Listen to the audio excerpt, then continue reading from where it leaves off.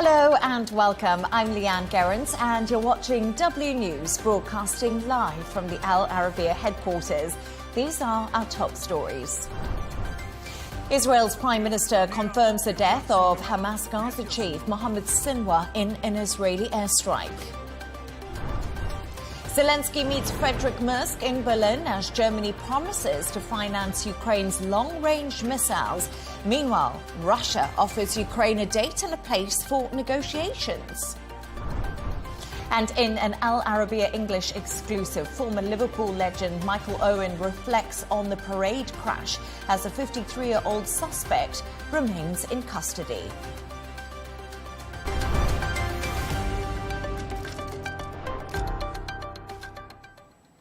To our top story, an Israeli Prime Minister, Benjamin Netanyahu, has confirmed Hamas's Gaza chief, Mohammed Sinwar, has been eliminated. Speaking to Parliament earlier, Netanyahu included Mohammed Sinwar, one of Israel's most wanted, and the younger brother of former leader Yahya Sinwar, in a list of Hamas leaders killed in Israeli strikes. Now take a listen. In 600 days of war of revival, we have changed the face of the Middle East. We repelled the terrorists from our territory, entered the Gaza Strip with force, eliminated tens of thousands of terrorists, and took out Daif, Haniyeh, Yahya Sinwar, and Mohammed Sinwar.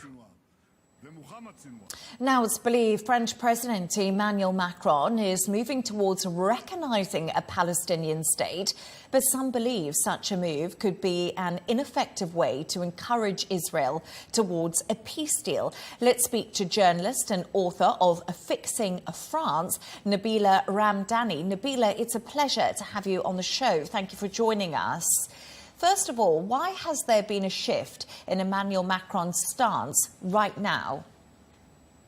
Well, I think that the shift in Macron's stance on Palestine is undoubtedly due to the increasingly horrific situation in Gaza.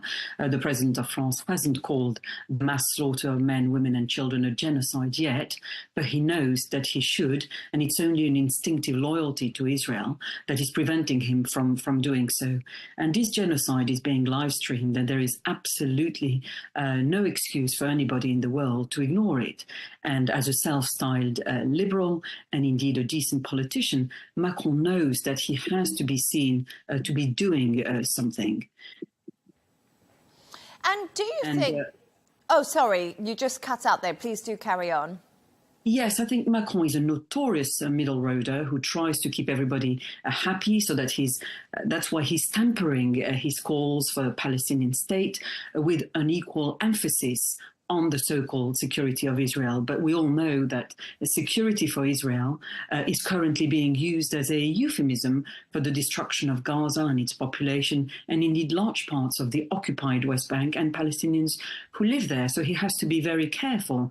France and Saudi Arabia are co-hosting a United Nations conference next month in June to lay out a roadmap for a Palestinian state. And I think this is another principal reason why Macron needs to start backing up positive words with action. And if Macron goes ahead in recognizing a Palestinian state, then this would be a huge move. France would effectively be the first Western heavyweight to recognize a Palestinian state. And do you think that Macron will actually go ahead with this move? You've said he's a middle roader, but are these just empty words from the French president at the moment? Well, as we know from the entire history of the Israel-Palestine conflicts, words frequently turn out to be weasel ones. And again, we need to recognize what a duplicitous politician President Macron can be. He says one thing to impress one set of people and then says something completely different to another set of people. But in recent weeks, his foreign minister has suggested there could be sanctions against Israel. And so perhaps something is changing. And it was only last week that Jean-Noël Barrot came out with some of the most emotive words about Palestine that I think I've heard from a French government minister. And he said, and this is a quote from him, we cannot leave the children of Gaza a legacy of violence and hatred. So all this must stop, and that's why we're determined to recognize a Palestinian state. And I think those words aptly sum up the change in the French position. The French find the images coming out of Gaza absolutely abhorrent, and they know that radical measures are needed to stop Israel's war crimes and indeed crimes against humanity. And dare I say, Barrot very pointedly spoke about the need for concrete action and not just words. For example, he urged the European Union to review its entire relationship with Israel, especially in regards to Israel violating human rights. He said that such crimes committed by Israel could lead to the suspension of the accord that currently links the EU with Israel. And he even added that the situation in Gaza, to quote his words, is indefensible because blind violence leads to more violence, and the blocking of humanitarian aid by Israeli government have turned Gaza into a death trap, if not a cemetery. And I think Mr. Macron clearly feels hindered in fully expressing himself about Israel, so he allows his ministers to do it for him. And Nabila, I just wanted to ask you, what are Israeli officials doing to prevent France recognising a Palestinian state? And if this decision is made, it would certainly infuriate Prime Minister Benjamin Netanyahu. Yes, there is, of course, fierce opposition by the Israelis to countries such as France recognizing Palestine. They've spent months lobbying what some described as a potential nuclear bomb. And the idea that France, one of Israel's closest allies and a G7 member, could recognize a Palestinian state will certainly infuriate Prime Minister Benjamin Netanyahu. He has already accused France, Britain, and indeed Canada of anti-Semitism for changing their stance. And could, you alluded to it earlier, but could a shift in France's position, as you say, a major European power, lead to a wider sea change within the European Union and also the US? I think a change in French policy could certainly influence the policy of major powers in Europe, in particular, including the USA. But countries like Britain in Europe, for example, have certainly changed their tune in relation to Israel. Earlier this month, both France and Britain joined Canada in condemning the Gaza slaughter, which is pretty unusual. And those countries also suggested there could be sanctions against Israel. France's most bold move, if it goes ahead, could also add momentum to a movement normally associated with smaller European countries that are generally far more critical of Israel. And those countries that have recognized the state of Palestine in recent years have included Ireland, Norway, and Spain. I've spoken to French diplomats who said that this is a real emergency and the world needs to move from words to deeds. Concrete measures are necessary.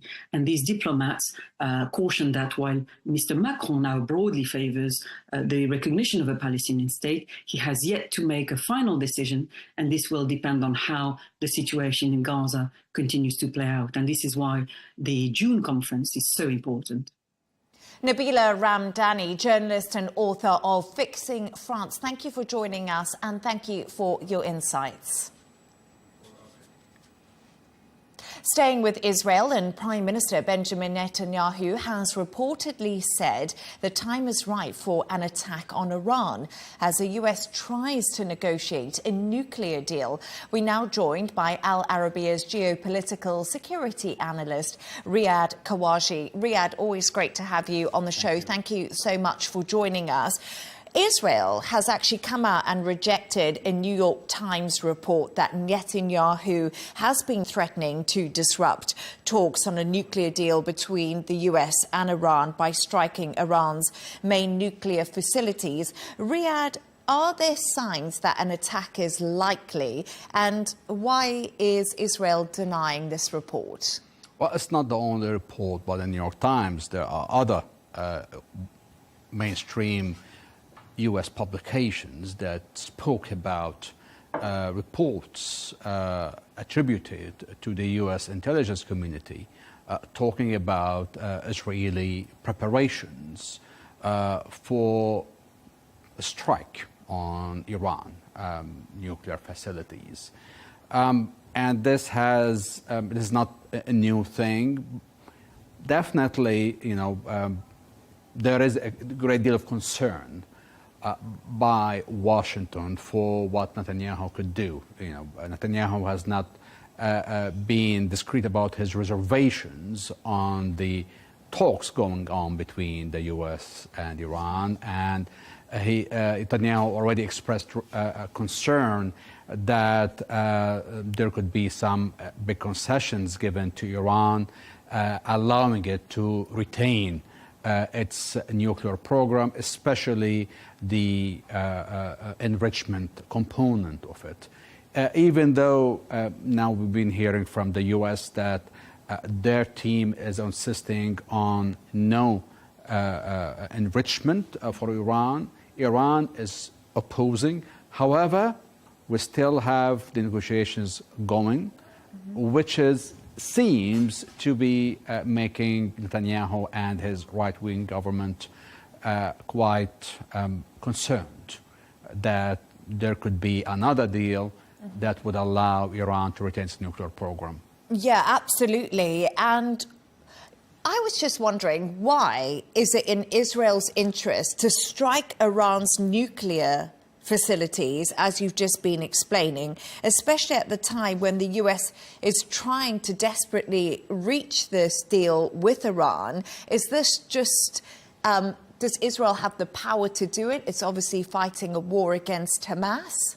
Well, the difference here is that now the US and also other Western players are saying Iran could have a nuclear program, but without the enrichment component. So they will disrupt the full fuel cycle.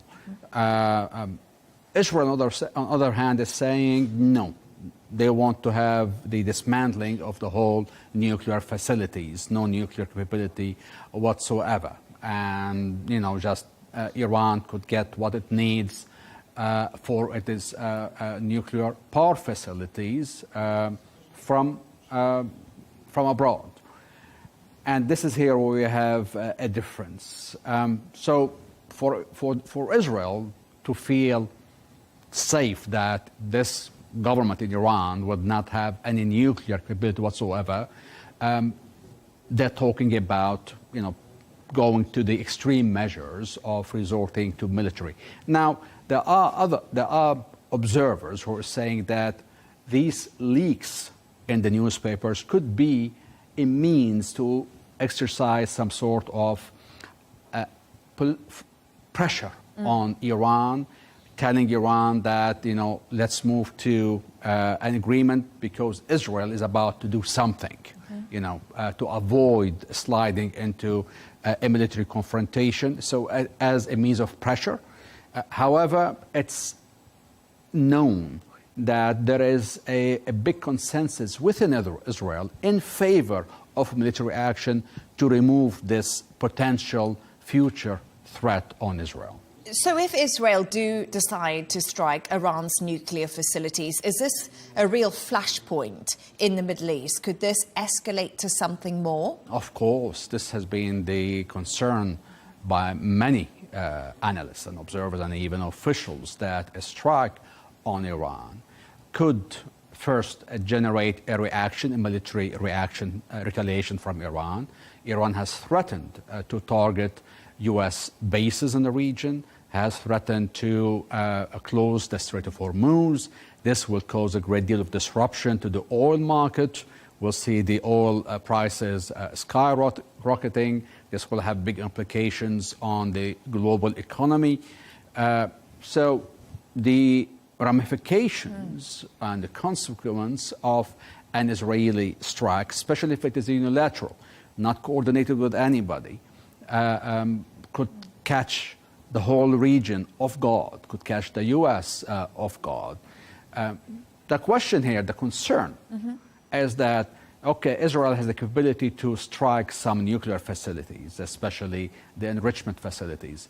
But would Israel take such a chance and risk not having the U.S. support in defending against the expected Iranian retaliation? You know, we saw Iran use an extensive number of ballistic missiles, drones, cruise missiles, and the U.S. played a big role. Its fighters, its air defenses, and shooting down these incoming drones or missiles from the Iranian side. What if the U.S. does not come to the rescue this time because Netanyahu went against the wishes of Trump? This is a big gamble Israel would take by carrying out this strike action unilaterally without coordination or some sort of consensus. I mean, for now, the U.S. wants the talks to go so long as Iran is willing to engage to reach results. If Iran refuses to make any concessions, then the U.S. has left the military option on the table. And I just want to talk to you just quickly, if we can, about OPEC+, because the members of OPEC+ are obviously meeting in Vienna to discuss an oil production strategy. President Trump has offered Iran two scenarios, a deal or no deal when it comes to these talks. If it's a no deal, we could see sanctions placed on Iranian oil. Now, what impacts will this have? Well, it depends what sort of sanctions. I mean, they'll be talking about secondary sanctions. That means the U.S. would be imposing sanctions on the countries and the companies that buy Iranian oil and petrochemicals. Again, we don't know how wide this would be, because if it is sanctions on Chinese companies, I don't think it's going to have that much effect. But if there are other players who would be really affected by being, a victim of this secondary sanctions, possible. It is not really clear how much of ramifications. However, if, like, for example, the U.S. goes in its sanctions to start boarding oil tankers, Iranian oil tankers, and confiscating them, then at this point we could see a serious impact on the Iranian oil exports and a possible escalation that would impact the oil prices. And I just wanted to say, Riyad Kawaji, Al Arabiya's geopolitical security analyst, every time you come on, I feel like I learn so much. Thank you so much for your insights. I really appreciate you having you on the show once again. Thank you.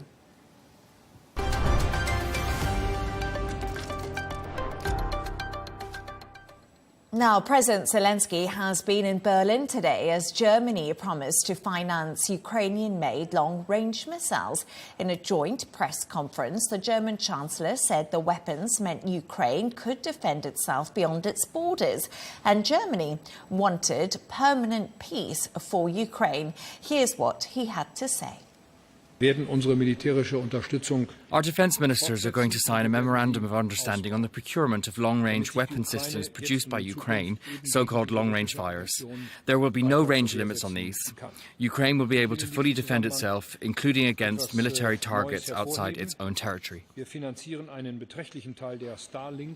can now speak to Dr. Alexander Mereshko, who heads up the Foreign Affairs Committee of the Ukrainian Parliament. It's so great to have you on the show, Dr. Alexander. First of all, Russia has offered Ukraine a date and venue for the second round of direct talks. Is Ukraine going to agree to these talks? Well, actually, we have started such negotiations with Russia recently in Istanbul. But at the same time, when we're talking about serious negotiations, we would like to see Mr. Putin participating directly. But so far, he's trying to avoid direct face-to-face talk with Ukrainian president. And on the basis of our previous experience, we can say that Russia has never been negotiating according to good faith, in earnest. Putin needs negotiations for only one reason: to avoid sanctions which can be imposed upon Russia by the President Trump. So are you going to go to these talks? Will Ukraine be at those? I just want to clarify if it's a yes or no, because Russia says Vladimir Putin's negotiator, Vladimir Medensky, is going to be at those talks. And obviously, once again, they're hoping that they could be possibly held in Istanbul. We are ready to negotiate, but again, we would like to see a format of negotiations which would include the United States and our European partners. And let's just move on slightly. The Kremlin says Merck's move with Ukraine on long-range missiles is irresponsible. We know that Zelensky was in Berlin today. What is your response to Russia? Russia wants to continue to kill Ukrainians, to bomb our cities, including the capital of Ukraine, Kyiv, with impunity. But of course, it's not realistic. Under the UN Charter, Article 51, we have inalienable right to defend ourselves, the right to self-defense. This is what we're doing. We're the victim of the aggression. We're not the aggressor. And we have right to use all the means available, including long-range missiles, to defend ourselves. The government of the German Chancellor says Taurus missiles are still a possibility for Ukraine. And I just wanted to ask, how vital are these missiles for Ukraine? And are US weapon stockpiles beginning to diminish in Ukraine? Yes, first of all, of course, we would like to have more missiles because, you know, first of all, this is about our air defense systems. And for example, we need American air defense systems in missiles like Patriot because they help to save lives of civilians in many cities of Ukraine. And of course, we don't have enough such missiles.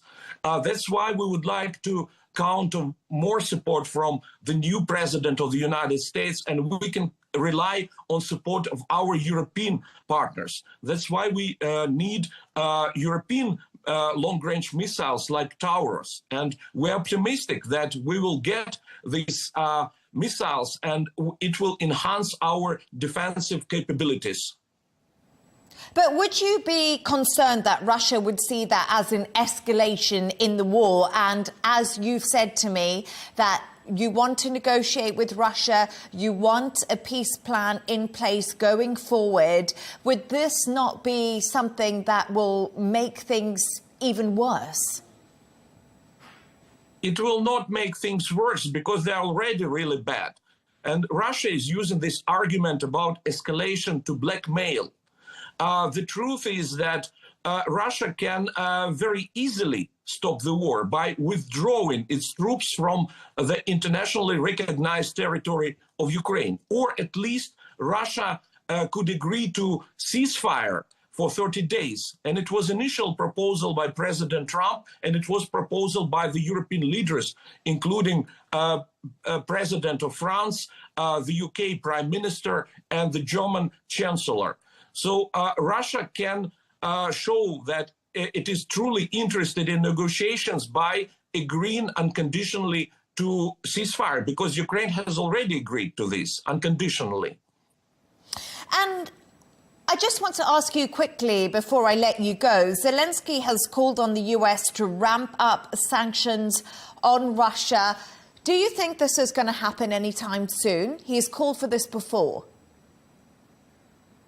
We hope that it will happen because the goal, our common goal, is to stop Russian war machine from running. We can do it only in one way, by depriving Russia profits which it receives from selling Russian gas and oil and using it as a lifeline, as a fuel to continue aggression against Ukraine. We hope that American Congress will impose tariffs, 500% tariffs on Russia and on those countries, those companies which help Russia to avoid sanctions. Dr. Alexander Mereshko, who heads up the Foreign Affairs Committee of Ukrainian Parliament, thank you so much for joining us. Always great to have you on the show.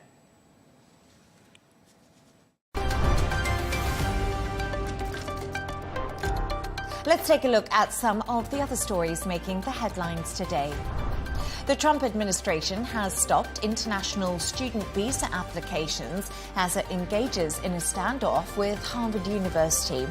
No new visa interviews will be scheduled for foreign students who wish to study in the US as it prepares to extend vetting the social media of applicants. A drop in international students may affect university budgets that rely on international fees to balance out cuts in federal research funding. Now in Spain, hundreds of Madrid taxi drivers have protested in the streets against what they claim is unfair competition from ride-hailing services. European authorities have rejected a limitation in Spain which caps the number of private hire vehicles like Uber and Cabify. Taxi drivers have accused Madrid authorities of granting Cabify 8,500 new licenses. Texas has signed a bill requiring Apple and Google to verify the age of users of their app stores. Under the new law, minors will need parental approval before they can download apps or make in-app purchases. Apple and Google have opposed the bill, saying it imposes requirements to share age data. Utah was the first state to pass a similar law, which was earlier this year. And a Delta flight travelling from Minneapolis to Wisconsin was delayed after two pigeons ended up on board the aircraft. A video shows one of the birds flying through the cabin as a passenger attempts to catch it with a jacket. The flight arrived in Wisconsin 1 hour later than scheduled, and I don't think any birds were harmed in that video.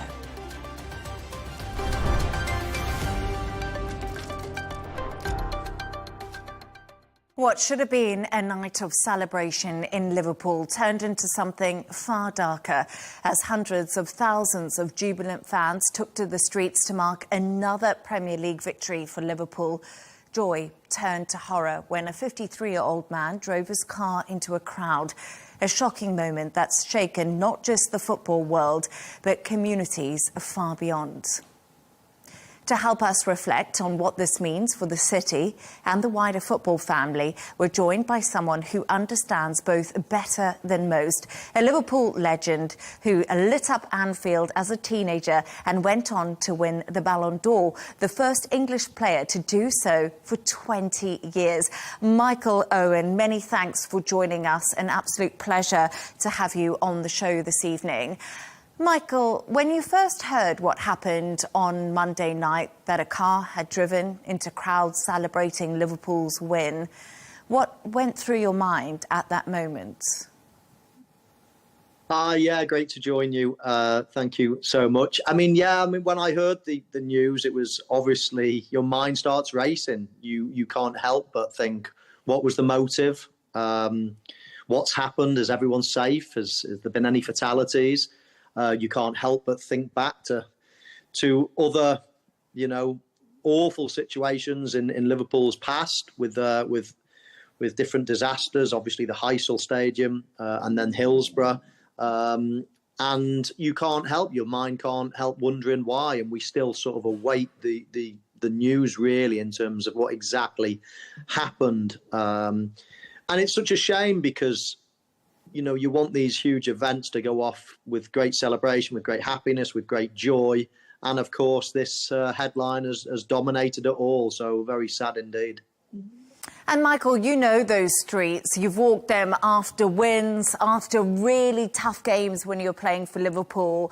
Does it feel personal when something like this actually happens in the place that you've called home for so long? I suppose it would if there was something sinister about let's call it an attack. As I say, we're still almost guessing as to what it was. The authorities have ruled out any, any real sort of threat, any real problem. So whether the gentleman involved was, intoxicated, whether he took the wrong turn, whether he panicked, whether he did this on purpose, we're still waiting to find out. But I think they've ruled out some of the some other scenarios, let's say. So that, I don't know. Let's wait and see what comes out of it. But it does just make you rather upset about a great occasion like this that was almost, that has been spoilt, really. This has taken all the headlines. Nobody's really sharing pictures of the parade itself.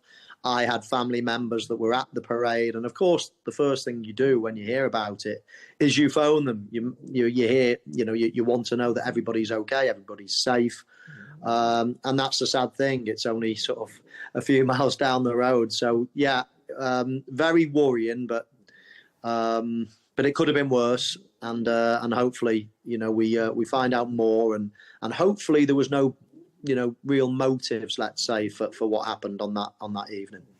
Yes, indeed. And Michael, we are hearing from police that the 53-year-old man who was arrested remains in custody, and he was arrested on suspicion of attempted murder, dangerous driving and driving while unfit through drugs. But obviously, of course, we'll find out more details about that, as you do say. But what has been the reaction from your former teammates? Have you been speaking to any of them?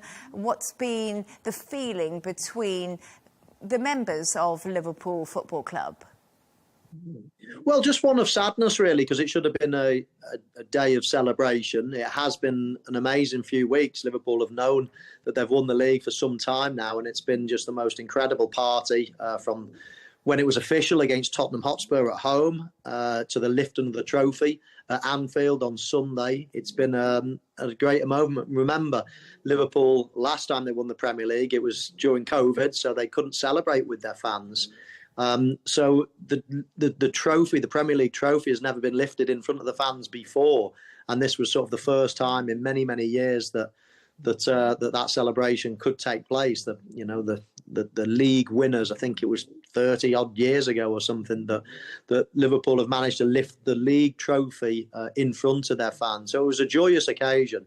And I think as soon as it happened, like normal, like our communication nowadays entails, that, messages go round. Have you seen the news? Have you heard the news? Keep me informed. We're all on sort of WhatsApp groups and chats and things like that. So, one of shock to start with, and then of course you get your head around it and you try to understand, and then you want to know more details, whether any motives, that anybody, any fatalities or anybody badly injured. And you think about your own family being there, etc., etc. So I think just a state of panic, really, for the first hour or so, until it all calms down a little bit. And that was the chain of events. And as I say, you can't help but think, Liverpool as a city have been, so robust over time. They come together, as I've mentioned, two horrific footballing disasters. There was a huge attack as well on the outskirts of Liverpool in the north, in the Southport area, not so long ago, on a lot of young children. And that was just one of the most horrific times as well for the area. So it was almost, please, not another one. And thankfully, fingers crossed, it sounds like it's not as bad as, let's say, we first feared. So hopefully we can, put this behind us in the future and remember what a great season it was for Liverpool Football Club and all its people. And Michael, do you think the club or players have a role in helping the community heal after events like this? And how important is it that kind of leadership is in place? Well, they do. Absolutely, they do. Football clubs are the heartbeat of virtually every community, every town, every city in the UK. And, they've always been like that. And we thrust our players in front of the cameras a lot of the time. They weren't born to speak in front of the cameras about situations like that, but they hold such, people hold them in such, they revere them and hold them in such high regard. that often we throw our clubs, of the people, the players, the manager, etc., in front of situations like this, and I think that they lead the way, in doing an incredible job. So yes, statements have already come out from the club, from people close to it, the players, the ex-players, etc., all unify in moments like this. And as I say, I'm just hoping initial thoughts, initial news suggest it's not as bad as first feared, and hopefully we can put it behind us quite quickly. But of course, with what's happened in the past, you can understand that the people of Liverpool, originally are in a lot of shock and a lot of horror and worry that everybody's okay. But it seems like that's the case. So hopefully, as I say, we can we don't have to put it down as another huge moment in the history of the club. And if you could speak directly to the fans who were there that night, and the ones who went out to celebrate and who've been left shaken, what would you want to say to them? Well, I mean, it was a night of, well, it should have been a night of joy and happiness and celebration that their club has had an incredible season. The Premier League is such a hard, league to play in and a hard one to win. And it all should have been, joy and happiness. Now, that's obviously tainted. These news, the scenes, are all dominating the news as we stand. And of course, football plays second fiddle to the health and well-being of the community. So, I'm sure that once it all settles down, I'm sure when we hear the truth and what happened and whether it was intentional, whether it was a mistake or whatever happened, then it will lay people's, minds at rest maybe. We all know the world we live in. When you gather in crowds nowadays, it can be dangerous. That's the sad state of the world, really. But in general, it was a really happy day, a happy night, tarnished right at the end of it. And hopefully it doesn't tarnish it for the long run. Hopefully we're talking about, nobody getting seriously hurt. Hopefully we're talking about the football side of things again and how the football club brings everybody together. So, yes, we're all worried. We were all worried, especially when we first heard the news. But I think a sense of calm now is descending on the city. People will be getting more and more positive again about what's happened over the past season on the football pitch. And of course, we've always got to be wary of things that are almost out of our control in situations like this. But a real shock to the system, let's say. But as I say, don't necessarily want to, go overboard because, as I say, hopefully the news is a positive bit of news and that nobody's seriously hurt and that maybe the attack was not meant to happen, let's say. And just to finally finish, Michael, is this a wake-up call, not just for fans, but for city officials and clubs to rethink how they prepare for big moments like this to make sure this never happens again? Well, maybe so. I think, it is quite thorough. We've had, lots of celebrations over the last week or so. Crystal Palace won the FA Cup. They had huge celebrations down in London. They went off really, really positive, really safely. Liverpool, of course, winning the league. But you will get at this time of the year, you'll get celebrations all over the world. This is the time of the year, really. And of course, everybody's got to be vigilant, especially in this day and age. It's not the first time there's been a parade in the city. I was part of a parade when we won all those trophies back in 2001, and it was just the most incredible day. So, yes, be vigilant. I'm sure the authorities, the police force and everybody else like that takes these events really seriously. And inevitably something goes wrong and everybody's got to just have a look at all the measures that we put in place. But, I don't think an event like that is going to be stopped in the future because it's such a joyous moment. And most of the time, 99 times out of 100, it goes off really, really peacefully and everybody has a great time. So. Michael, Owen, thank you so much for joining us and for your thoughts and kind words.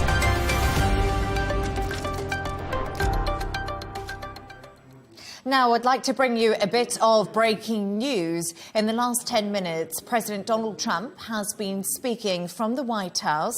He said an Iran deal could happen over the next few weeks, and they want to make a deal. He also said he has warned Benjamin Netanyahu against action in Iran and added he's told Netanyahu they are close to a solution. So that was some breaking news lines from Donald Trump, who's been speaking at the White House on those US-Iran nuclear talks happening.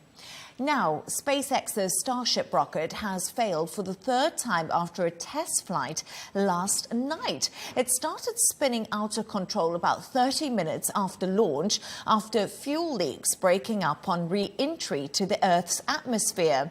There were hopes that the vessel would be used to take people and cargo to and from Mars, but this setback casts doubt on those plans. Sarah Firth has the story.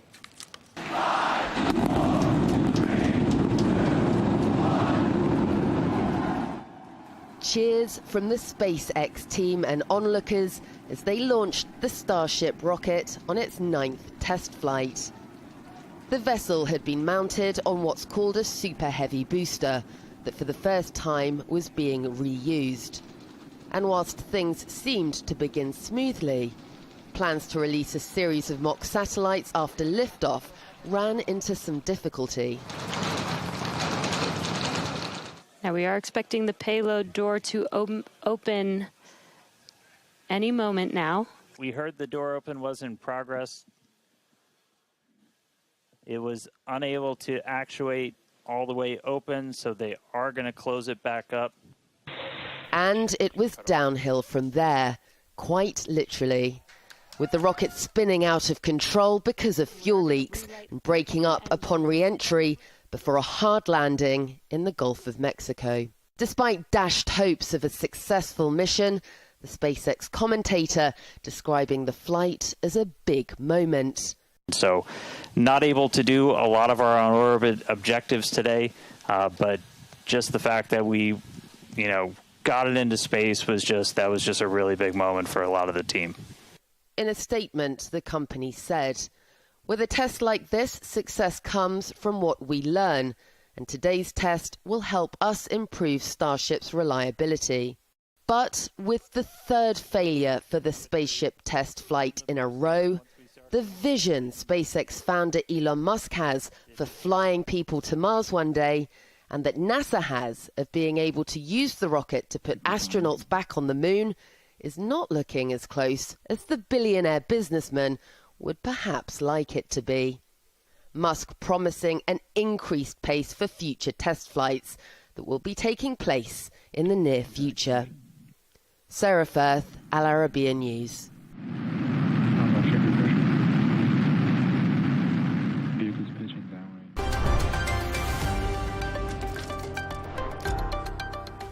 Let's take a look at the top business news now. PDD Holdings, the Chinese owner of online shopping platform Temu, has reported a near 50% drop in profit. It comes as President Trump's trade policies add to the company's struggles in China. US-listed shares of the e-commerce giant fell by more than 13% on Tuesday after the firm said its profits for the first 3 months of the year have fallen. Now, Thames Water has been hit by a record fine of £122.7 million by the regulator Ofwat. It follows 2 investigations related to the UK's biggest water provider's wastewater operations and also dividend payouts. The fine will be paid by Thames Water and its shareholders rather than the customers. Now let's go to sport, and Emma Raducanu is out of the French Open after losing her second round match to the defending champion Iga Swiatek. The Briton was facing a tough task against the queen of Roland Garros, as she's called.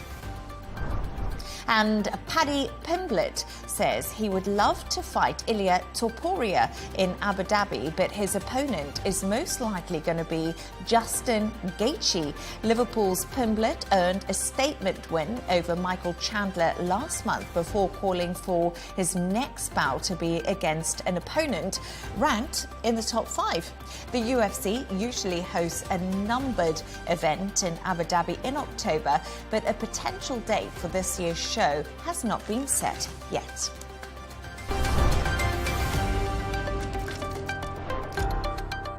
A reminder of our top stories. Israel's Prime Minister confirms the death of Hamas Gaza chief Mohammed Sinwar in an Israeli airstrike. Zelensky meets Friedrich Merz in Berlin as Germany promises to finance Ukraine's long-range missiles. Meanwhile, Russia offers Ukraine a date and place for negotiations. And in an Al Arabiya English exclusive, former Liverpool legend as a 53-year-old suspect remains in custody. And that's all from us on W News. Don't forget to subscribe to our YouTube channel and also follow us on X. Counterpoints with Melinda Nucifora is coming up next. Plus, of course, we'll be back in a couple of hours' time with W News Extra. Goodbye.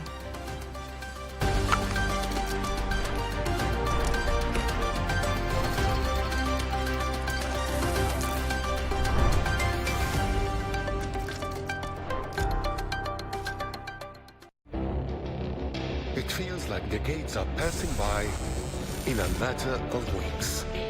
Seismic shifts in the world order. Never, ever will be part of America. With so much happening and so much noise. Whether it's political upheaval, Canada has been ripping us off for years. Economic shifts or social movements. And no one wins from tariffs. I think America can be more friendly to the rest of the world. The in-depth analysis and all the latest developments across the globe. To have an inclusive policy together. The meetings with Hamas gave me some hope. We're in another nuclear arms race. The most important developments straight to your screen. Welcome to the dressing room. I'm on my own. I need backup. And an insightful look at the issues shaping our world today. It was not going to happen, that war, and it happened. Join us on Al Arabiya News,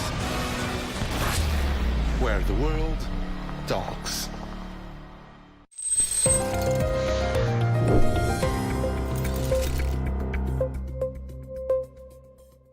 What is it about Crimea that's got two countries fighting for years? I mean, it's just a diamond-shaped piece of land sticking out into the Black Sea, kind of easy to miss on the map, but this little peninsula has sparked wars, shaped empires, and now sits at the center of one of the most dangerous conflicts of our time. Russia and Ukraine both claim it, though Ukraine is the internationally recognized sovereign over Crimea. Regardless, neither side is backing down. So what makes Crimea so important? Why has it become one of the most contested pieces of land in the world? Let's take a closer look.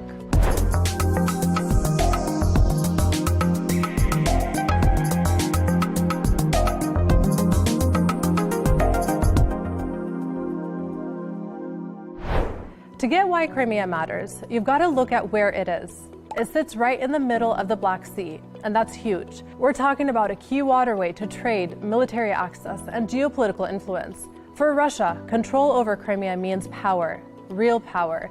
It gives them direct access to the Mediterranean and beyond, something they fought for centuries. And then there's Sevastopol, a major port city on the southern tip of Crimea.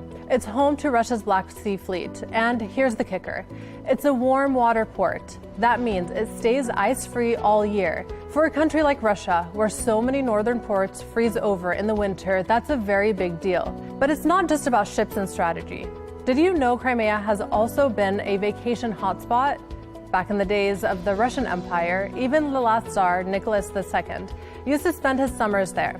Later, during the Soviet times, the city of Yalta became a go-to resort, the kind of place where people dreamed of visiting. But beneath the sunshine and beaches, Crimea's past is heavy. The history of this place is filled with power struggles and painful memories. In the 1700s, the Russian Empire first annexed Crimea from the indigenous people of the peninsula. Then came one of the darkest chapters. In 1944, Soviet leader Joseph Stalin accused the people of the peninsula of working with Nazi Germany. His response? Deport nearly 200,000 of them to Central Asia. Nearly half didn't survive the journey. That trauma still shapes identity and politics in Crimea today. Fast forward to 1954, another turning point. Soviet leader Nikita Khrushchev transfers Crimea from Russia to Ukraine. That might sound like a huge deal, but at the time, both were still part of the Soviet Union.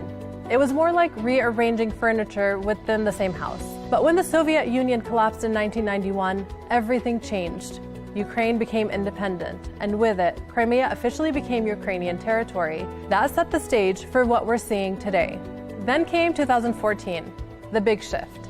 After mass protests in Ukraine ousted the country's pro-Russian president Viktor Yanukovych, the Kremlin saw a chance. Russian troops, wearing unmarked uniforms, suddenly appeared in Crimea and took control. A referendum followed. Russia claimed the people of Crimea voted to join the Russian Federation, but Ukraine and most of the world called it illegal. They said the vote happened under military occupation. So how could it possibly be fair? Still, for Russian President Vladimir Putin, this was a massive win. His popularity soared, and the phrase Krimnash, or Crimea is ours, became a national rallying cry. But not everyone was cheering. The US and its allies hit Russia with sanctions, and relations between Russia and the West fell off a cliff, arguably the worst they've been since the Cold War. Fast forward again, 2022. Russia invades Ukraine on a full scale, and Crimea isn't just in the background anymore. It becomes a launch pad. Russian forces use it to attack southern Ukraine and move in fast. But Ukraine isn't just defending, it's hitting back. Over the past few years, Ukrainian forces have targeted key sites in Crimea, airfields, ammo depots, and even the Kerch Bridge, a giant symbol of Russia's control. At 19 kilometers long, the Kerch Bridge is the longest in Europe. Russia built it after annexing Crimea, not just for logistics, but as a literal concrete claim to the land. And Ukrainian President Volodymyr Zelensky, he's made it crystal clear. Ukraine will not stop until Crimea is back. So what now? Can Ukraine actually retake it? Will Russia give it up? Or is Crimea going to stay a geopolitical powder keg for years to come? What we do know is this: Crimea isn't just a piece of land. It's a symbol, a strategic stronghold, and a flashpoint in a war that's still far from over.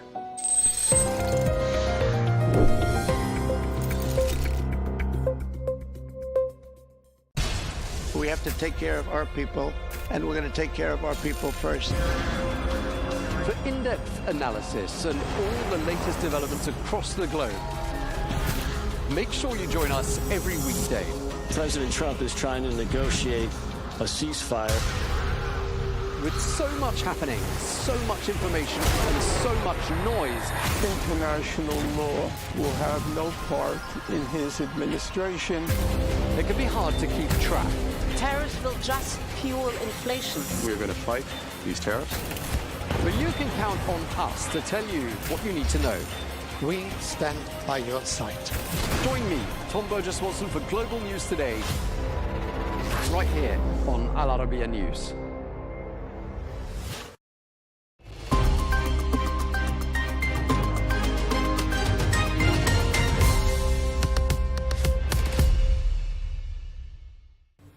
Hello and welcome. I'm Rawia Alami, and this is The Dailies, where we take a look at important news stories, reports, analysis, and articles published in media outlets and newspapers across the world. The chaos that engulfed the aid distribution in Gaza yesterday was the focus of many newspapers today. Some also shed the light on America's concern over Israel's push for military strikes against Iran's nuclear sites, fearing the derailment of negotiations with Iran. As for American newspapers, most focused today on President Trump's growing frustration with the Russian escalation in Ukraine, with no breakthrough in peace deal negotiations in sight. Some even reported that Trump is mulling over imposing new sanctions on Russia. Other American media outlets also reported on the new student visa pause by the American State Department as its plans for a tougher social media review. We'll start with the Washington Post's editorial, which talked about President Trump's growing frustration with Putin after months of stalled peace efforts and escalating Russian attacks.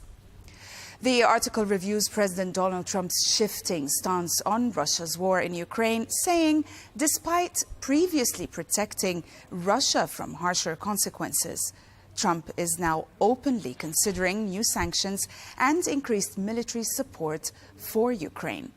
This follows a weekend of intensive Russian drone and missile strikes that killed civilians. The editorial board points out that lawmakers from both parties are pushing for sweeping sanctions, but Trump has hesitated, fearing this could halt diplomatic talks. The editorial notes that while Trump's rhetoric has toughened, calling Putin crazy and warning he is playing with fire, it remains unclear whether he will back his words with decisive action, leaving U.S. policy at a crossroad. Le Monde published a detailed report revealing the scale of Russian losses in Ukraine, saying Moscow has not reported its death toll since the start of the war. The report is based on secret casualty data provided by Russian army deserter Alexei Ziliev, who served as a stretcher bearer and data entry officer. He also fled Russia with a database showing tens of thousands of deaths and injuries in just 2 army divisions, with actual losses likely much higher due to unrecorded casualties on the front. The report also included numerous graphs and charts depicting the extent of the Russian losses. For example, this chart here, as you can see, talks about the Russian soldiers killed in Ukraine by week. And this is, of course, according to accounts by Russian online media outlet Media Zona. As you can see, the timeline that this chart depicts stretches from December 2023 until all the way to 2026 in August. This part most likely is a speculation. But this data exposes the high cost of Russia's mass assault tactics, the use of conscripts and also prisoners, and the grim conditions faced by soldiers. According to the report, many wounded are left untreated or sent back to fight prematurely. And the true death toll is likely several times higher than official figures, highlighting the war's devastating human impact. The Wall Street Journal published an editorial reviewing the challenges facing President Trump's foreign policy in his second term, emphasizing that his approach of verbal threats and public pressure is no longer enough as he faces critical decisions on Russia, Iran, and also China. The piece highlights that Trump's promises to quickly end the Ukraine war have indeed failed, with Russia intensifying its offensive and Ukraine facing weapon shortages. On Iran, Trump's ultimatum to dismantle its nuclear program will soon require real action, risking U.S. credibility if not enforced. Also, regarding China, the article questions whether Trump's tariff threats are effective deterrents, especially over Taiwan. The review concludes that Trump's choices in the coming months will shape America's global standing and test his willingness to back tough talk with real action. We'll stay with the Wall Street Journal, which published an exclusive report revealing that the International Criminal Court Chief Prosecutor Karim Khan was preparing to seek arrest warrants for Israeli cabinet ministers Bezalel Smotrich and Itamar Ben-Gvir over their roles in expanding Jewish settlements in the West Bank. In the West Bank, of course, these actions are considered illegal under international law. Both ministers are prominent far-right figures, as you know, who have actively promoted settlement construction and called for Israel to assert full control over the West Bank. The investigation into Smotrich and Ben-Gvir is politically charged and comes at a sensitive time as Khan has gone on leave amid a United Nations probe into allegations of sexual misconduct against him that arose suddenly as he was preparing these arrest warrants. With Khan's disputes or deputies now in charge, it is unclear if the ICC will proceed with the cases, especially given the risk of further US sanctions and the court's heightened vulnerability during the ongoing investigation on its top prosecutor. And we'll stay in the Middle East as the Telegraph reported on the US and Israeli-backed Gaza Humanitarian Foundation's aid distribution in southern Gaza yesterday that descended into chaos, forcing officials to flee the scene and Israeli forces to fire warning shots to control the situation. The report also reviews the controversy surrounding GHF, which has begun distributing aid in Gaza amid famine warnings and an ongoing Israeli blockade. The report highlights that Hamas has strongly urged Palestinians to avoid GHF distribution centers, warning that biometric screening required for aid could be used by Israel for intelligence gathering and targeting.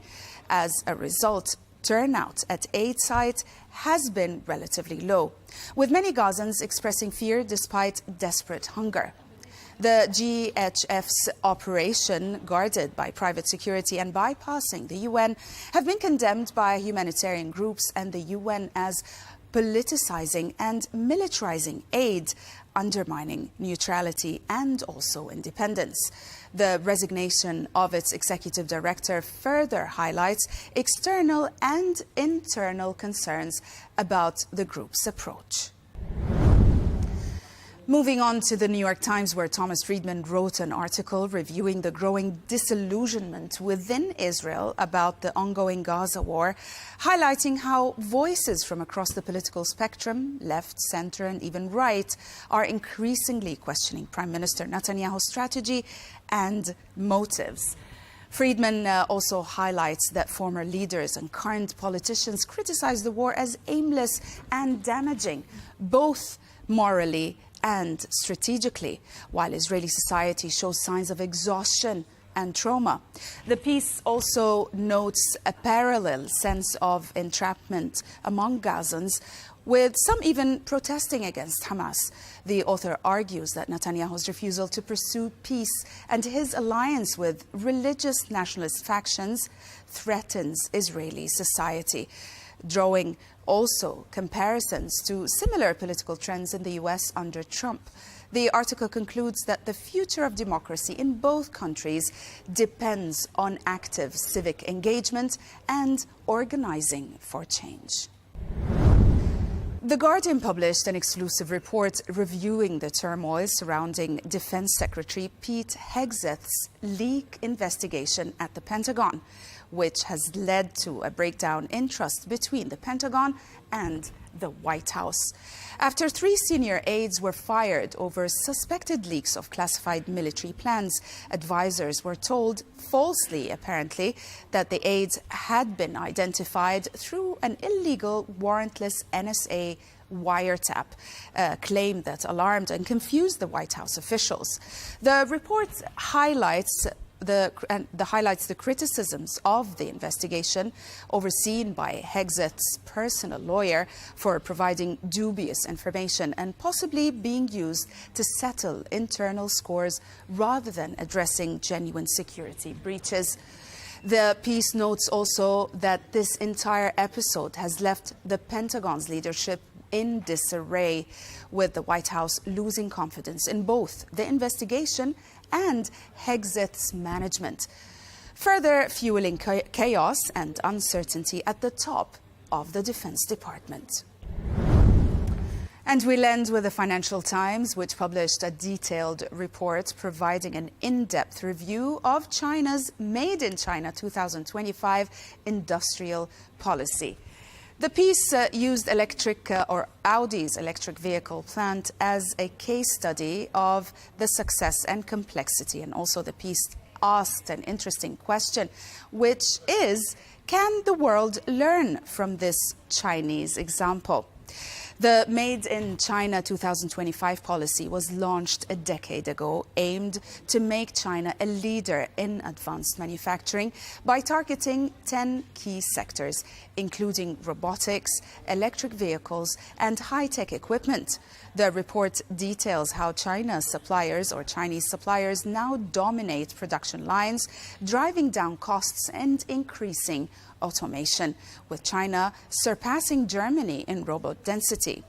While the policy has modernized Chinese manufacturing and boosted global competitiveness, it has also led to overcapacity, market distortions, and rising trade tensions with the US and Europe. The report concludes that despite criticism and mixed results in some sectors, China is doubling down on industrial policy, now focusing on next-generation technologies like AI and humanoid robots to maintain its global manufacturing edge. That's it for today. Thanks for watching.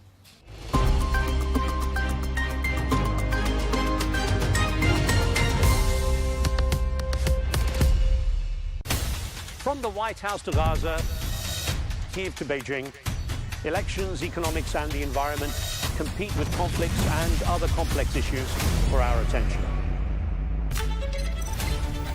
In an age of fake news, deepfake and artificial intelligence, they've got to have a vote and a say. It's important to look beyond the loudest voice to understand the truth. From newsmakers to groundbreakers, my campaign is going very well. Presidents, prime ministers, princes and peacemakers, and cultural tastemakers. As Arabs, as Middle Eastern, we're too emotional. Join me on the Riz Khan Show for empowering conversation.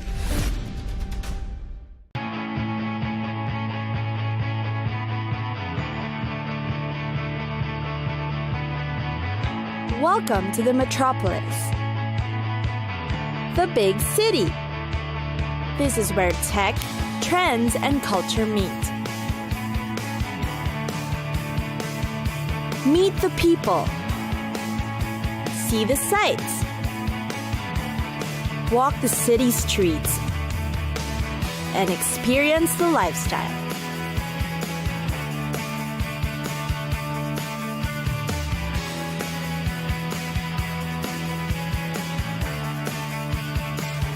This is your first-class ticket to the cities of the world.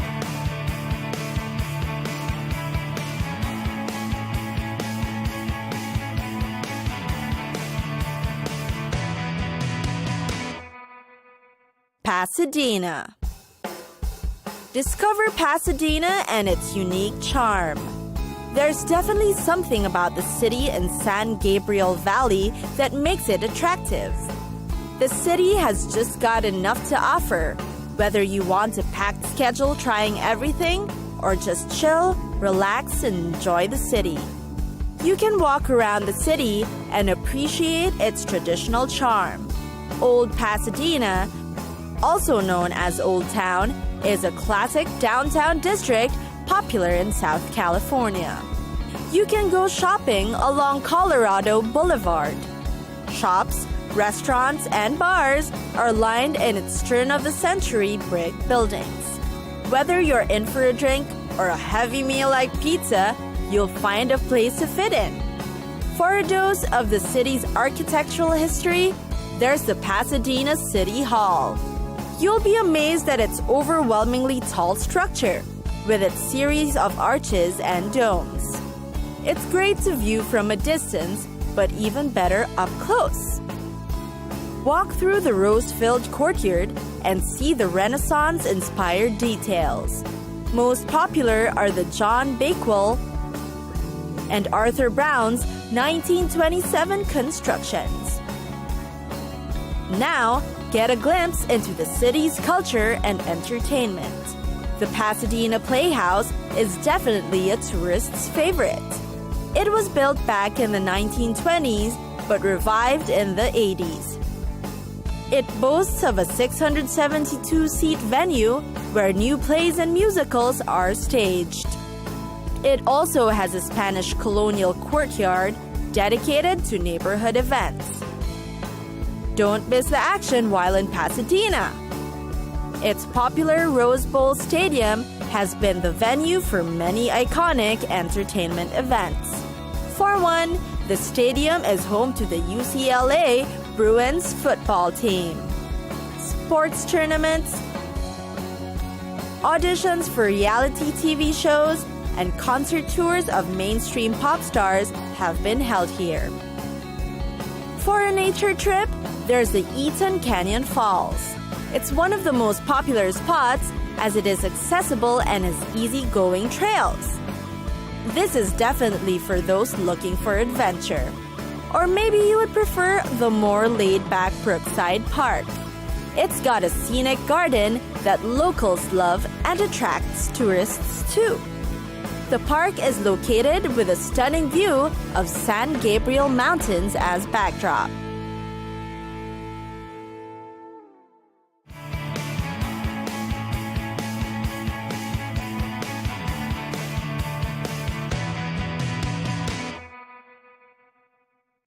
Vatican. Vatican City, or the Holy See. It gained independence from Italy on the 11th of February in 1929. The sovereign independent state has a population of less than 1,000, yet it is one of the most popular cities for tourists. The Holy See, which is surrounded by Rome, has been the home of the Pope since 1378 and is considered the seat of the Catholic religion. And then, of course, there are the very popular Vatican museums, which is mainly why most people fly in for a visit. There's the Sistine Chapel, which is considered the private chapel of the Pope.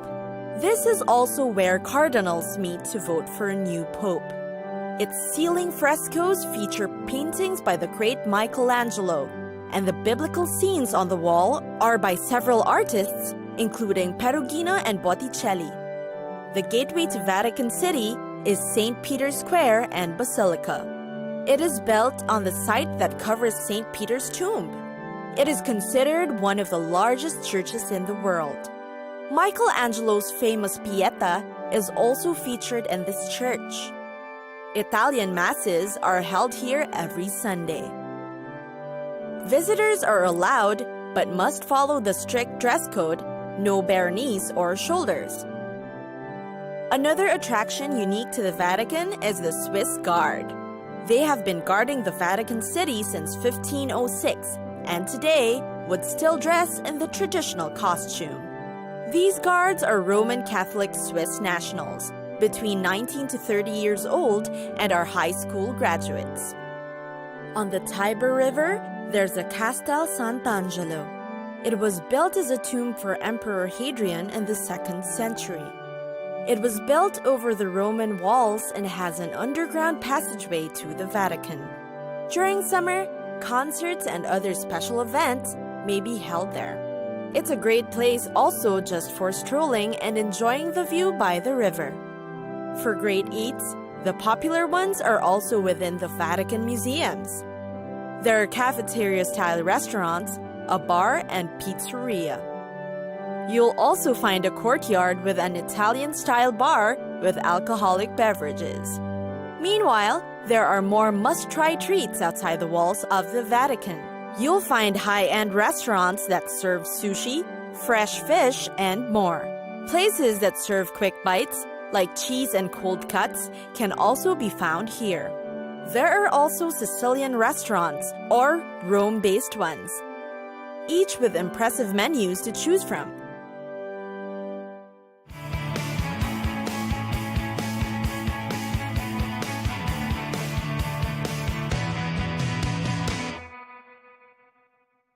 Stockholm. Why visit Stockholm? One of the world's most beautiful cities. Stockholm is built where the lake meets the city and on as many as 14 islands.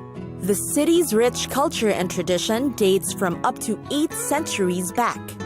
There are many reasons to choose this city. For one, it is a sight to behold. The capital of Sweden is captivating. Imagine walking on islands on the stream and having an endless view of nature everywhere you look.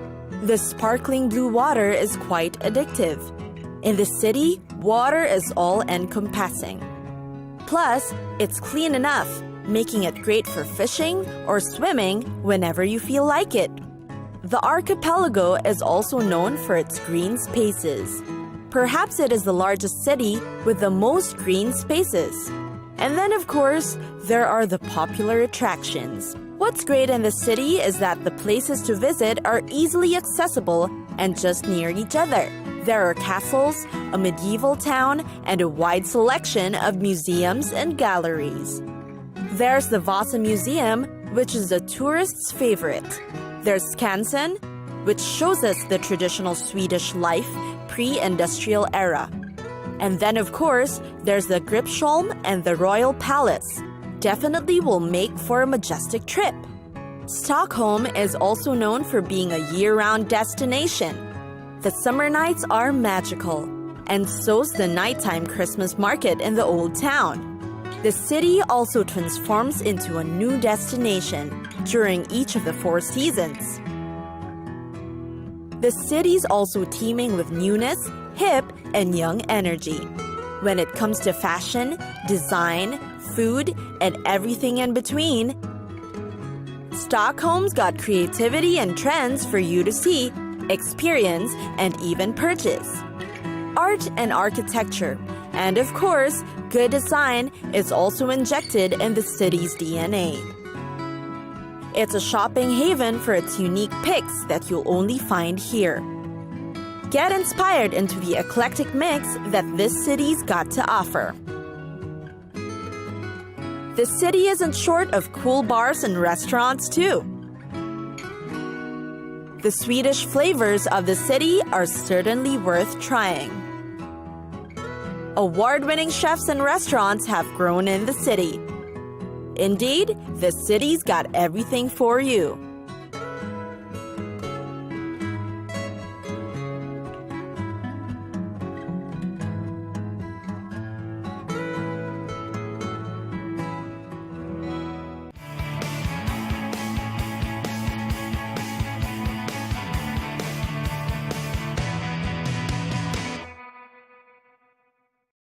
Phuket.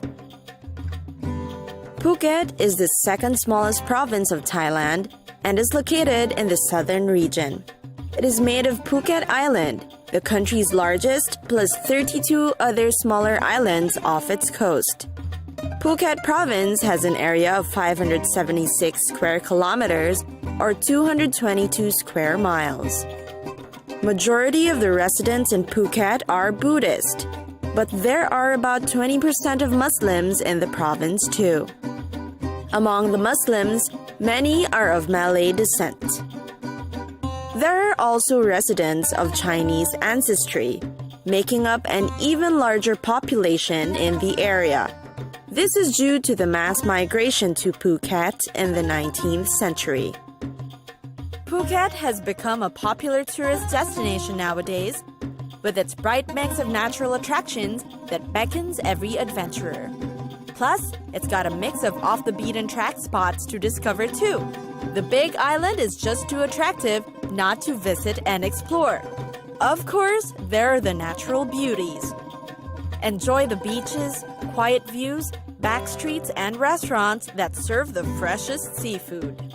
You won't fall short of activities to try too. You can try whitewater rafting in Phang Nga or have kids explore the east coast of Koh Yao Noi Island. There are also temples to visit or hang around until the sunset. You can try scuba diving too. It's one of the most recommended activities in Phuket. Waterfalls hopping is also a great idea, as Phuket has several small waterfalls that are a breathtaking sight. Enjoy the view, breathe in the fresh air, and jump into the water. Another water activity is diving. The Ratchayai Island is popular for that. You can also opt for a boat ride to any of the nearby islands.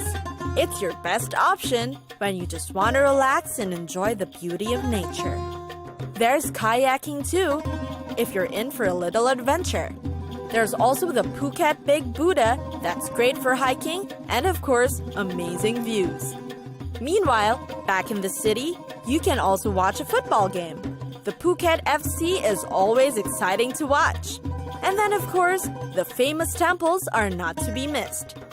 Top tourist choices are the Chalong Temple, Wat Phra Thong, and the Karon Temple. Dig deep into Phuket's historic and cultural feats among ancient structures, the ruins, and spiritual sites.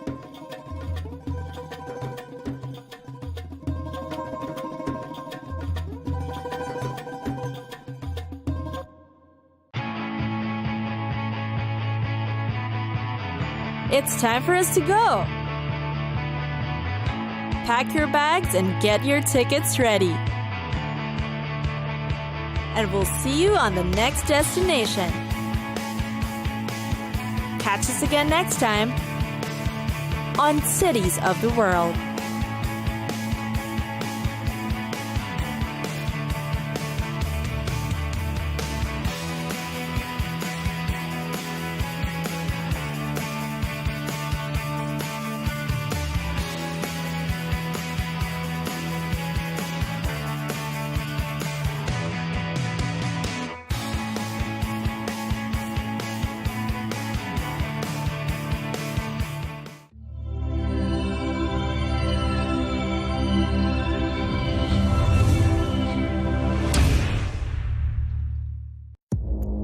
Our allies, in many cases, are worse than our enemies. Stay informed and connected with the latest international headlines.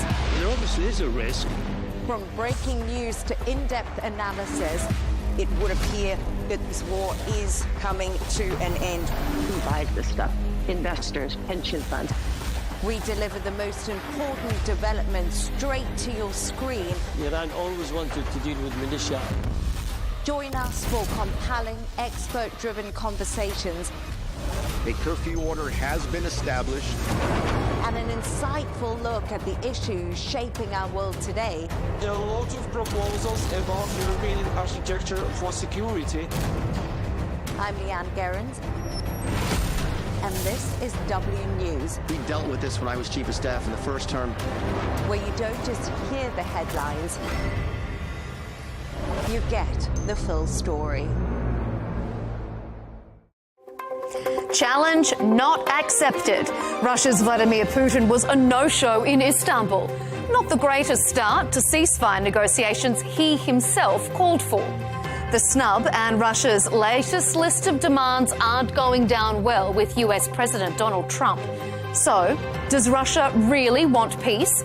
And is the US running out of patience? It's up for debate here on Counterpoints with me, Melinda Nucifora.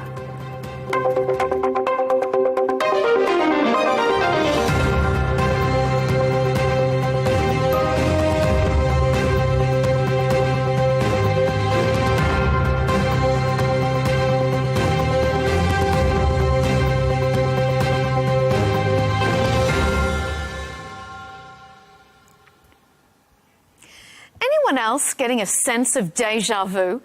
Istanbul has hosted the first direct negotiations between Russia and Ukraine in 3 years. But the whole thing feels like a bit of a case of back to the future. Same maximalist demands from Russia, same staunch refusals from Ukraine, and same outrage from Europe. After 3 years, the sides seem further away from a deal than ever before. And there are signs that Trump's patience with Russia's Vladimir Putin is starting to run out. We have to meet. He and I will meet. I think we'll solve it, or maybe not, but at least we'll know. And if we don't solve it, it'll be very interesting.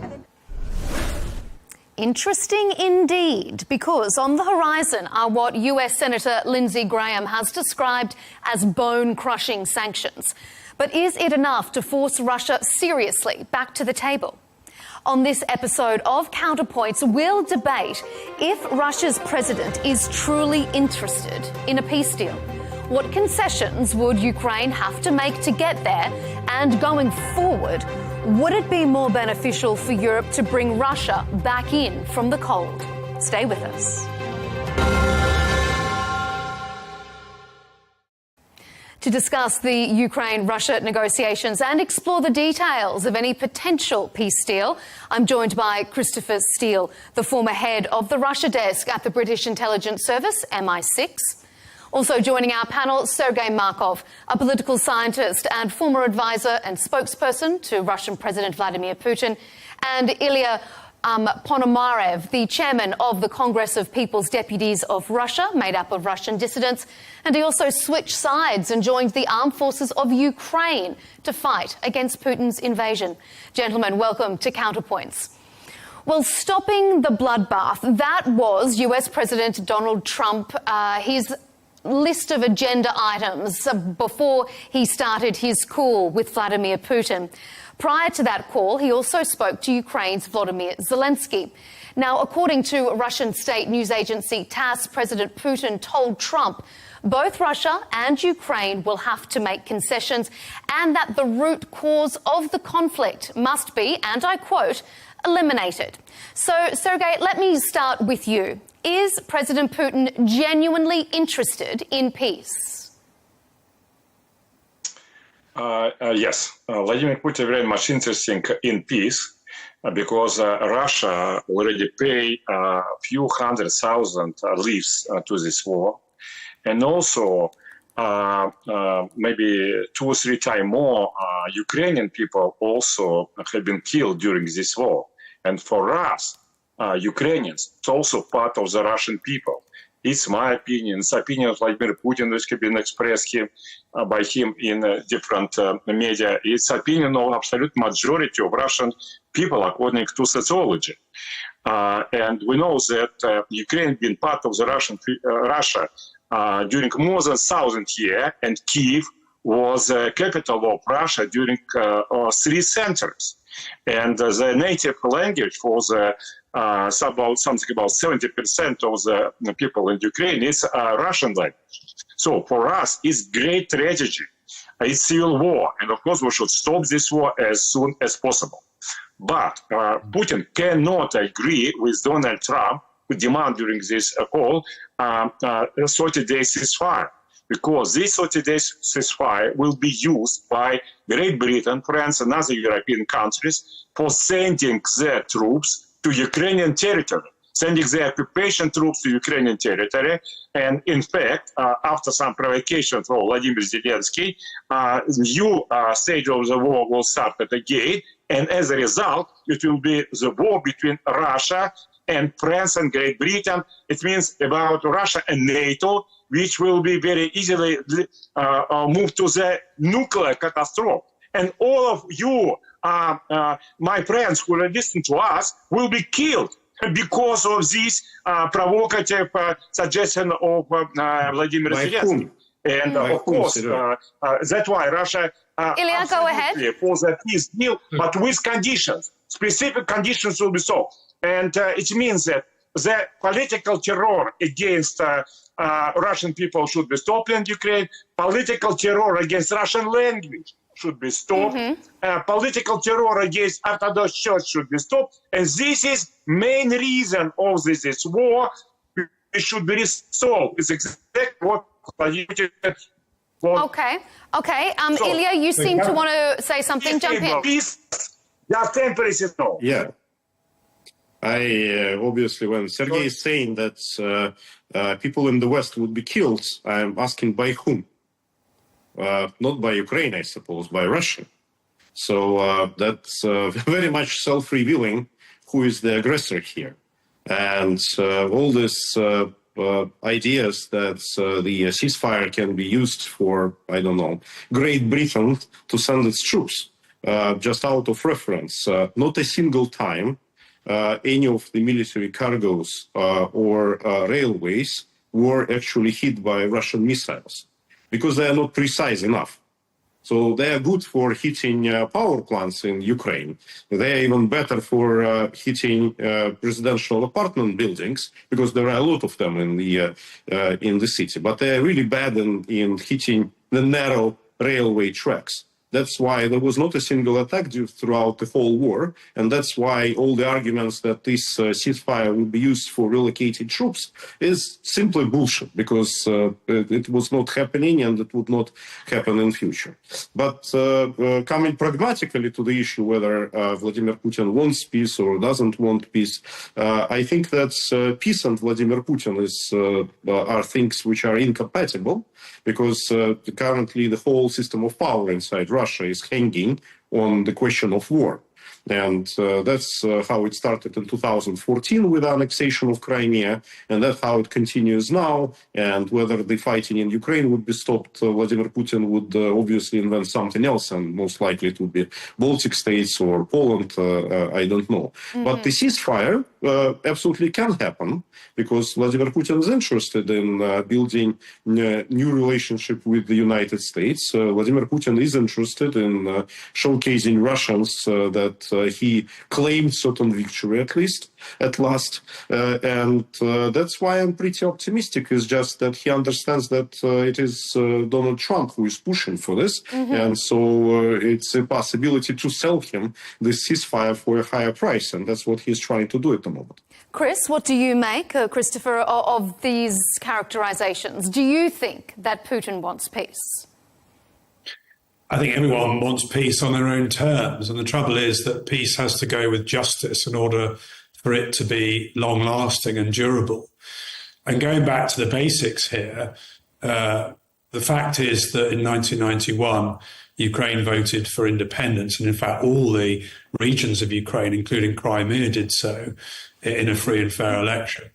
And then in 1994, that was recognised and codified by the Russian Federation, amongst other countries, in the Budapest Memorandum, by which Ukraine gave up its nuclear weapons in order to have territorial guarantees from those powers. And those powers included Russia, and Russia should obviously honour that agreement. And the problem is, of course, that if Russia's not prepared to honour that agreement, what agreement is Russia actually prepared to honour? And going forward, I think the problem is that as Sergei was saying, Putin certainly and people in the Russian leadership regard Ukraine as part of Russia and the same people with the same background, and not as two independent sovereign states. And I would say the analogy for us in Great Britain is Ireland, which speaks the same language as us and has very strong historic roots with us, but which is an independent sovereign state. We recognise that independent sovereign state, and we have good relations with it now, and we haven't always in the past.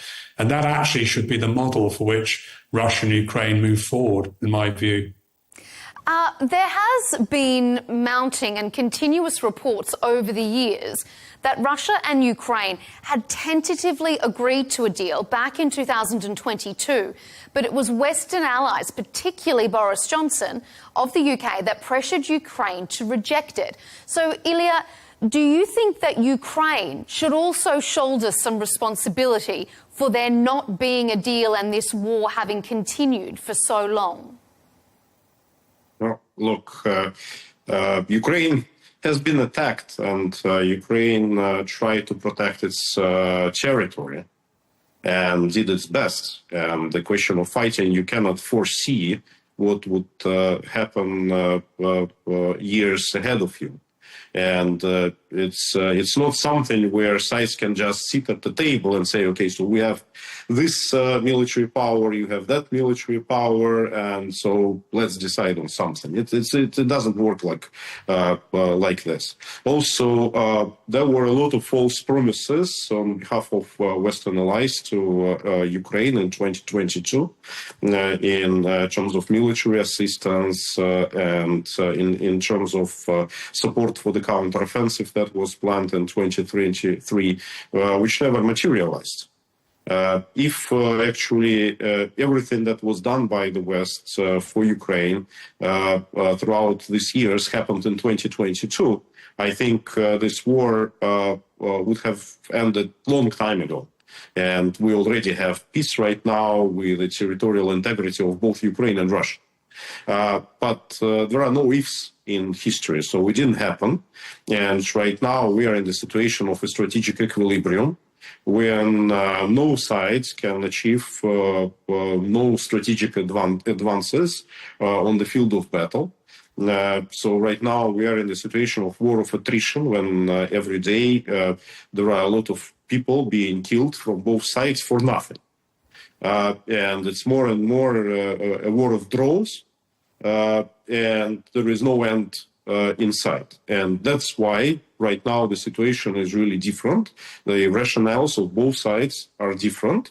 And that's why I'm convinced that in a not so distant future, we will have the ceasefire, because it's the only rational way out.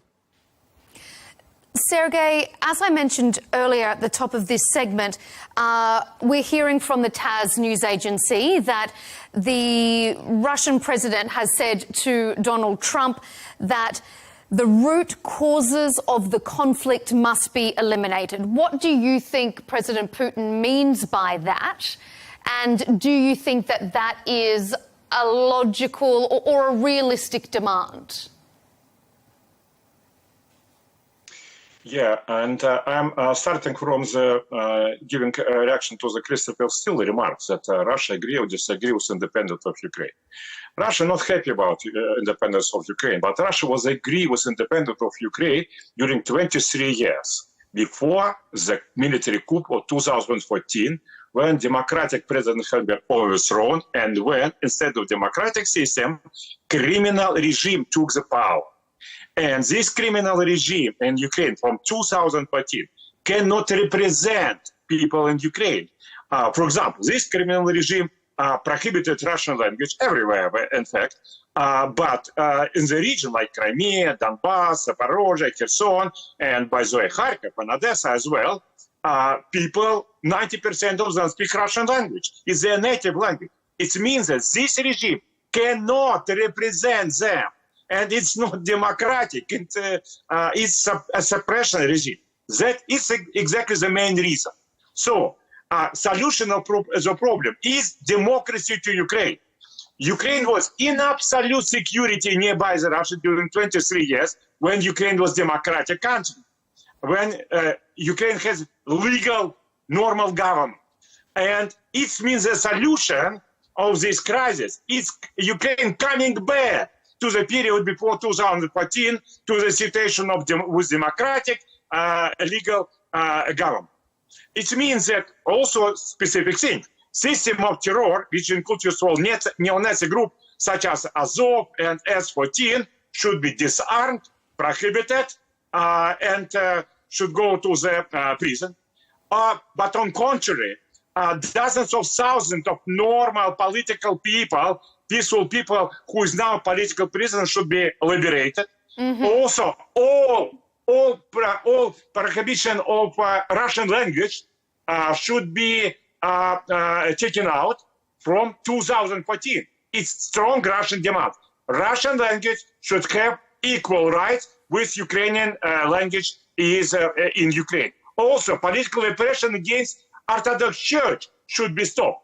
It's absolutely clear Russian demand. We're fighting not about not all the territories. Russia have a lot of territories. Mm-hmm. Russia army fighting for the freedom of Russian people in Ukraine. Ilya, I can see. Sorry, yeah, Chris, Ilya, I can see both of you wanting to respond here. Yes. I think that just want to remind point about that's in Chris, go ahead. Sorry, Chris, go ahead. Then we'll come to you, Ilya. Okay, no problem. I think the points about the Russian language and the Orthodox Church are perfectly reasonable. I don't see why either should be outlawed, but I don't think that's the fundamental stumbling block here. The fundamental stumbling block, from my perspective, is in fact territorial and in terms of sovereignty. And the fact is that Russia does not believe, or the Russian leadership does not seem to believe, that Ukraine should be an independent sovereign state which takes its own decisions. Ukraine is, of course, far more democratic than Russia at the moment. And going back to 2004 and that era, of course, President Yushchenko, who was elected at that time, was mysteriously poisoned as well. So there's plenty of evidence of Russian malpractice in Ukraine. We seem to be having a little bit of an audio issue with you there, so we'll go over to Ilya. I don't think that's helpful in getting sovereignty on both sides. Yeah, I will pick up where Chris has stopped. I just wanted to remind that at Russia's helm right now, there is an internationally wanted criminal by International Criminal Court. The whole thing in 2014, the Maidan revolution has started because Ukrainians wanted to get rid of the convicted criminal, which was installed by Russia as the president of Ukraine, Viktor Yanukovych. Vladimir Putin recently has assassinated in prison the top anti-corruption fighter activist in Russia, Alexei Navalny. So the thing is, who is the criminal regime, I think, is absolutely obvious. It's actually funny how Russian officials are always trying to describe Ukrainian with exactly the same words that are applicable to Russia. Maybe, this whole idea that there is one nation is what they cannot say inside the country. They're trying to say it about its neighbor. But at the end of the day, who should care about criminal or not criminal? It's either it is a sovereign nation or it is not a sovereign nation. The demands of Russia to respect sovereignty of Russian Federation are absolutely legitimate. But nobody wants any regime changes in Russia, unfortunately to me. But that's why Vladimir Putin is still in power. And everybody demands from Russia just one thing, that Russia would respect sovereignty of all its neighbors.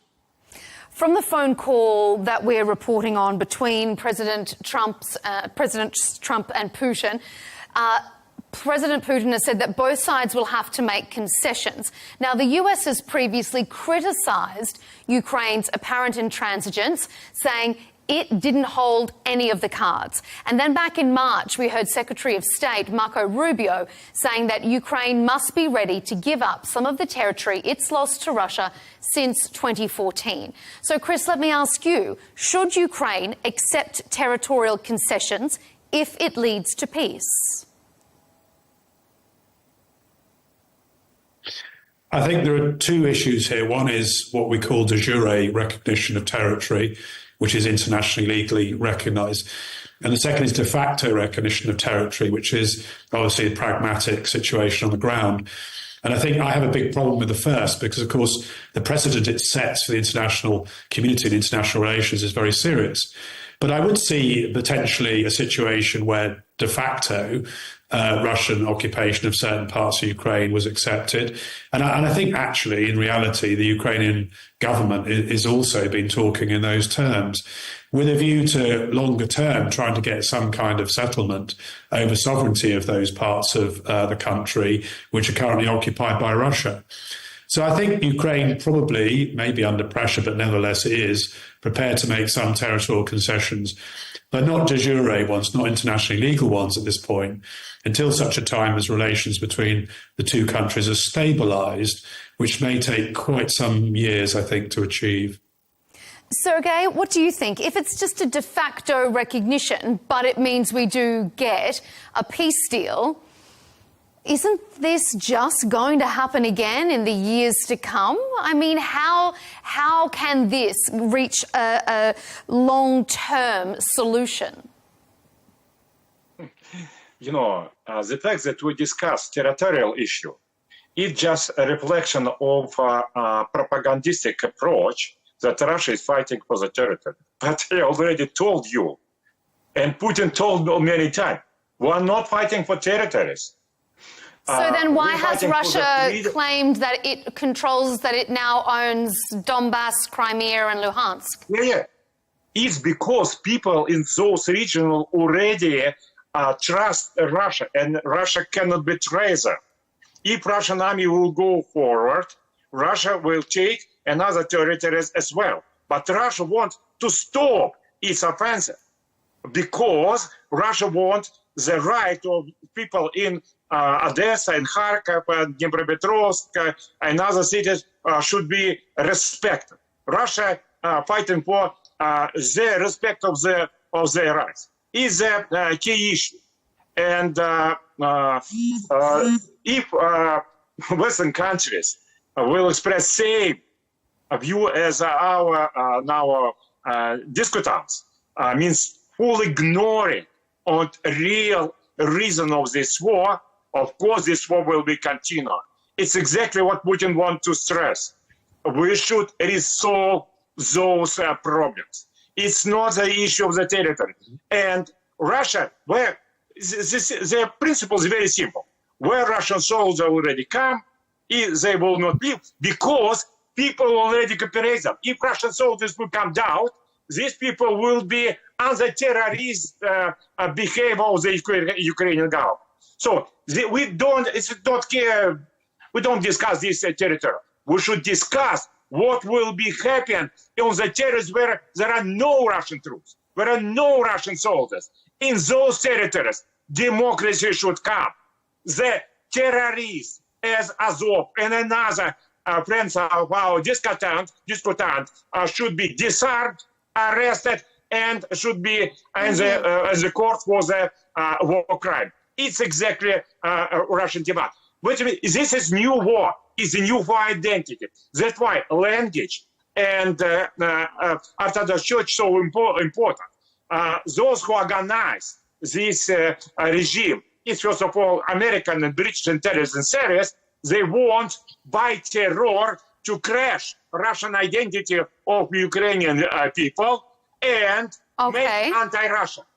If Russia can agree that nearby Russia will be anti-Russia, will be a threat for everybody. They want relation between Russia and Ukraine should be like between Israel and Palestine, like between India and Pakistan. Is that we can agree with this? Never. We want to resolve this problem. Ukraine, yes. Anti-Russia on the territory of Ukraine, no. Okay, Ilya, what do you make of that? Is this not really a territorial war after all, even though Russia's put its flag in parts of what was Ukraine? Obviously, it's very funny to hear that Russia, which assembles a global union of dictatorships, and is the leading dictatorship by itself, actually teaches Ukraine how to become a democracy. It's an interesting thing. But again, it doesn't matter because I personally, being a fighter for democracy in Russia, I don't want Ukrainians to come to Russia to overthrow the regime and to install some new regime. I don't want British to be there. I don't want French to be there. I don't want Americans to be there. It's our job. It's a job of Russians to do it. And it's obviously up to Ukrainians to decide what kind of political regime would be there if there are no atrocities, and there are none. And the international community sees for that. About the question of territories, I actually, for the first time, tend to agree with Sergei. It's not a war for the territories. It's the existential conflict. Putin wants control over Ukraine in general. And as Sergei correctly said, Putin wants to dictate to Ukraine what the political regime would be there, what language the Ukrainians are to speak, what their lifestyle should be, what global alliances they should be part of. So that's a denial of sovereignty rights of another nation. And that's why for Ukrainians, it's an existential war. And that's why all of the country, including Russian-speaking part of the country, is so much mobilized against the invaders. And actually, the Eastern Ukrainians are more mobilized against the invasion than sometimes people from Western Ukraine, exactly because they want their independence and they understand what this so-called Russian world is about to bring to them. These referendums in those territories of Zaporizhia and Kherson, obviously, they were scam. And it was repeated like this in world history a lot of times. The occupation of the Baltic states was happening in 1940 with exactly the same procedure, scam referendums, and then these referendums were used to justify the aggression. So we shouldn't pay any attention to them. If there would be an internationally recognized procedure, international observers, and no occupation, which happened beforehand, then they could be called referendums. Right now, it's just a scam. Thank you, Ilya. Now, I know that you have a pressing engagement and you need to leave us, so thank you for joining us on Counterpoints. Ilya Polmonarev, who is a former Russian MP, thanks for your time. We're going to stick with our remaining two guests and move on to our third segment. President Trump and his administration has made it very clear it's no longer interested in footing the bill for European security, prompting governments across the continent to pledge greater defence spending in upcoming budgets. In March, the EU announced its rearm plan, an €800 billion spending package to significantly boost defence capabilities, something Russia has criticised, calling the plan provocative. So, Chris, let me ask you first. Is it not better and perhaps cheaper for Europe to just improve relations with Russia for its long-term security rather than building up its arms and looking towards more conflict? Well, that's exactly what we tried to do, I think, in the 1990s and into the 2000s. And unfortunately, the problem is that Russia's sort of view of the world and of international law and international sovereignty is not where it was then or where it should be, in my opinion. And nobody wants to spend money on rearmament. We have other priorities in our society, health, education, the economy, none of which benefit from huge investment in weaponry and proliferation of weapons. But the reality is that we have to be able to defend ourselves. And the sad thing is that under the Trump administration, we're not sure that Trump would honour the Article 5 in the NATO Defensive Treaty, even though actually it was us that came to America's assistance when that article was invoked after 9/11. And it is, of course, a tragedy that we're in the situation we are with Russia.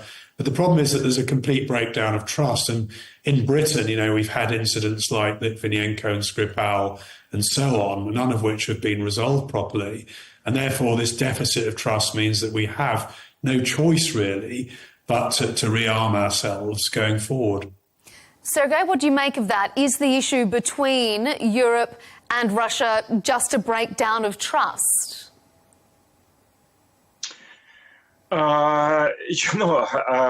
Russian relations with Europe has, three intensive centuries. And for Russia, Europe was the good example of what Russia should do. So Europeization of Russia was the ideology of all Russian reforms, including Vladimir Putin. Vladimir Putin, semi-German, I would say, semi-European, and he wants to build such kind of partnership between, strategic partnership between Russia and Europe. But I want to say again, 2014, before 2014, all this could happen because Ukraine was a democratic country and we have relations. After Europe supported absolutely clear 100% repressive terroristic regime, which is the main fact, which is our colleague, ignore. And after this, Russian-European relations are already undermined, and Russia may turn. Because for us, what means Ukrainian project of Europe? It means that Russians should be killed. For us, it's preparation genocide, which already have been made in the much more bigger scale, of course, by Adolf Hitler and other Nazis. But this, again, first step of the genocide. 8 years, Ukrainian regime killed Russian people on Donbass. But Sergei, do you think it would make more sense for Europe, if I can bring you back to the question, would it make sense for Russia and Europe to have open diplomatic dialogue than continuously looking at conflict? Is Russia willing to come back into the diplomatic fold? Does it have any interest, any trust with Europe? Yes. For us, from our point of view, it's absolutely inevitable. We should have normal dialogue and finding solution and so on. But now it's impossible because to move this, European countries will have to recognize that they support 100% terroristic criminal regime. It means that Macron should go to the prison, Boris Johnson should go to the prison, and another. They're criminals, you know. And of course, it's very difficult to make such dramatic change for European countries. Probably in the future, it's exactly will happen. But now it's not prepared. That's why, by the way, these people now are undermining European democracy. You know, the main opposition leader in France now arrested. Main opposition leader in Romania, just his victory in the election have been cancelled. You know, Brandmauer, as vice president of Vance, told to on the Munich conference, they made Brandmauer political system instead of democracy. It means that some group of the European politicians who now taking the power and who use this Ukrainian terroristic regime, they became criminals themselves. Okay, So, Chris, what do you make of that? Do you think Boris Johnson, Emmanuel Macron have a case to answer for, Christopher? Well, I'm certainly no fan of Boris Johnson and never have been. I mean, he took us into Brexit. But I think this is at a completely different scale. And what's being alleged is simply untrue. The fact is that our leaders have been democratically elected with proper mandates, and they have pursued those mandates through time. And there's a consensus really in the UK, I think, on this one issue, perhaps the only issue actually, between the Conservatives and the Labour Party, which is on Ukrainian sovereignty and support of Ukraine. And I don't think that's any coincidence, whereby in a democracy we have disagreements, very serious disagreements on things like Brexit and all sorts of other issues. But we don't really disagree on this issue, where we have to support the maintenance of international law and where we have to support the sovereignty of independent countries like Ukraine, particularly where we've given formal guarantees and undertakings in international treaties, the Budapest Memorandum and others, to do so, and we're certainly going to stick with that. Very, very briefly, because we need to wrap up. So let me ask you one last question for you both to respond to very, very briefly. Your expectations, Sergei, are we near a lasting peace in this war? Are we close? No.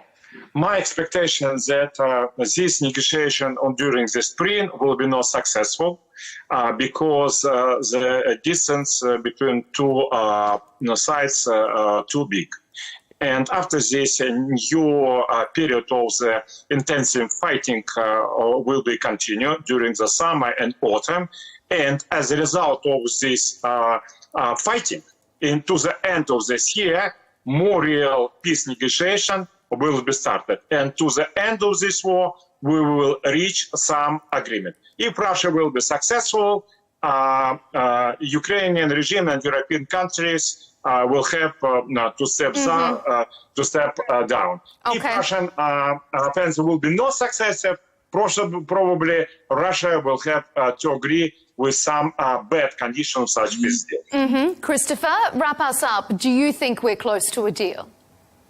Well, interestingly, I actually agree with everything that Sergei has just said. That may not be terribly useful for him.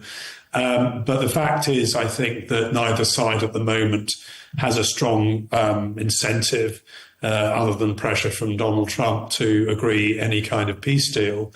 And I think that the battlefield will decide in the longer run the conditions by which this conflict is settled. So I think that is an accurate assessment. Thank you very much, gentlemen. Unfortunately, that's all the time we have. Thank you for joining us here on Counterpoints. Christopher Steele, the former head of the Russia desk for MI6, the British intelligence service, and Sergei Markov, a former advisor to Vladimir Putin, and our former guest who left us a short while ago, Ilya Pomonarev, the exiled former Russian MP who's been fighting with Ukraine. Thanks for your time on Counterpoints.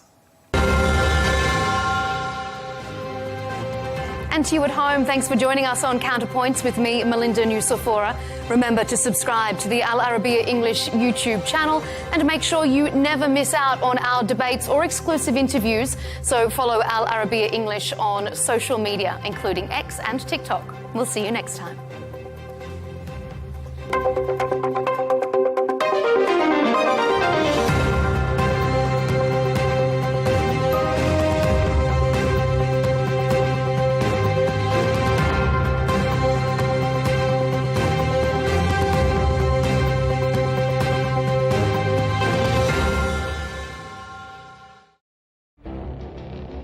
feels like decades are passing by in a matter of weeks.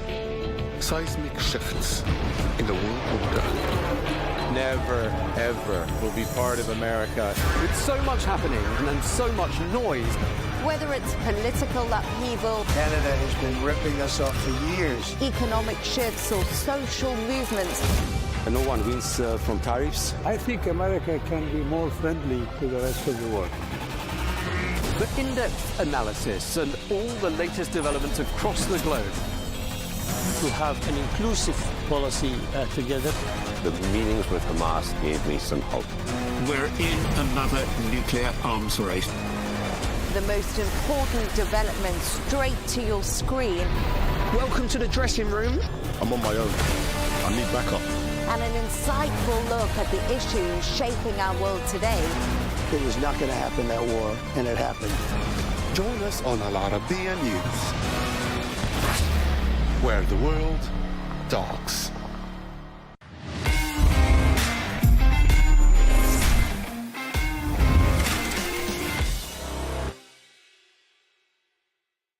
Welcome to the dressing room with our Arabiya News.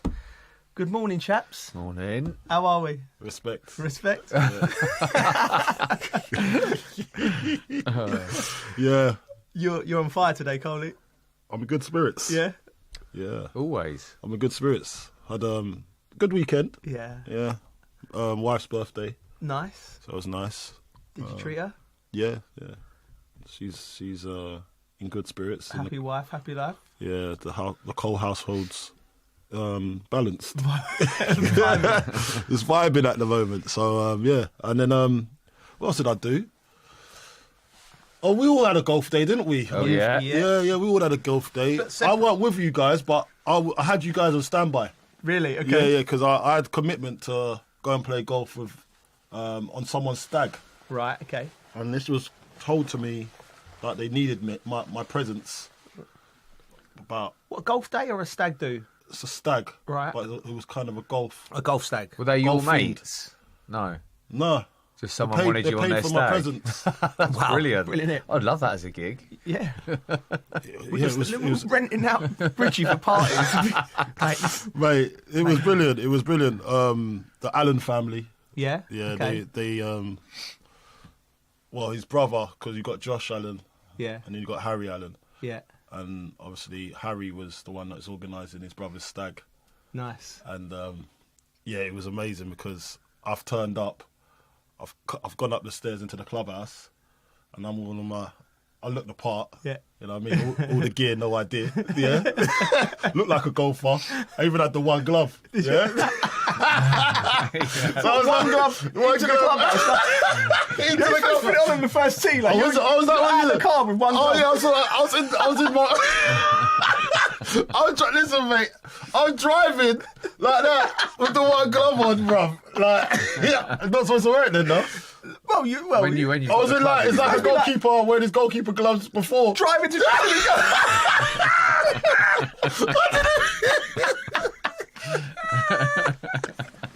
must have looked like a right idiot.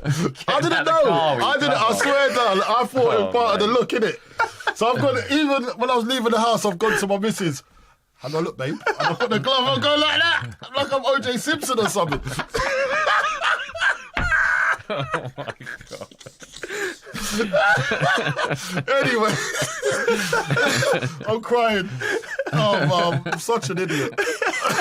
I'd love to see you swing a Mate, you should have seen me getting ready. That's the drinking Coley. Why are you going to the club already?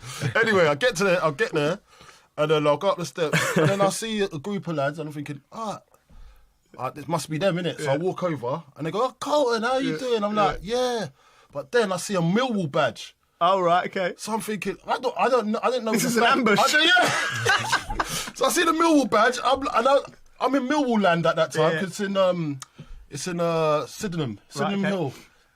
Dulwich and Sydenham Hill Golf Club. So I'm thinking, not really safe here.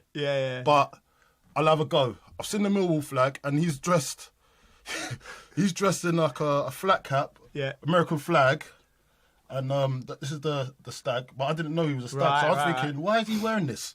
And he's got like an American flag trousers. I'm thinking, this is strange. And he's got the Millwall polo. He's got Millwall on. I'm like, why am I here? So I'm thinking, this is ambush. Yeah. So I'm looking around like that. I did not feel safe. Remember, I ain't got no security. I'm there alone in the ends, basically. I didn't even know. Do you know what? I didn't even know Sydenham had a golf club. No, did I? It's a lovely golf club.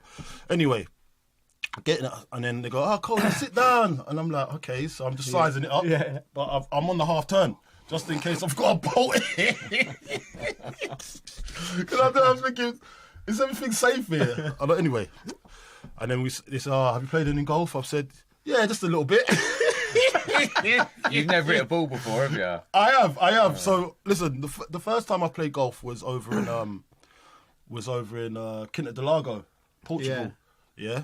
And I basically, that was my first ever golfing experience. We saw the video. Yeah, you saw it, yeah? Yeah. You sent us a video, do you remember? Yeah. So that was my first ever experience. Right, and Quinta do Lago apparently is it's hard, isn't it? Yeah, it's a hard course. Tough course. So I've gone in and I thought, do you know what? I'm gonna have a go. So when they asked me, I said, yeah, I have played it. I've played golf before. And I've done the hardest course. One of the hardest courses. So I was going, this should be all right, this. And apparently this is one of the hardest courses as well. Really? So I've done 2 hard courses. But yeah, I did come across as Hacksaw Jim Duggan. Because the amount of times I was just creating divots and ditches in the turf. Just ruining it. I was poor. What was the story? So they were West Ham fans and they they made him wear Millwall? Yeah, they were West Ham fans, man. They were West Ham fans. Good banter. Just banter. Like, I didn't see it that way at the start. As I told you, I was on my 1s and 2s. I was on my P's and Q's as well. So I was on the half turn, but thinking I have to run away at any given time. But it turned out to be a good day for them. Was it a good surprise?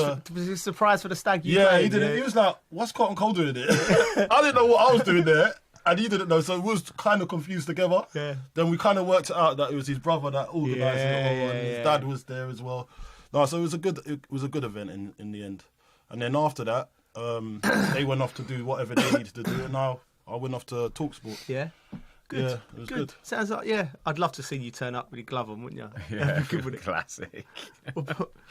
Me and you played golf, didn't we? We played a bit of golf, didn't we? Is it? Yeah, we had... Yeah, because do you know what I was told them? I said, I'm coming, if this don't work out properly and you lot are poor, I'm going to go see my mates. That's what I said to them. Yeah. But I turned out being poor anyway. So, I was just there concentrating. Yeah, we did the Husqvarna Golf Day, friends of ours, and... Husqvarna, Tough course, the Berkshire. Berkshire, So, like, I mean, he's a lot better than me. But we were filming with tubes for Golf Life.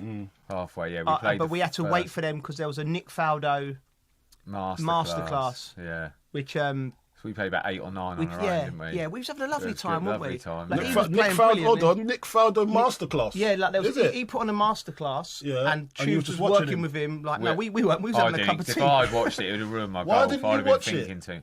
Because I would because he would have changed my game too much, so I wouldn't have been able to hit the ball. Yeah. That happens at golf. I think if you have a lesson, especially me, and start thinking too much, then can't hit it. Yeah, that's me, you know, because the guy that was in front of me, I was watching his technique. Yeah. And I was thinking, I'm going to try that. Yeah. Because he had a short backlift and it was going bang. So, but he's shorter than me. So I was trying the same thing and it just wasn't working. And I was just, like, I can hit it, but it will go anywhere, but at least I can hit it. With this technique, I couldn't hit the ball, so I was like, "There's no point." Yeah, you got to find your. He could be a really good golfer. I'm not a good golfer. He could be a really good golfer. You are good, but you could be all right. But I've got to he was up and down. You could get by. You could get by in a tournament. Yes, no, so I'm all right. You always hit 2 or 3. Yeah.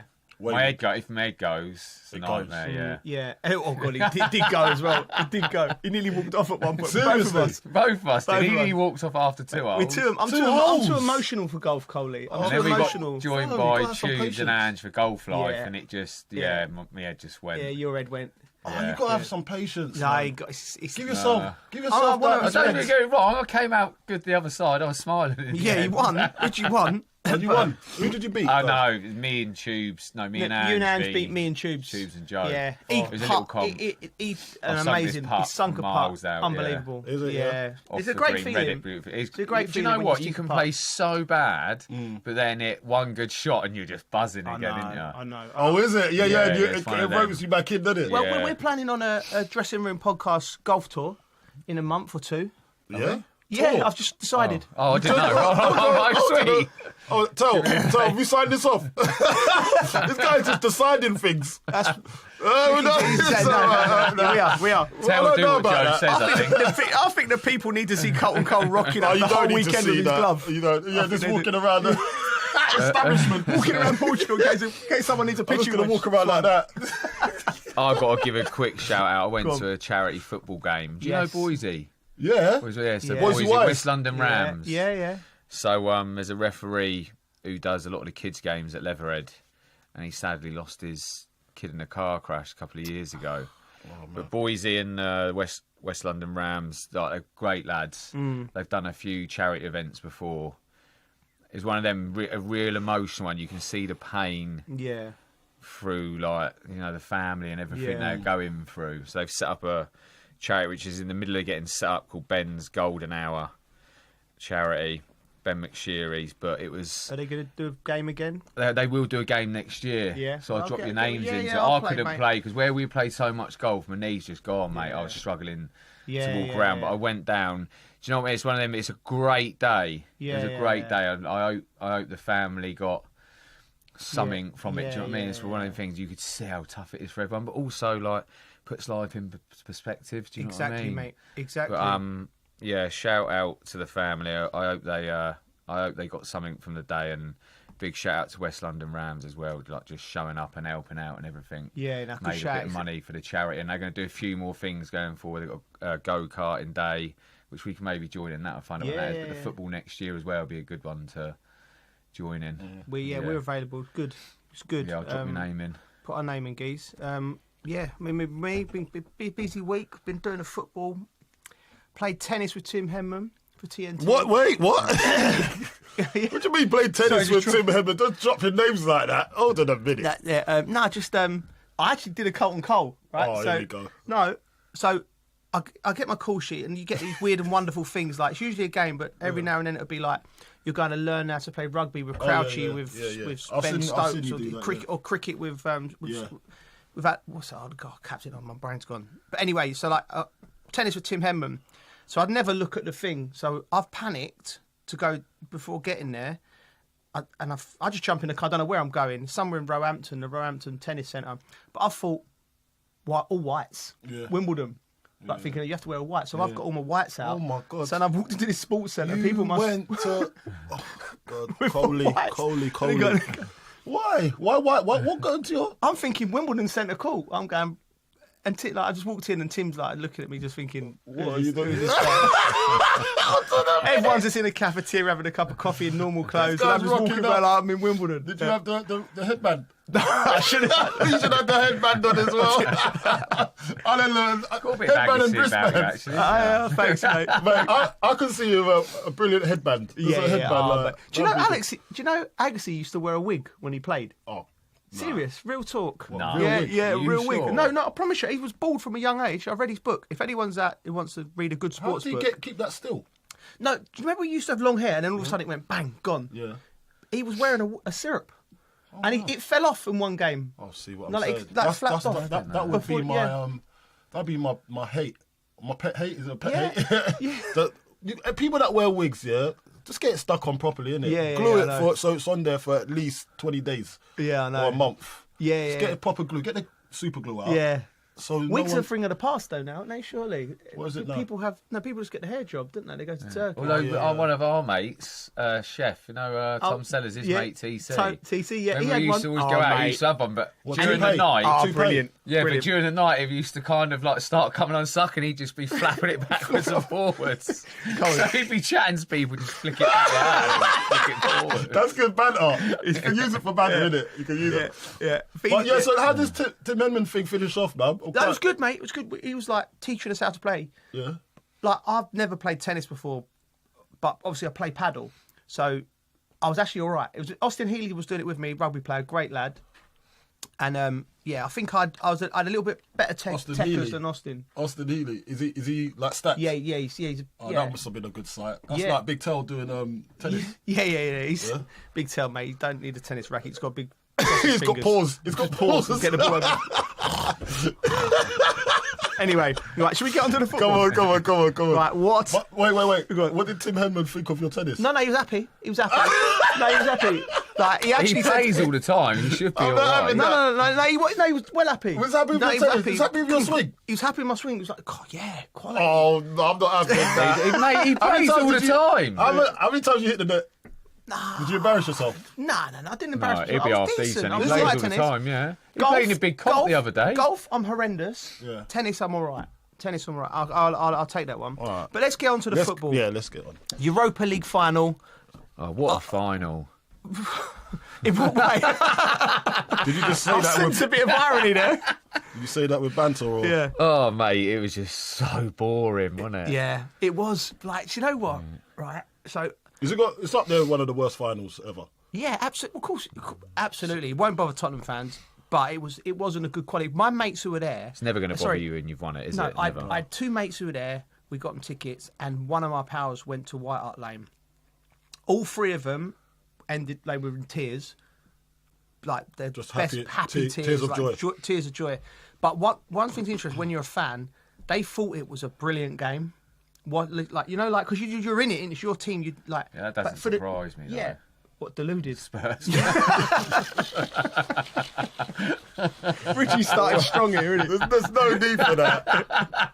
You lot said it now, Nick. I think Carlton said it, I think. Why are you bringing me onto it? I didn't say nothing. I was like, I'm really happy for Spurs fans. There was happy tears. Like, and do you know what's nice? When you're able to, like, help your friends have that moment. Like, I couldn't. For them? I got them the tickets, didn't I? Tickets, yeah. The tickets, and he's got to work for them, Yeah, I'll be doing some sort of graft for him. I'm sure nothing's for free in life. But listen, first trophy in 17 years. Yeah. Big Ange says he always wins trophies in the second season. At the parade, he said the third. It's like a Netflix special, isn't it? Like a little teaser for the third season. Is anything always best? Is he there? Hinting he's staying. Well, that's the thing. Do you? What? First of all, his choice. What is it? His choice? And what would you do, Coley? Look, if I was Ange, as I said, in last episodes and episodes before, win this, drop mic, see you later. Don't make the mistake of hanging around. Just hanging around, waiting for the abuse and then getting run out. I know there's money involved as well, so it's never easy losing a pound note. Yeah. But for your pride. And actually your future. Yeah. Your future. Because now you can say, do you know what? When all is said and done, I have secured the club silverware. Yeah. I've done enough here. Yeah. Who else has done it?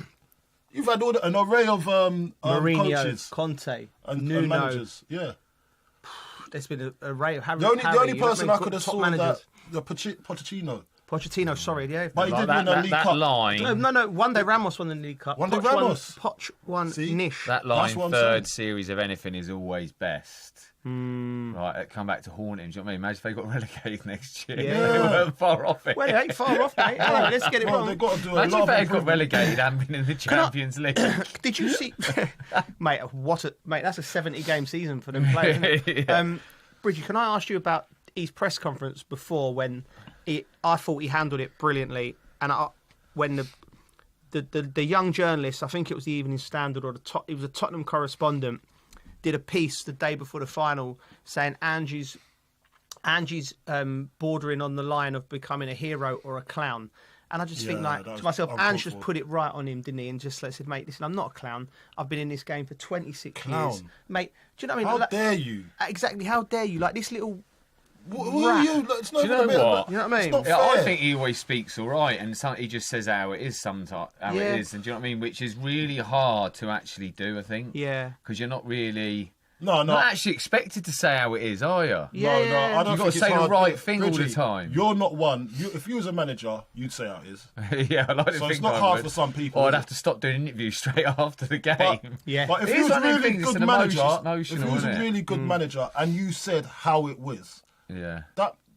that's why we like him. That's why we said Yeah. last week we want to see Ange lift the trophy. Yeah. Not Yeah. Spurs. Forget all of that. Yeah. We like Ange as a person because we see that he's real. Yeah. You know what I mean? After the game, I did actually have to think, I'm happy for Ange. Because it was like, when they'd won it, I was a bit like, oh, God. Yeah. And I was like, I wouldn't want Man United to win it either. So I just had to think, right, it's good for Ange. Yeah. Yeah. Do you know what I mean? I'm happy for him. I'm happy for him. And there's I'm happy for Tottenham fans. I don't mind about I'm happy for my mates. Yeah. I'm happy for Ange. Yeah.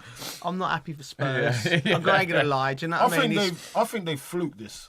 They shouldn't have won this. Oh yeah, but mate, you couldn't. But then you just sound bitter by saying it. No.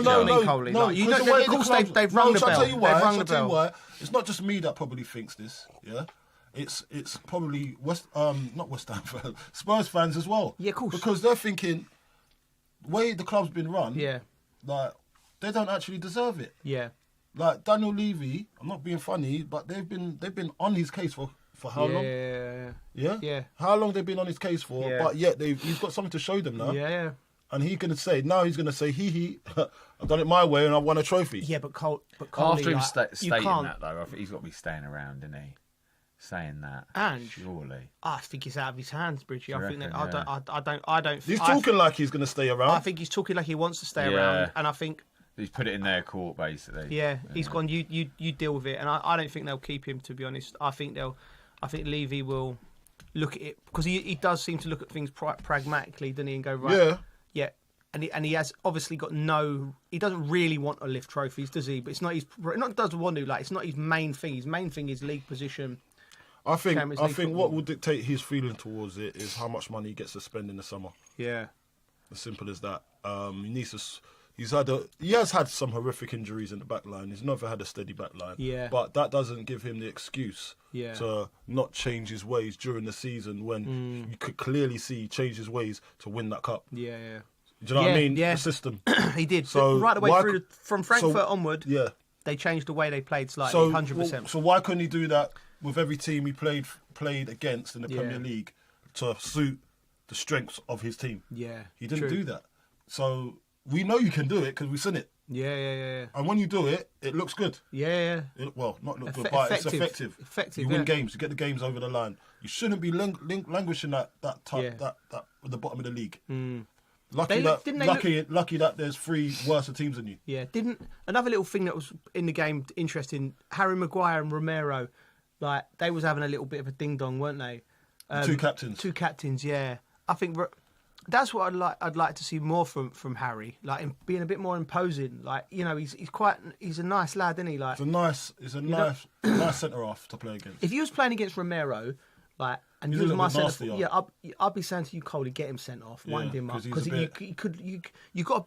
I thought his temperament is a little bit. I'll be telling him, I'll be stamping on his thing. You know, like when you're corner kicks and you just stamp on. Yeah. Well, not stamp, but you wheel back. Yeah. And you just put your. Yeah. I don't know, it's the dark arts, right? Yeah. So let me just Stud explain right it. on his big so you toe. put the stud, you line up his big toe, and you put the stud. Your back's 2 studs on his toes. Yeah. Especially on a cold winter's day. Yeah. That's getting him. Yeah, that's getting him because he knows you've done it on purpose. Yeah, it's not going to be picked up. Have you ever lost your temper with a centre half? I don't ever remember seeing you really get angry with someone. What's the point of me getting angry? I was going to get sent off. Well, I'd put a target on my head. Anger's, I get angry, I'll get frustrated and I'll get angry, but I'll show it and I'll channel it through my football. Right, okay. I won't get angry and start wanting to do someone on the pitch. Yeah. Like, that's not my nature. Yeah. And maybe it should have been, because maybe I could have had that nastier streak and it would have got me to another level. Yeah. But I'll leave that for like the likes of Wayne Rooney and that. Yeah. You know what I mean? That's not me. Yeah. I was never I can't play myself out of character because then I'm gonna have to pretend that persona is me in the coming weeks, and that it's not me, is it? Fair point. You know? So we're talking about we're happy for Ange. Are we also happy for James Maddison? He's been chirping. And he's been brilliant, isn't he? I mean, I played with Madders, and he's a brilliant footballer first and foremost, but a fantastic character. And he's Where did you play with him? Coventry. He come through as a young player. I think the fact that you said he's a good lad, he's got to be. No, he's a great Plus, the kids met him after a game once, and he was really good with the kids as well. Yeah, chatting to them and signing and stuff. He seemed like a good kid. Yeah. He's He's lively? Lively, really confident lad. He was 17, 18 when I played with him at Coventry. Does he remind you of Nobes a little bit? Yeah, he does like actually. cocky like yeah, that? yeah. He actually is like. Listen, we love that. Nobes. We love Nobes. He's a little bit like him. He's just a good person, good family person. I think the image with the hair and all the way he talks and that's all tongue in cheek. Like he had the little thing with Roy Keane on give Roy, because Roy gave him a little bit. And he's doing the darts celebration. The darts celebration. I mean, it's all. And do you know he what? loves life. That's actually hilarious. Yeah, that was actually hilarious. That he said, I heard Roy Keane was on there, so I thought I better get on. I love it. I love that. That's what. See, like we talk about personalities in the game. What did Roy do? No, so actually, it was a bit disappointing to be fair, because like the coverage was good, but when they was doing the darts bit, yeah, they panned that to Mika Richards. Yeah, and I think it would have been a wicked like meme or something if he had been able to just keep it on him and say, Roy, here's for you, this one's for you, and go like that. But they panned it out and they made it about Mika, which is I thought was a little bit like when you dissect it, there's a missed opportunity for good banter. But you know, I think Roy would have liked that. Yeah. Roy would have liked that. No, that's what he does like. Yeah. He likes banter. Yeah. You know what I mean? So you got to have a bit about yourself. I know that, and that actually makes a pundit look important, feel important because everyone's But he'd listening probably to me, just say listen fair to what play I'm for saying. doing it. Yeah. Wouldn't he? Most people, if you're a pundit, fair I've got play. a And then wicked- you go, well, he's got to carry on now. He's got to carry on doing it, or do you know what I mean? I got a wicked story about Maddie, right? Yeah. I knew this guy was a lunatic before, bro. Like, but I like lunatics. Yeah, I know. These characters in football. He will lead your team, and he sets the vibe in the dressing room. Yeah. Don't know if he was setting a lot of vibes this year, but Is when he this first started, story known? At all? No, it's an exclusive. Exclusive.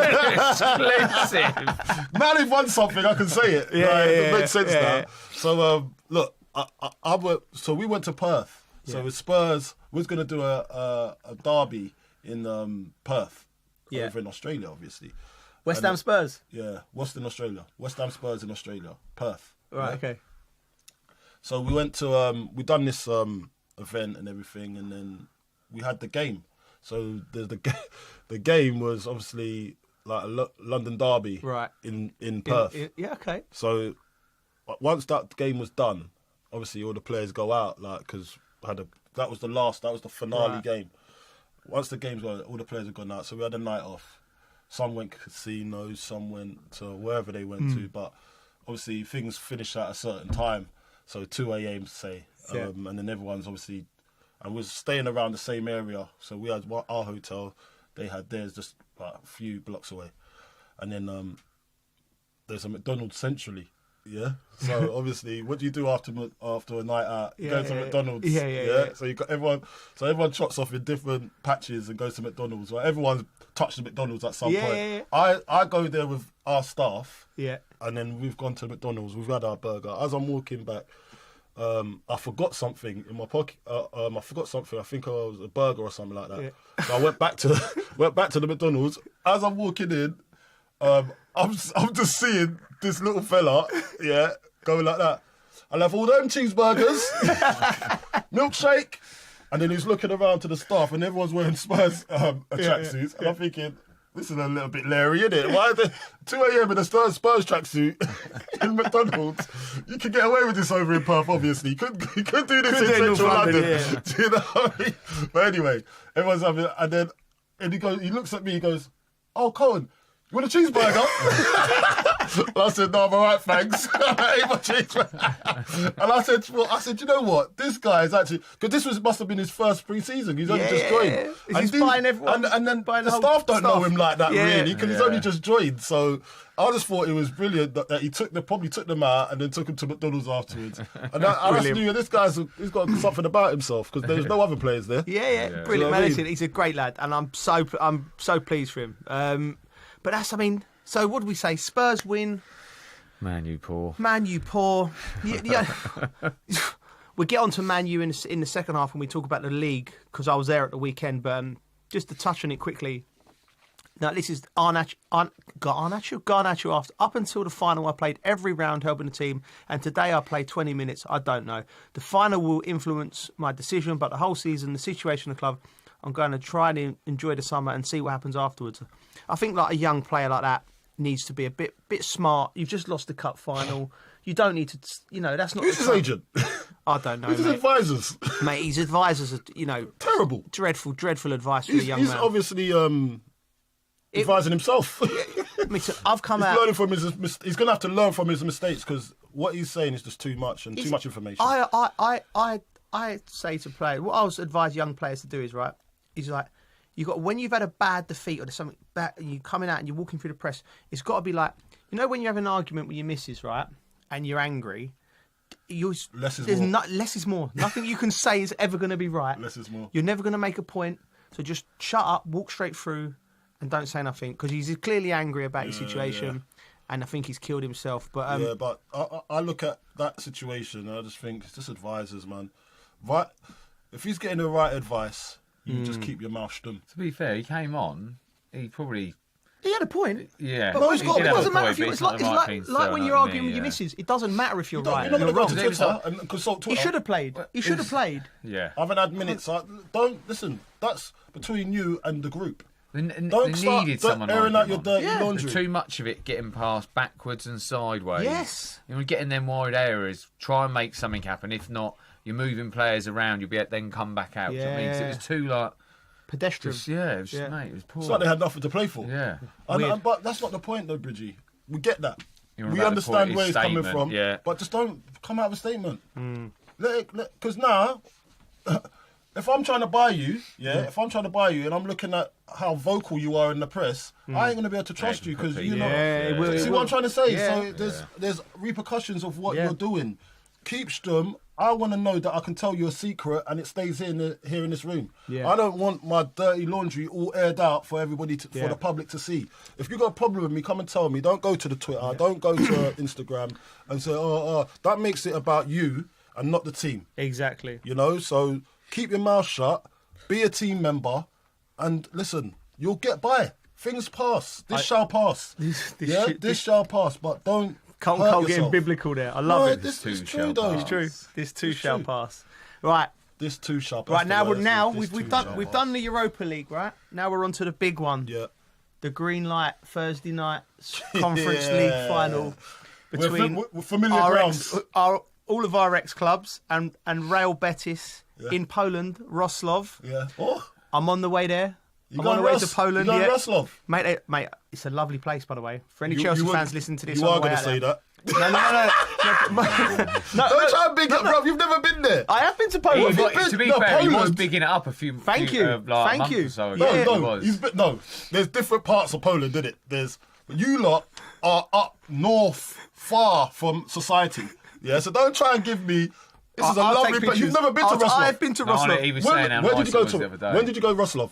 England versus Ukraine. I'm not going to lie to you, Coley. This is a lovely place. Right? Any Chelsea fans out there, please send Coley some lovely images of the square. It's beautiful. A lovely restaurant. Fantastic place. Culture. I'm actually surprised you've been here. Yeah, exactly. I thought you went to Krakow. No? Been there as well. This gaff's lovely. Wait, you're well versed in them sort of lands. I'm travelled, didn't I? He was actually saying we should all go because that's how nice it was. Yeah. He was saying it not long ago. It's a lovely place, mate. What am I going to do there? What do you know? What's blinding about Poland? And it's going to get rid. I'm boring myself already. The tourist guide. No. Tourism board. The infrastructure. The infrastructure. I'm telling you, the road system, Bridget, everything is proper, mate. Did you just say the road system? Mate, it's proper. No traffic, no pollution. Just everything. You were saying the food's amazing Food as well. was good, yeah, blinding. What type of food is it? It's a lot of potatoes, a lot of potatoes, a lot of meats, a lot of stews, but I like all that. Yeah? Yeah, hearty. I'll send some pictures. Like comfort food. Yeah. Comfort food. Yeah, well, it's going to be... Listen, it's a final. Let's get it right. I mean, what is it... Some good beer there. So, yeah, there'll be plenty of that consumed as well. I'm going out with Siddy as well. So Siddy's on job. I'm really, really looking forward to it. I mean, how did Chelsea approach this game, Bridgie? You know, after obviously qualifying for the Champions League. Yeah. They're going in it. Like when you hear the manager speak the other day. Yeah. You know, the old F off. It was just, I loved it. You know, because I did as well.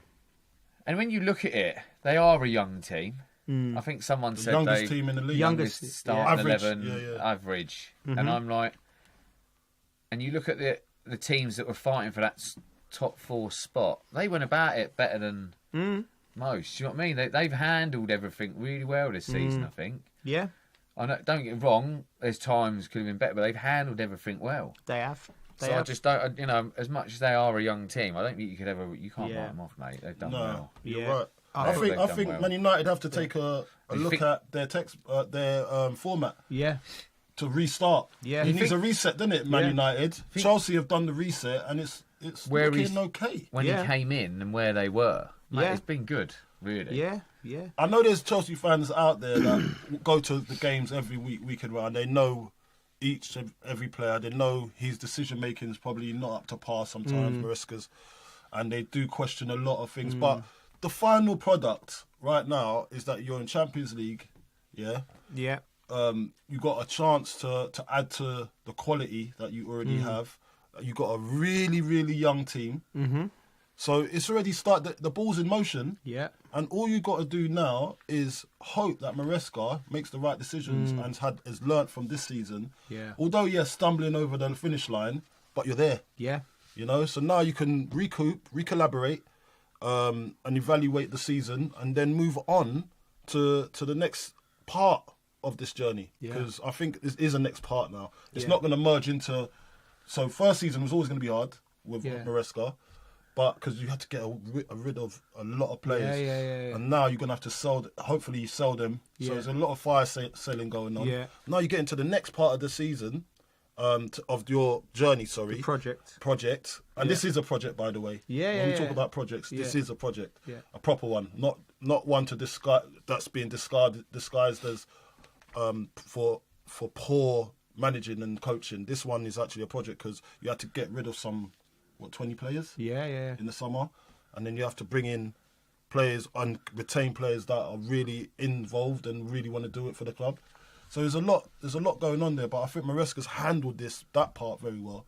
Next part is the real test. You know, when you can buy quality, and what are you going for now? Because you're in the Champions League, so your market is better now. Yeah. It's better than what it was before.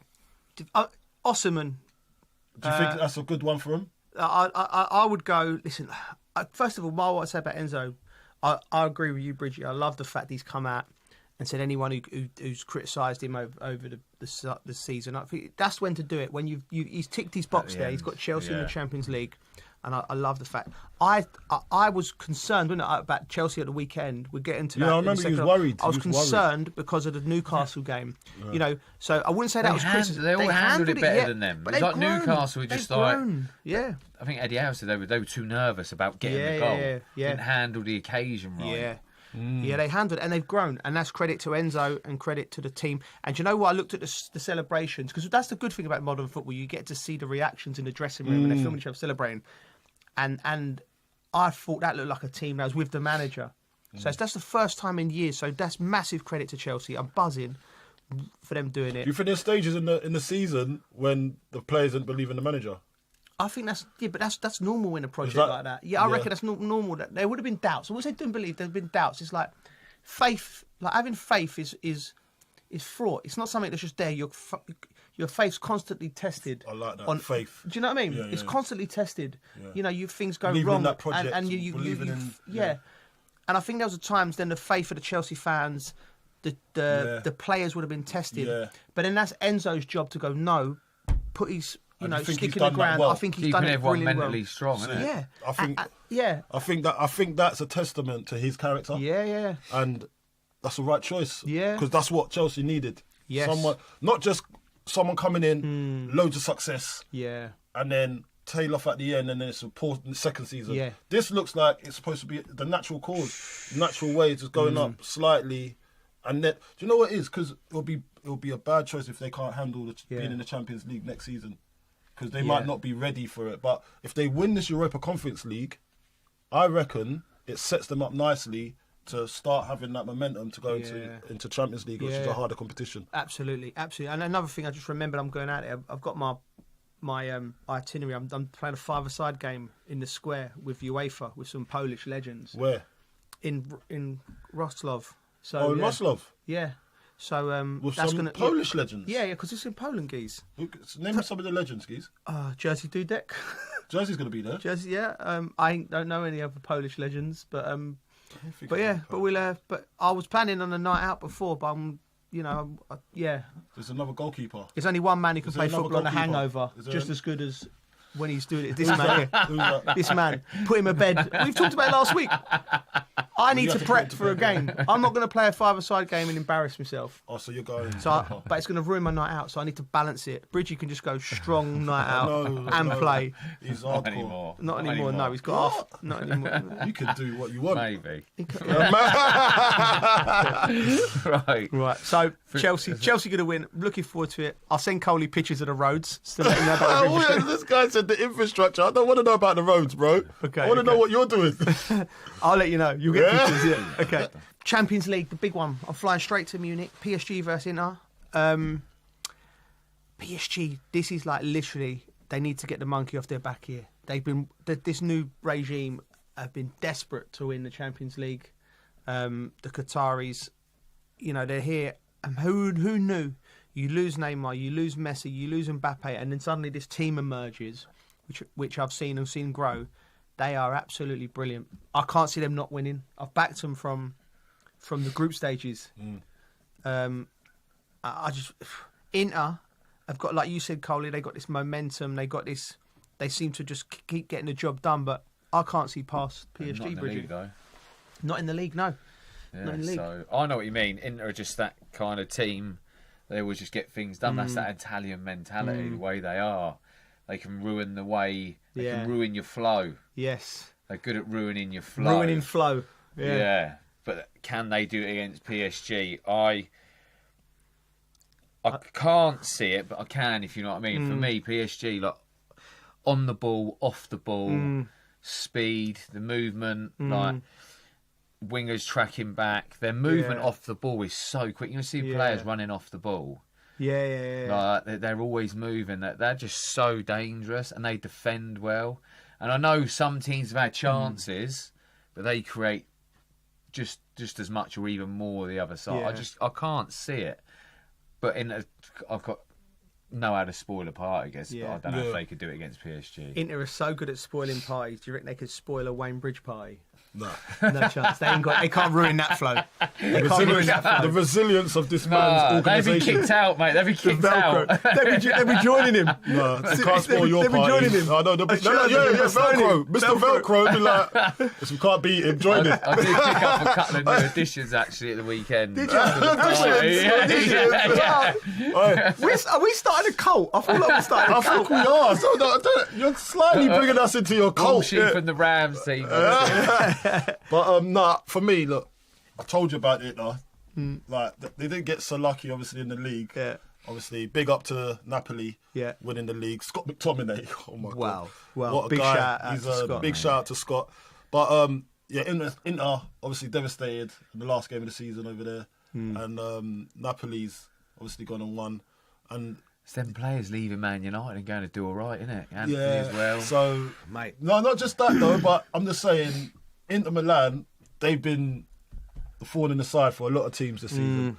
They've not. It's not like they played brilliantly. They've stumbled into positions. Yeah. But they've got the job done, and now they find themselves in the Champions League, and you got to give them a lot of respect for that. Yeah. But at the same time, they can still ruin the party. For PSG, because that's the type of people they are. They're like, do you know what? We ain't got the league. We ain't got the league over here. So what do we have left? Yeah. We're gonna have to put it all on the line because it's been a wonderful season that for them. where they could just be under the cosh and just nick a goal, innit? Yeah. That's what I'm saying. Like out of nowhere as well. Wasn't in the run of play. That's what they've got. Yeah. And that is where I'm a bit fearful for PSG. Because they can ruin the party. If you have to pick one, you're picking PSG, aren't you? Yeah. The common man in the common sense would say, PSG all day because that's pure football.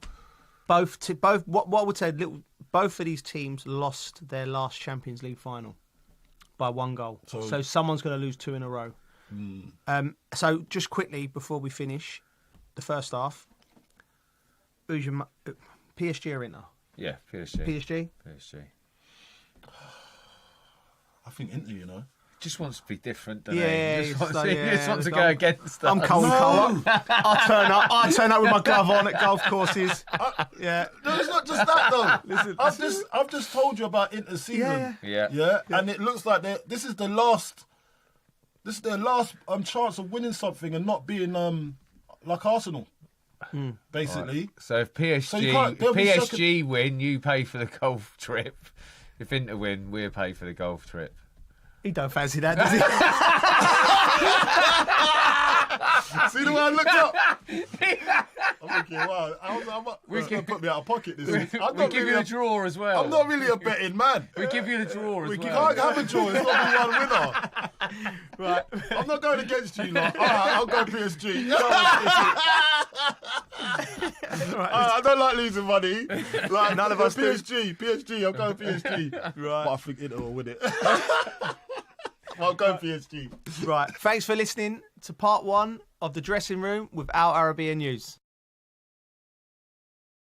From the White House to Gaza, Kiev to Beijing, elections, economics and the environment compete with conflicts and other complex issues for our attention. In an age of fake news, deep fake and artificial intelligence, They've got to have a vote and a say. it's important to look beyond the loudest voice to understand the truth. From newsmakers to groundbreakers, My campaign is going very well. presidents, prime ministers, princes and peacemakers, and cultural tastemakers. As Arabs, as Middle Eastern, we're too emotional. Join me on the Riz Khan Show for empowering conversation.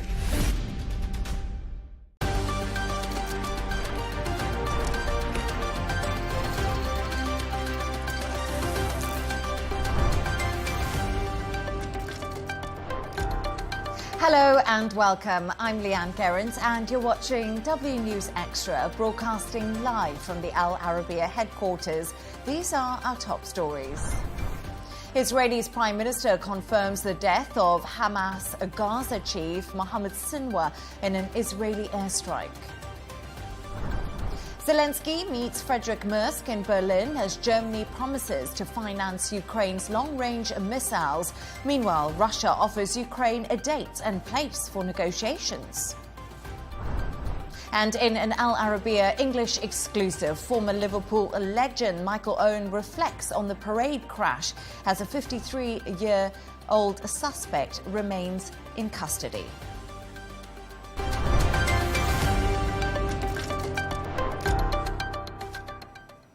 Now to our top story. An Israeli Prime Minister Benjamin Netanyahu has confirmed Hamas's Gaza chief Mohammed Sinwar has been eliminated.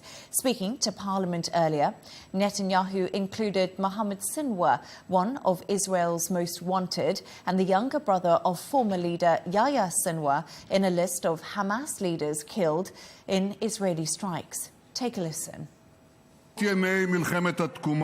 In 600 days of war of revival, we have changed the face of the Middle East. We repelled the terrorists from our territory, entered the Gaza Strip with force, eliminated tens of thousands of terrorists, and took out Daif, Haniyeh, Yahya Sinwar, and Mohammed Sinwar. To discuss this and all of today's stories, I'm joined by Dr. Eli Al-Hindi, Professor of International Relations at the American University in the Emirates, and Risk and Emergency Manager Dr. Carlota Rodriguez. Both join me. Thank you so much.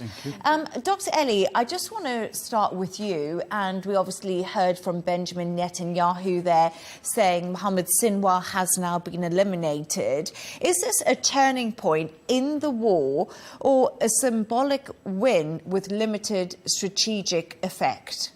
Definitely not a change of things. It might have some symbolism with the fact that the brother took after his elder brother Yahya Sinwar, and this is a hit for the operational aspect of Hamas in Gaza, but definitely not a strategic win. Definitely we are not closer to the end of the war. When we understand Hamas, we understand the ideology behind it. like any armed group or any even terrorist organization, if you want to call it like that. This is a continuation where people are willing to die for the cause. And when they die, there are simply other people who take on, and they are happy to die and to offer their life for the ideology that they believe in. So we're nowhere closer to the end of the war. It's simply another step. It might be symbolic for Netanyahu. It might give him a bit of momentum after all the opposition he's having and after all the opposition from the people, from the parents of the hostages, but definitely just another step while the problem in Gaza remains the same. And I was just also thinking, while Netanyahu was speaking, he actually said, in the last 2 days, we have been in a dramatic turn towards a complete defeat of Hamas. So both you, Carlotta, and Dr. Ellie just think that's something that is impossible. I believe, and that I agree with Dr. Ellie, that this is something that cannot be eradicated completely, or at least is not as easy as they make it sound, let's say. So there might be improvement in that sense, but I don't believe there is going to be a complete defeat of Hamas. We have to keep in mind that with all the violence that's happening in Gaza, this is creating a new generation of people who are as aggressive, as extremist, as haters of Israel as the previous generations. So we're not actually moving Israel towards further safety or towards, a solution for the problem, unfortunately, with the way we're dealing with it. And Carlotta, you really deal with the humanitarian side of things. Yes. And what does this say about the current state of humanitarian aid delivery into Gaza? Are we seeing a complete breakdown of safe humanitarian corridors when we look at the situation that we're faced with? For example, if you look at the latest events, especially with the gunfire event at the humanitarian hub in Gaza, we can see that there are many issues in the delivery of humanitarian aid. I believe that given the current situation, it is very unlikely that we can follow all the principles that we should follow in terms of humanitarian aid: humanity, neutrality, impartiality, and independence. So if we cannot at least make sure and ensure that there are organizations in the field that, first of all, know the territory, second, know the people, and know the situation and also the state of mind of the people, because obviously they haven't received, for example, humanitarian aid in the last 3 months, and it's not the first time it happens. So we need to understand this, and so we need to have organizations in place that can actually know the situation and deliver aid properly. Right now, the situation in terms of delivery does not meet the requirements in terms of humanitarian aid, and so we saw how it turned out. So but this was expected, no? Because of the complete collapse of the logistic operations. Exactly. So sometimes people think that humanitarian aid is just shelter, food, non-food items, hygiene kits, but the logistics part of it is actually the main component. So if we don't have people who can actually deliver it properly, so again, it has to be neutral, impartial, based on needs, respecting people and the dignity of the people. Obviously, it's going to backfire, let's say.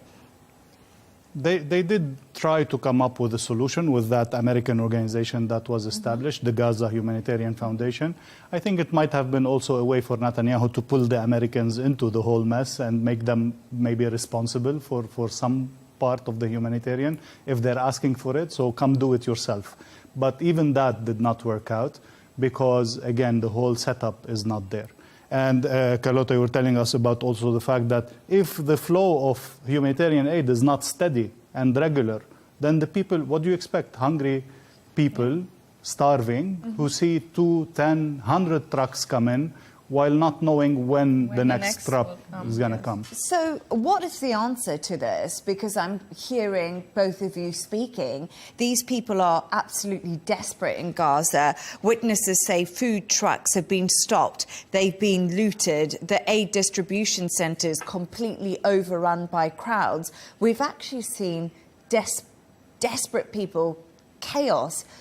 I mean, if this isn't going to work, what is going to work? What's the answer to this? In my personal opinion, I don't believe that bringing in external organizations will actually work. We have organizations that have been working for a long time in the field. So just saying, I don't know for what reason you cannot work here and we're just bringing new people in who don't know the territory, who don't know the people, who are not trusted, by the way, by the people, because this is also a matter of trust. If people don't trust who is supposed to support them and help them, this is also what is going to happen, because they will not believe that there will be a fair and continuous distribution of humanitarian support. So we need to have the organizations that were already in place, give them the trust, give them the chance to actually organize and establish the logistics of humanitarian aid, possibly having a steady flow of humanitarian support and not having 40 trucks and then another 3 months of nothing, because this will be the reaction of people. Then this leads us to the issue that Netanyahu government is accusing even UN agencies like UNHCR, like UNRWA, like the World Food Programme, etc., of being biased or of having members of Hamas within their teams or within their things. These are very wild accusations that are difficult to measure and trust. But anyway, the result of that cannot be all UN agencies are out and we're going to invent a new system and put it in place and hope that works. It doesn't work. The established systems, the international law, the proper mechanisms, these are what have been trialed and that proven to be working. Now we're hearing a new suggestion, which is the sterile zones that Netanyahu is suggesting. If you look at it theoretically and by principle, it is definitely wrong in all perspectives. You keep moving people here and there and trying to keep them alive just by giving them the very basics. But with the catastrophic situation that we are in, I don't know, it might be at least a breath of air where you move the people to what you have determined as a safe Hamas-free zone, give them a proper shelter, and then give them proper food and medicine. Who's give them? Again, it's whose responsibility? That's another challenge. In my opinion, the occupying de facto authority is the responsible for providing who is Israel? Who is Israel in that sense? Definitely Hamas is to be blamed for the whole maybe setup as having fighters among civilians and all of that. But now the reality is Gaza is under occupation. Israel is the de facto authority. It has the responsibility. So maybe the sterile zones could be at least a way out of the catastrophe that we are seeing as the potential starvation of 2 million people. And maybe a way to treat people too, because medical situations need to be addressed. Hospitals, as we know, have been extensively bombed by Israel. And that's something I wanted to move on to. I just wanted to go back to Mohammed Sinwar, because he was actually the brother of Yahya Sinwar, the mastermind behind the October the 7th attacks. And we saw Benjamin Netanyahu stand up in the Knesset today and say he's been eliminated, and it was on an airstrike in a hospital in the south of Gaza. Is this a way for Netanyahu now to say to the West, actually, we are doing the right thing, we are moving to eradicating Hamas, we know where they are? Because we've seen a lot of outcry from the West. We've seen the UK, we've seen France, we've seen Canada, we've seen Italy. Really speak out against Israel. And I think there is a West shift happening. Yeah, I believe there is, because even though I believe it's too little and too late, definitely too late. But yes, because at some point you cannot just justify the killing of, so much collateral damage just to kill one or two Hamas leaders or fighters. Because this breaking all the international humanitarian law and all the conventions. All the conventions, Geneva Conventions, humanitarian law, but also principles of humanity itself. This goes against everything, especially when you're bombing hospitals, schools, ambulances. This cannot be. So in a way, we understand it is a sort of justification saying, yes, we are doing this, we know it's wrong, but we are doing this for a reason and we are reaching our goals. So yes, somehow this makes sense. But I believe that, there is a shift in the West saying enough is enough. Because as you were saying, it is part of the ideology. It's not just a group of fighters. It's the ideology of the whole. I don't want to say the whole population, but it's spread out. So there is a new generation of fighters who are fed up with the occupation and the way they're treated. So they will be radicalized somehow. Just to be fair on all measures, hiding among civilian places is also a violation of international humanitarian law. Using civilian shields, but also the setup, the hospitals, the government institutions, etc. These are also violations which Hamas has done significantly, letting alone how they were using the funds that was coming into Gaza to operate their military operations rather than, the safety and the well-being of the people. So definitely, once again, we say the people of Gaza, the civilian of Gaza, are stuck between two atrocities, two institutions that don't care about their life and their well-being and don't care about international law and about the humanitarian principles.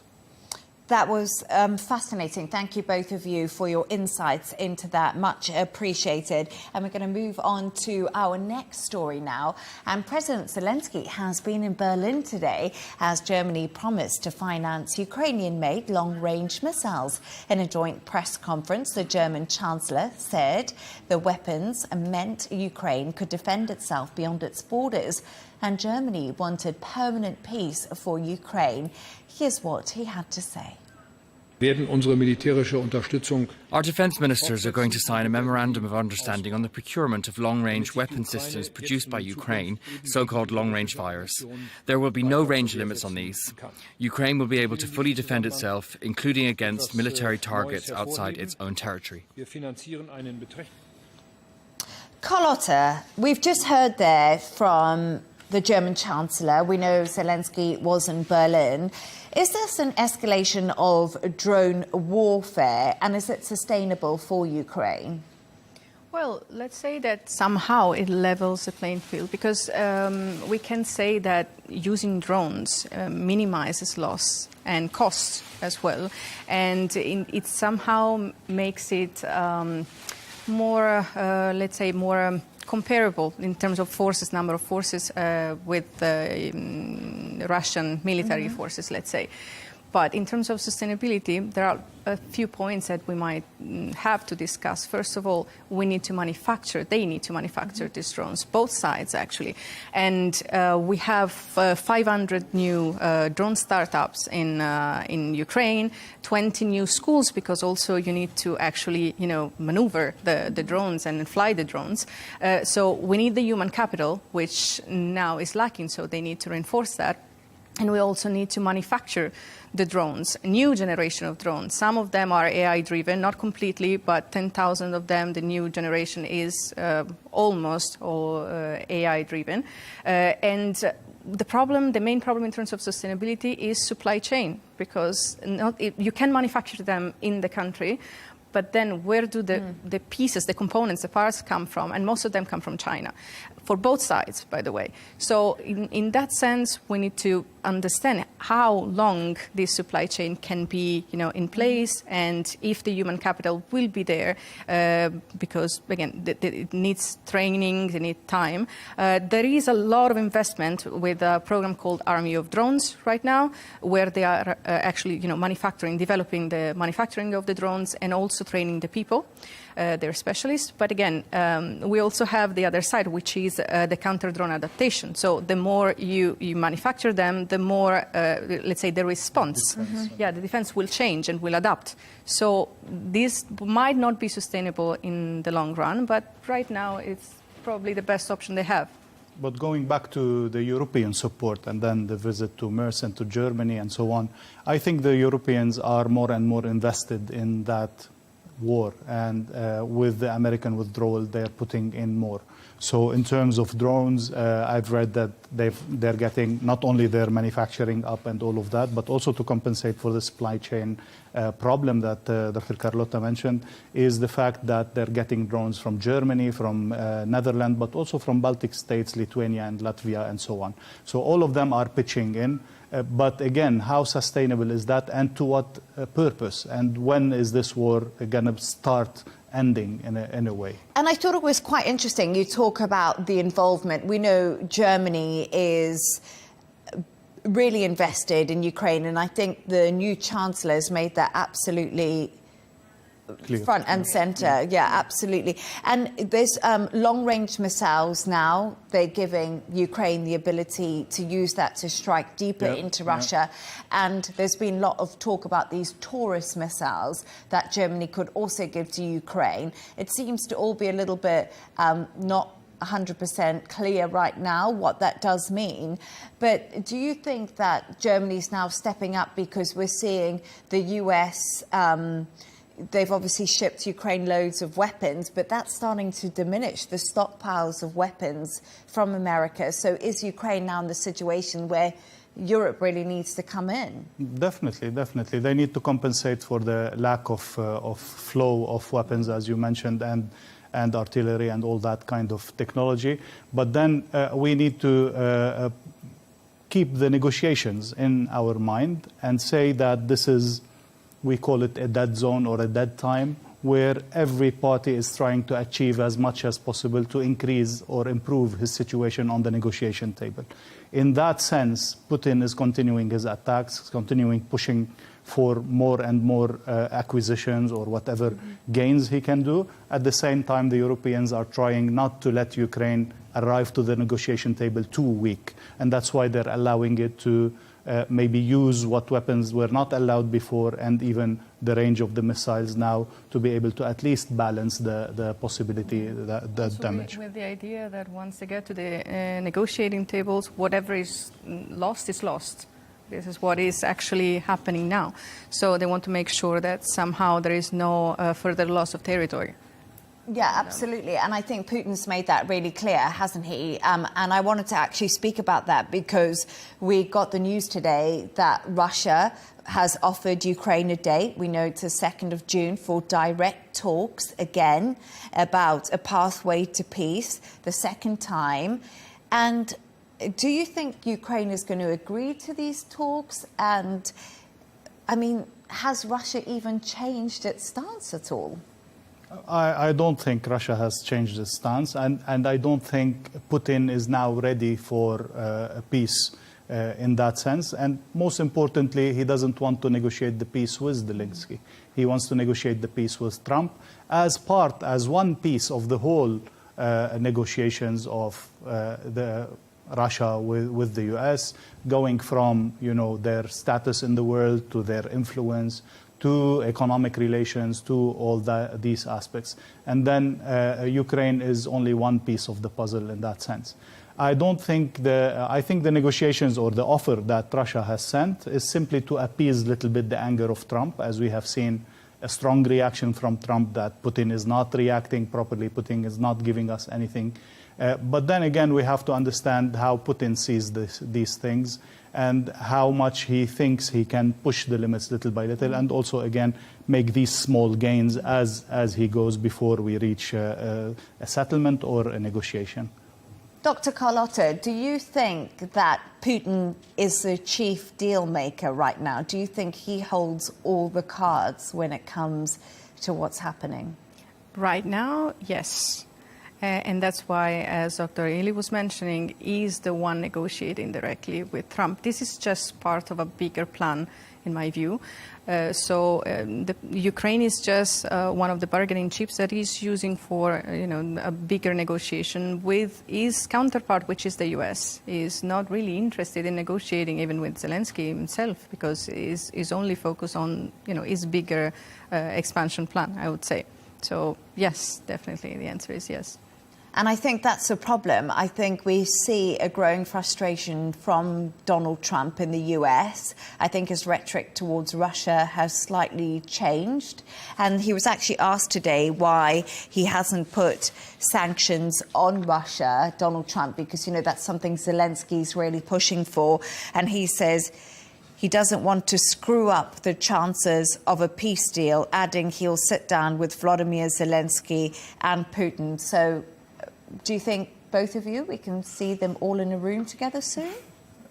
Soon, I doubt. No. Maybe Trump and Putin with more regular phone calls and interactions, maybe. because, again, of that perspective that Putin sees. But again, we have to remember that Trump promised peace in the first week, which proved to be not very realistic and not very possible. So this is where the frustration starts. Him, the deal maker, him, the one who delivers on his election promises and so on. Now he's in the real world. He's where we have a strong power like Putin, a very seasoned politician and even a warmonger, if we want to call it, or war hero in that sense, trying to use all tools possible, including more war and more aggression. This is going to require a different approach from Trump. And again, as I said, maybe Russia is making sure he doesn't go too much towards cutting out and starting the negative process of sanctions or things like that. No, a very good point. Thank you so much for that. But also, I was just thinking, sanctions on Russia, they haven't really seemed to make a difference, have they? So, to a huge degree. So, it's always sanctions are always, I think, a really interesting concept when it comes to negotiating things. But we're going to move on to our next story now. So, thank you so much. And in an exclusive interview with Al Arabiya English, former Liverpool legend and footballer Michael Owen has reflected on the parade car crash that left nearly 50 fans injured. Let's take a listen. Yeah, I mean, when I heard the news, it was obviously your mind starts racing. You can't help but think, what was the motive? What's happened? Is everyone safe? Has there been any fatalities?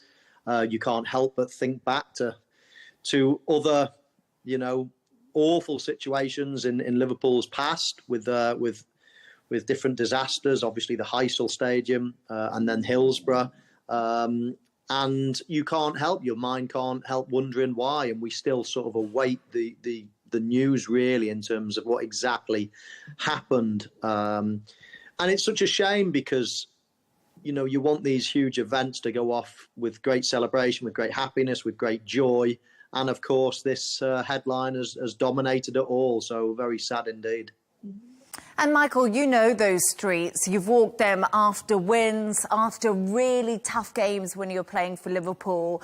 Does it feel personal when something like this actually happens in the place that you've called home for so long? I suppose it would if there was something sinister about let's call it an attack. As I say, we're still almost guessing as to what it was. The authorities have ruled out any real sort of threat, any real problem.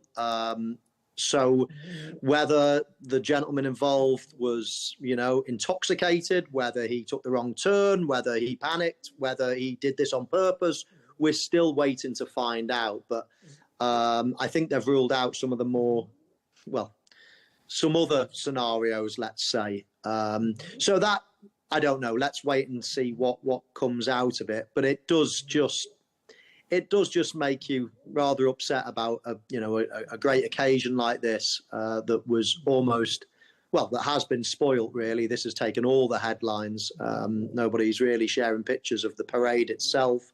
I had family members that were at the parade, and of course, the first thing you do when you hear about it is you phone them. You hear, you want to know that everybody's okay, everybody's safe, and that's the sad thing. It's only sort of a few miles down the road, so yeah, very worrying. But it could have been worse, and hopefully, we find out more, and hopefully there was no real motives, let's say, for what happened on that evening. Yes, indeed. And Michael, we are hearing from police that the 53-year-old man who was arrested remains in custody, and he was arrested on suspicion of attempted murder, dangerous driving and driving while unfit through drugs. But obviously, of course, we'll find out more details about that, as you do say. But what has been the reaction from your former teammates? Have you been speaking to any of them? What's been the feeling between the members of Liverpool Football Club? Well, just one of sadness, really, because it should have been a day of celebration. It has been an amazing few weeks. Liverpool have known that they've won the league for some time now, and it's been just the most incredible party from when it was official against Tottenham Hotspur at home, to the lifting of the trophy at Anfield on Sunday. It's been a great moment. Remember, Liverpool, last time they won the Premier League, it was during COVID, so they couldn't celebrate with their fans. So the trophy, the Premier League trophy, has never been lifted in front of the fans before. And this was sort of the first time in many, many years that celebration could take place. That, you know, the league winners, I think it was 30 odd years ago or something, that Liverpool have managed to lift the league trophy in front of their fans. So it was a joyous occasion. And I think as soon as it happened, like normal, like our communication nowadays entails, that, you know, messages go round. Have you seen the news? Have you heard the news? Keep me informed. We're all on sort of WhatsApp groups and chats and things like that. So, one of shock to start with, and then of course you get your head around it and you try to understand, and then you want to know more details, whether any motives, that anybody, you know, any fatalities or anybody badly injured. And you think about your own family being there, etc., etc. So I think just a state of panic really for the first hour or so, until it all calms down a little bit. There we are, Dr. Leigh Ann Carlotta. That was my conversation there with Michael Owen. And I just wanted to put a question to you both about the incident that happened in Liverpool. Should police be prioritising speed over certainty in high-profile cases? Because this is something that we saw happen after this ramming incident that occurred. Well, Carlotta is the expert on communication, so I leave that to her. But very quickly, I think when a statement by the police can calm down any potential social tensions, then definitely, why not? As long as the facts are clear, as long as we are keeping the transparency. So stating that the person is white British male, that's by itself could simply decrease the tension. And this brings us to how we define terrorism, what is a threat and what is not. But that's a different story. You're going too far. In terms of speed and certainty, yes, there are some principles that we called principles of effective communication, and two of them are be first and be right. These are actually the first. And the point is that nowadays, especially with a lot of information that we have from social media, everybody posting everything, we don't have sometimes the time to be right, or at least to be certain 100%, but we still have to balance it. You know, we need to be first because we want to be the trustworthy source of information, so we don't want someone else to fill the void, so that they become, you know, the official source of information. The police needs to be that, you know, first source. So, and I also guess right now, Carlotta, we live in a world where when an incident like this happens, it's all on mobile phones, and that footage is pushed out straight away. So how do police manage that system, or how do they communicate to people? True and fake videos pushed out. Yeah, exactly. True and fake. Yeah, absolutely. That's why they want to be the ones who are communicating to the population, because at least what they post or they publish is the official source of information, the official information. We're sure that if the police post something, it's not going to be a fake video. And possibly with context, because the other issue that we have is not just that they are fake, but they are taken out of context. So sometimes we don't even understand what we're seeing. You know, and it happened even with the news. You know, there were pieces of footages that were describing something that wasn't actually what was happening. So I believe that the police has a really hard job in this sense, because again, they need to be the first, and they need to provide information, because before we used to let the police do their job, and we were waiting for the information, but now we have so much information that we want it now. So their job is not only to investigate and to understand what actually happened, but also to communicate to the people, so to not spread panic, to make sure that they have the right information, to make sure that there are no conspiracy theories, you know, that start from these events. And I think we've seen that in the past, especially in the UK. But Dr. Leigh, I really thought what was interesting is they came out and said he's a white 53-year-old male, he's British, and he was acting alone. And that seems to be all the information they released. At first, we didn't know motive. We probably still don't actually really have a motive to what happened. So are police unintentionally reinforcing this identity-based bias by highlighting race and nationality so early like they did in this case? They are in a certain way, but again, this is it's the discretion of the police on how to calm the situation down and how to prevent conspiracy theories from growing, and also how to again manage the public order in the broader sense of things. I do believe that transparency with the public is always the best policy, with respect to, of course, the protection of the process of investigation and so on. But also, let's keep in mind that we have a tendency in the West in general, unfortunately, if it is a white male, then not to call it terrorism altogether. And we go back to what is our definition of terrorism and how do we perceive it as, is it a threat to me personally as a viewer, as a listener who hears the story or not? In general, to call it terrorism, you need to have the aspect of pushing a certain agenda or pushing a certain ideology, be it religious or fanatic or political or whatever. So saying he's acting alone, it means he doesn't have the alternative motive. Saying he's British, it means he's not, a migrant that might cause a reaction to migrant, as we've seen frequently, etc., etc. Yeah, I believe that the key word here is context, in the sense that in general, personally, I would say, no, of course you shouldn't, disclose the race or even the gender. I mean, we don't need that information. However, given the present context, especially in Europe, I would say, this can create different reactions. So unfortunately, I would say, if it had been a brown person, the reaction would have been different. So I believe that in that case, the police wanted to prevent people from, spreading fake news or spreading, terror or fear that something else might happen, similar. So I don't agree with this approach, I would say, or with the words that are being used.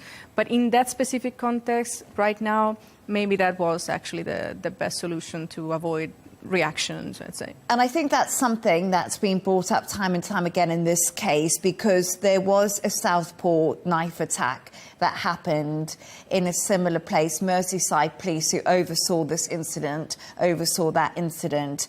And actually, the lack of information created this huge vacuum on social media. And then we saw these riots that broke out, and it was actually really distressing for many people involved. And I think Merseyside police, maybe, even though you said it goes against what they should be doing, has probably learnt from a past mistake now. Yeah.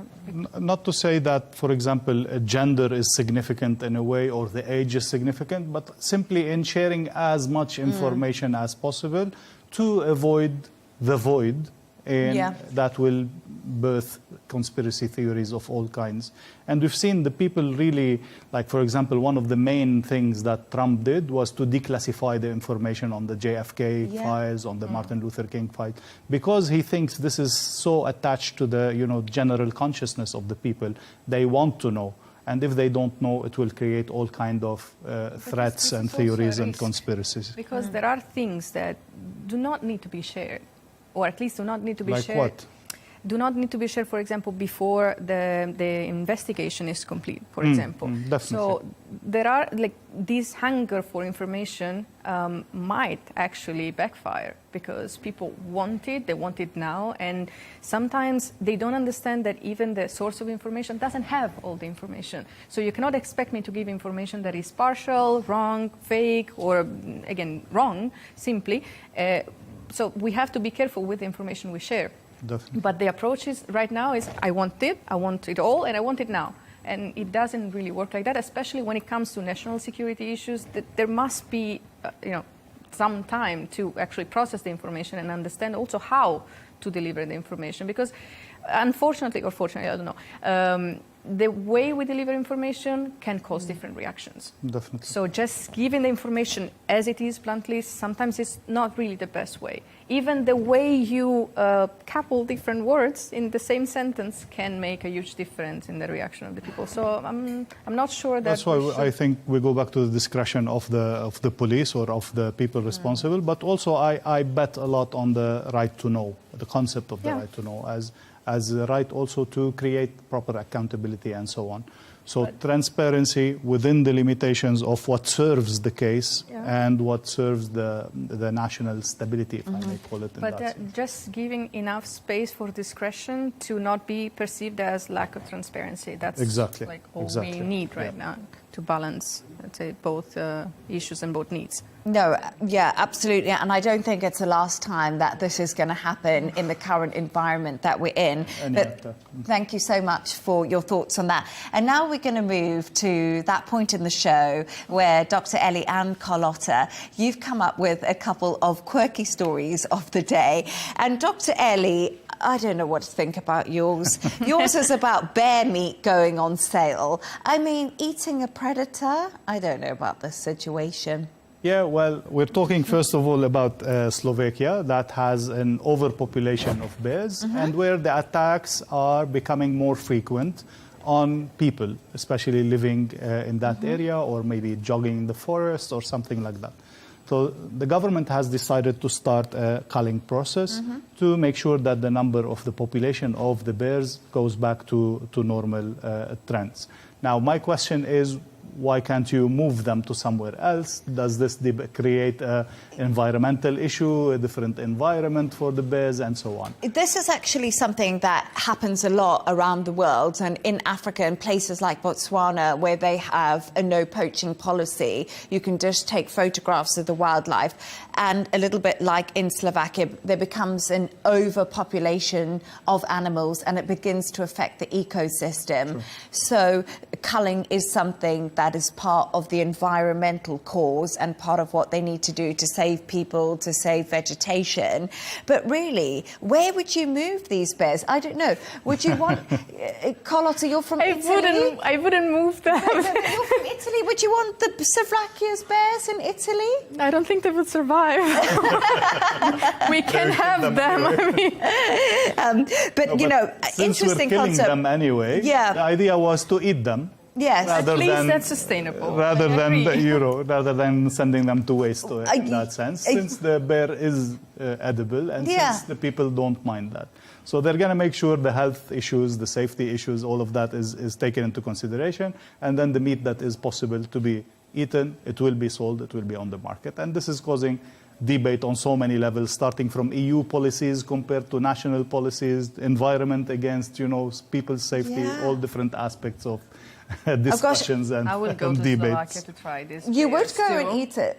Would you eat it? I will try. She will go specifically for the bear stew. Dr. Leigh, would you give it a go? I would give it a go, yes. I feel like I'm the only one who wouldn't. I mean, going back again to the concept, as you mentioned, that is popular everywhere in the world sometimes, and depending on the situation. In Australia, people get surprised when we say killing kangaroos is not only allowed, it's encouraged. Yes. Because without that killing, the population will overgrow and will cause serious problems. So people regularly hunt and eat kangaroos and other animals. So yes, I would try it.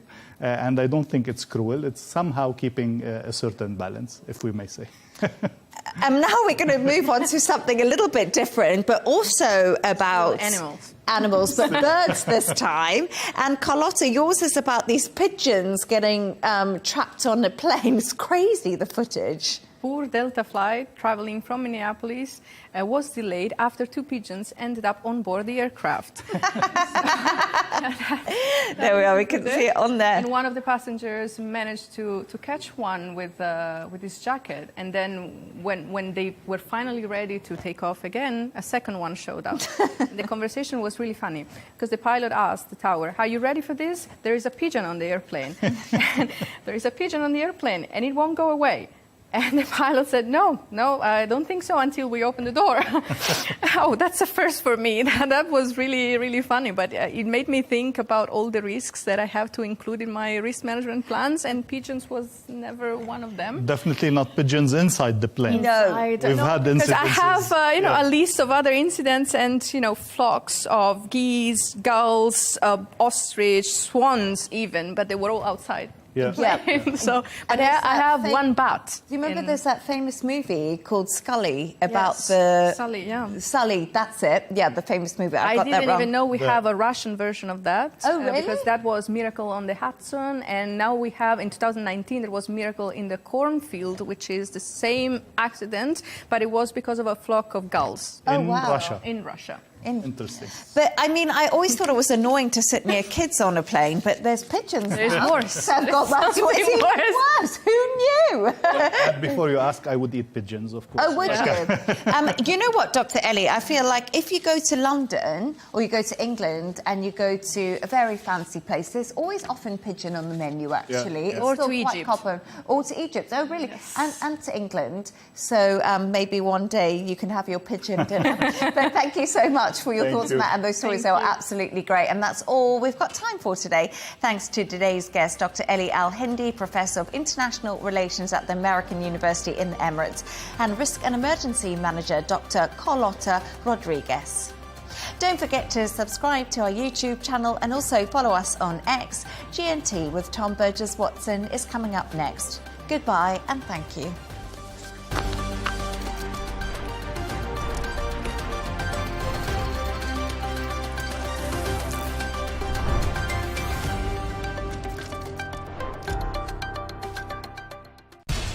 We have to take care of our people, and we're going to take care of our people first. For in-depth analysis and all the latest developments across the globe, make sure you join us every weekday. President Trump is trying to negotiate a ceasefire. With so much happening, so much information, and so much noise, International law will have no part in his administration. it can be hard to keep track. Tariffs will just fuel inflation. We're going to fight these tariffs. But you can count on us to tell you what you need to know.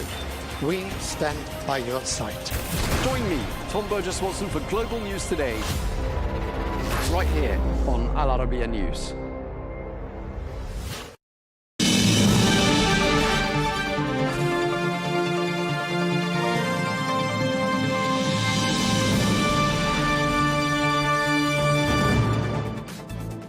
Hello and welcome to Global News Today, bringing you exclusive interviews with leading experts every weekday here on Al Arabiya English. I'm Tom Burges Watson, and coming up on today's programme, we focus on Gaza and the ongoing humanitarian crisis there, nearly 600 days on from the attacks of October the 7th. That's all coming up on Global News Today.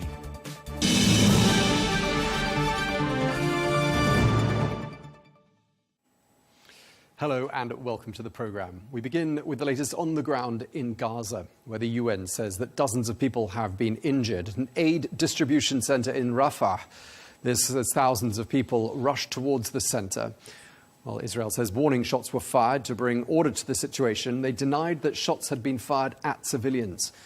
Well, all of this comes amidst a worsening humanitarian crisis in Gaza, with aid organisations warning of famine and the full breakdown of the healthcare system. We'll be getting the latest on the ground in Gaza. We'll also get reaction from the UN's aid agency. We'll also be joined by a senior special envoy from Israel's foreign ministry.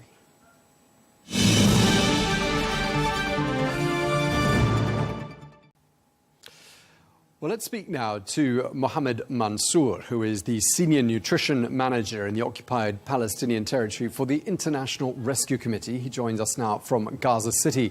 Mr. Mansour, thank you very much indeed for joining us today. I'd just like to start by asking you, since you're in Gaza, just tell us what's going on around you. Yes, the situation now at Gaza, all people here are suffering, especially in terms of lacking of the basic services, including no shelters, no clean water, no food, also no fuel. So people here at Gaza, they are struggling in daily basis to survive. This is the exact situation at Gaza now. Okay, and we're being told that children and families right across Gaza are starving in some cases. They urgently need food, as you've been saying, water supplies, medical supplies. Just tell us a bit about your activity. Tell us what the IRC is doing there. Yes, as I mentioned, that people now are struggling to get the basic services. Yeah, that the reports indicated that they are skyrocketing of the rate of malnutrition in Gaza. The latest IBC report indicated that the entire population are facing high levels of food insecurity. In addition, that the health system are truly collapsed. In addition, the people here suffering from many diseases and outbreaks of infection. So, in spite of this volatile situation, the IRC has been able to provide crucial and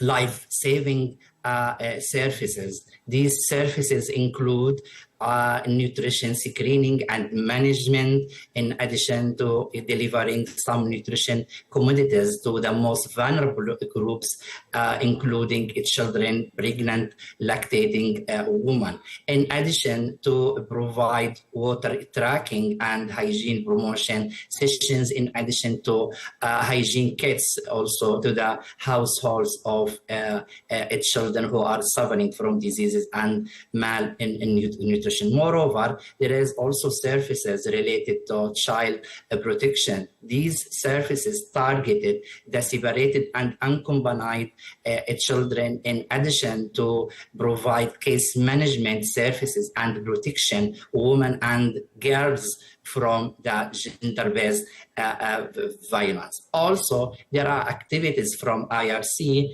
for the cash assistance to the most vulnerable group.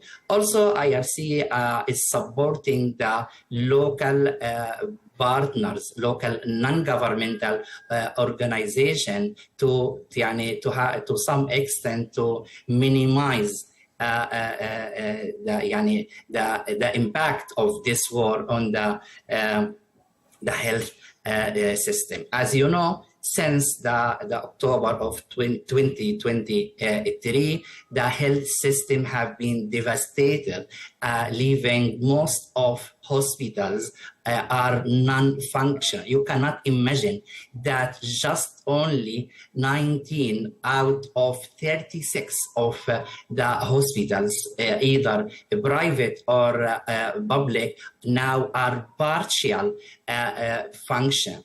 This lead to the increase of the mortality rate among the injured people. Even treatable illnesses or injured now become life-threatening, especially in the presence of or the lack of the medical supplies or the essential medication. This is the situation exactly in Gaza, and this is what IRC is providing. Mr. Mansouri, you paint an extremely bleak picture of the situation there. Some aid agencies are now talking about famine or the risk of famine. Famine comes with a specific definition. Is that the point that Gaza is now at? Is there a famine? Yes, as I mentioned, based on the latest IBC report, which indicated that 500,000 of people now facing a famine and starvation, and the entire population facing food crisis and suffering of high levels of food insecurity. You cannot imagine. The markets are empty. Even the available food items, the prices are soaring in daily basis. Also, there is a big problem in terms of lack of cash liquidity. This also worsen the situation. I can also add that the shortage of nutrition commodities and the shortage of the humanitarian aids also worsen the situation. Let me give you an example that the 1 kilo of flour at Gaza now costs more than $20. The people here cannot afford this. So people still suffering, people struggle here just to survive, not to live. Tell us an example of someone you've spoken to recently. I expect you're speaking to families, to children. Just tell us an example of the ordeal that some of those people are going through. And one of the example can I highlight the children that we faced them at the field during our implementing our nutrition activities, that there is an increase of outbreaks of infection, especially acute diarrheal infection. And when we talked with the mother of the child, she confirmed that they have no food, no even clean water to replenish this child. Also, there is no source of income. So also the people here suffering in terms of the lacking of everything. More than 90% of people now forced to displace from their origin, and now they are staying at tents and also over the ruins of their destroyed building. This worsen the situation and also increase the incidence and the prevalence of diseases among those children. Mr. Mansour, there are some people in the Israeli government, in Israel and in other countries who deny what you're saying, who say a lot of the reports about starvation, about inadequate supplies are enormously exaggerated. What would be your message to someone who claimed that these kinds of report are an exaggeration, or worse still, fake news? Yes, to be honest, that since the 1st of March, there is no aid has entered Gaza.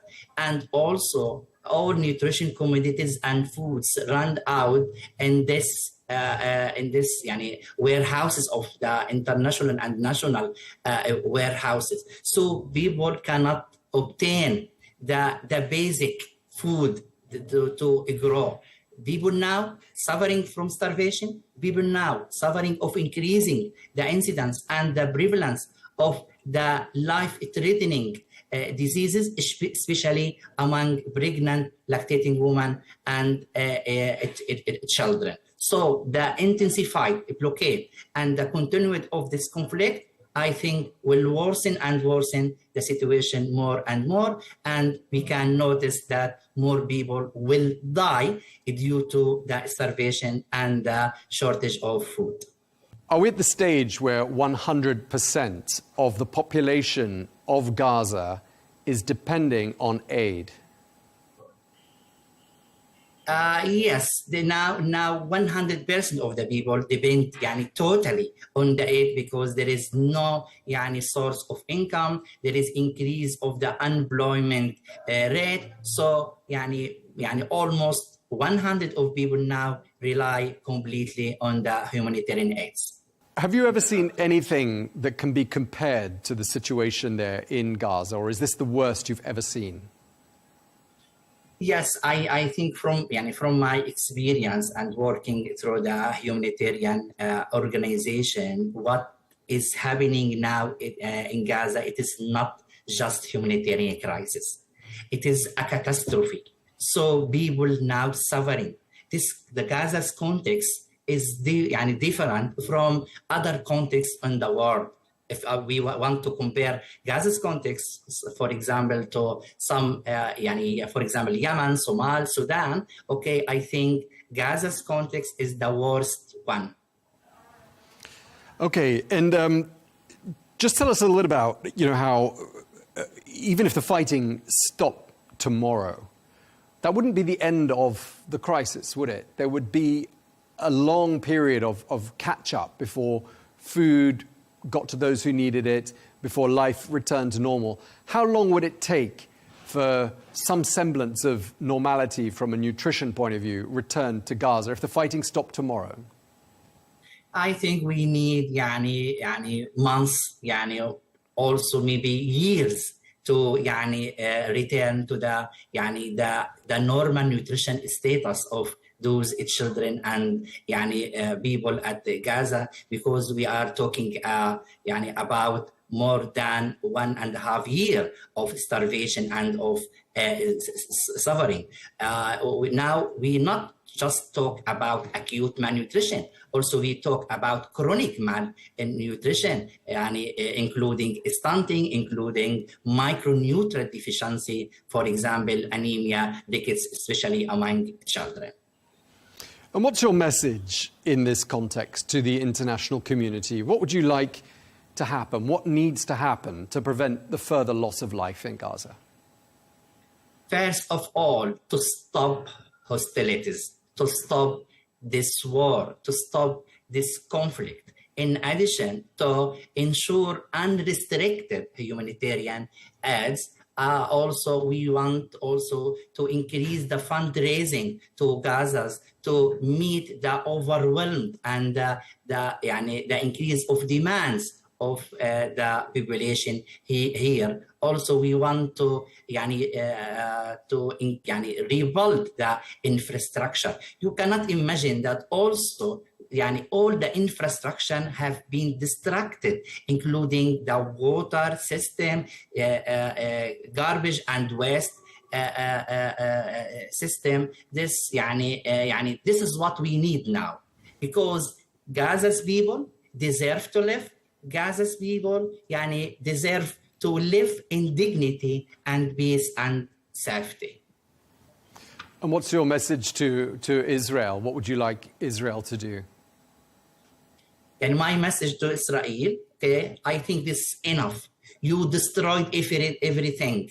You have to stop this one, so then we can save the remaining souls of the children that we have. Stop war, stop conflict, stop violence. And just lastly, tell us what word you'd use to describe the mood in Gaza. What do you think is the most accurate word or words to describe the mood right now in Gaza? As I said, what is happening now at Gaza, it is not a humanitarian crisis. It is a crisis of humanity. It is a catastrophe. There are lacking of everything. Gaza's now, it is not a place for living or survival. Okay, well, we really appreciate you taking the time to talk to us, and we wish you and your colleagues at the IRC all the very best. Thank you very much indeed, Mohammed Mansour. Thank you. Thank you. You are welcome.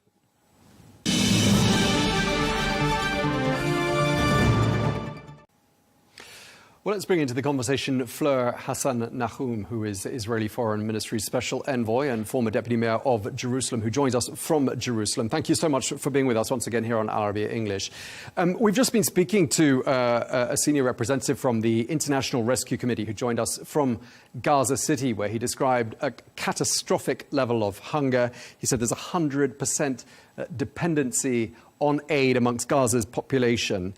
He described it nothing short of a catastrophe. I mean, what's your reaction when you see the pictures that we've all been seeing in the world news of starving men, women and children there in Gaza? Well, firstly, it's a very tragic situation, but we have to understand why this is happening. The reason why there are starving people, if in fact the numbers are what they're claimed to be, is simply because Hamas steal the aid. Now, you could argue as to whether they steal 50% of it or 70% of it or 90% of it, but there's plenty of evidence to tell us all that Hamas is stealing the aid, that they've been stealing the aid for 1.5 years, and that somehow they still have enough food to take down into their tunnels and to keep fighting. Somehow that food doesn't get to the hostages who come out looking completely emaciated like Holocaust survivors. And so the problem that Israel's been trying to solve, the dilemma that Israel has, is that all the aid that's been going in, and it's been over 1 million tons of aid since the beginning of the war that, as you know, we didn't start. The question is, if this aid is being used by Hamas in order to keep funding their terrorist activities, in order to keep funding, paying for their soldiers, then all Israel is doing is perpetuating the war against us and the misery of the Gazans. And this is why the Americans are trying to help us find an alternative solution so that the aid goes into the hands of the innocent people and not into the hands of the terrorists. Right, we've just been looking at some of the pictures of how that's been working out, and it's a scene of total desperation and chaos. And as you say, it's tragic. But your logic, help us understand this. You're saying that Hamas is stealing the food, so let's blockade Gaza for 11 weeks so that no food whatsoever gets in. I mean, they'll have nothing to steal, but then children will have nothing to eat, will they? Well, it's not so clear, because when we had the ceasefire for over a month, aid flooded in that should have lasted the Gaza Strip till July. That's what the expert says. But what happens? Hamas not just stole the aid, they started selling it to the innocent people for a premium, because that's how they fund their terrorist network, their terrorist activities. And so the question is Israel, who was the invaded party on October 7th, supposed to now continue to feed terrorists who are stealing food from their own children? This is a moral dilemma. It's also a military dilemma. What does Israel do? And what I'm saying is that we may see scenes of chaos, but at least the Americans are trying to help us find a solution. We'll talk about that solution, the Gaza Humanitarian Foundation, in just a moment, because there's lots to talk about there. But I just want to ask you about, how Israel feels internationally at this particular moment, because the chorus of condemnation is pretty unprecedented. At the start of the week, just to give you an example, there were 800 British-based legal experts, amongst them former Supreme Court judges. They wrote to the British Prime Minister, Sir Keir Starmer. They said genocide is being perpetuated in Gaza. Those are very strong words. What's your response? Well, it's absolutely ridiculous. For genocide, you need intention. For genocide, you need to want to wipe out an entire population. If Israel is committing genocide or had the intention to commit genocide, why did we vaccinate hundreds and thousands of Gazan children with polio? Does that sound like a country that wants to commit genocide onto another people? It's absolutely ridiculous. But why give them vaccinations if we're looking... Even in humanitarian law, there are solutions, and also there are precedents for sieges when it means that the military establishment, or the terrorist establishment in this case of that place, will end. The Allies did it when they were fighting the war against ISIS. They did it in Mosul, and nobody had all these condemnations. So the question is, why is there such double standards when it comes to Israel fighting a war that it didn't start, and when it comes to Israel fighting an existential enemy that we need to get rid of in order to restore the safety of our country? Yeah, but Israel's had 600 days to do that, and you have an advanced army. Yes, and we've also had 600, and Hamas has had 600 days to release the hostages that are still there. Why are they still keeping the hostages? If they want an end to this, why don't they just return the hostages? Well, if doesn't Israel want to hold the moral high ground here? Israel wants our people home and the existential threats from a jihadi Islamist terror group on our border that attacked our people completely unprovoked on October 7th, killing women and children and taking 250 hostages, including babies. We want them gone. And I think that at this point, the Gazan people also want them gone. And let me tell you what the news doesn't show you, and that is the dozens of people that Hamas shoot in the head, point blank, every day for protesting their terrible, poisonous, destructive leadership. Yeah, I mean, I don't dispute that Gaza, that Hamas has been guilty of some atrocities, but we're also looking at pictures, atrocities full stop. We've been looking at pictures of emaciated children, emaciated because they've got nothing to eat. And you can't say that a full blockade... The reason why they have nothing to eat is because their own authority is stealing the food from those people. Well, no, it's just not coming across the border. It was a blockade for 11 weeks. To talk about double standards, you can also say that there's millions of emaciated people in Sudan. The news never covers that. Yemen has also used starvation as a weapon of war. We're not doing that. We're letting everything in, but Hamas is stealing the aid. There was enough aid that went in that was supposed to last till July, but Hamas took it in order to continue to fund the war. So this is what I'm saying. Israel finds itself in a dilemma because we are a law-abiding country, because we do abide by humanitarian law, and because we have no intention of seeing innocent people die. However, we're facing an enemy that uses their own people as a weapon of a war against us. And that is a dilemma that we find ourselves in. It's not just those British judges that I mentioned at the beginning. Italy, a longtime ally of Israel, is calling what's happening in Gaza completely unacceptable, saying it must stop immediately. The EU and the UK talking about revisiting trade agreements with Israel, talking about sanctions and bans on Israeli ministers from travelling. I mean, this is very serious stuff. And the new German Chancellor, Friedrich Merz, saying, quote, a very long-standing ally of Israel, no longer understands Israel's objectives in Gaza. I mean, 600 days on, what has Israel achieved? Well, Israel's objectives were very clear from the beginning. One is the return of the hostages, and the second is dismantling the genocidal jihadi terrorist group that lives on our borders and attacked us on October 7th. And in fact, those same people that have said that when they get the chance, when they regroup, they will attack again. This is the threat that Israel faces on our southern border. And so the objectives are very clear. Get rid of Hamas as the authority in the Gaza Strip and return our hostages. What the Chancellor doesn't understand about that, I'm not quite clear. But couldn't it be argued that Israel is creating something of a long-term, an even greater long-term danger for itself as a result of, let's say, 3 more generations of hatred? And that's going to come from the killing and the maiming of 54,000 people. Okay, some of them were Hamas fighters, but many of them were not. Half of them were Hamas But we don't know that for and sure. And also in that number, if that number is true at all, it also includes people who died of natural deaths. Hamas puts everything in one bucket, so we have to be very careful from the genocidal terrorist groups' numbers. But I don't accept this argument. I'll tell you why. Because the indoctrination which has been funded by all these countries that now condemn Israel through the UNRWA school system, that teaches the hatred of Jews, that teaches the fact that Jews are subhuman, that teaches children that the best thing they could do with their lives is sacrifice themselves for the cause. That is the reason why we have hatred. And it's not Israel defending itself in a war it didn't start. So all these countries that are condemning Israel today should look in the mirror and say, we've spent 50 years funding UNRWA, whose whole point was to perpetuate the refugee status of these people and to perpetuate the hatred of Israel and to try and reverse the 1948 declaration of the State of Israel. Well, I was going to suggest we played a clip of Philippe Lazzarini next, because he's been one of the people who's been critical of this new Gaza humanitarian foundation.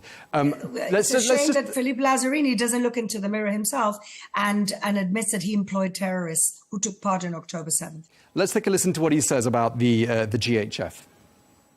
The model of aid distribution proposed by Israel does not align with core humanitarian principle.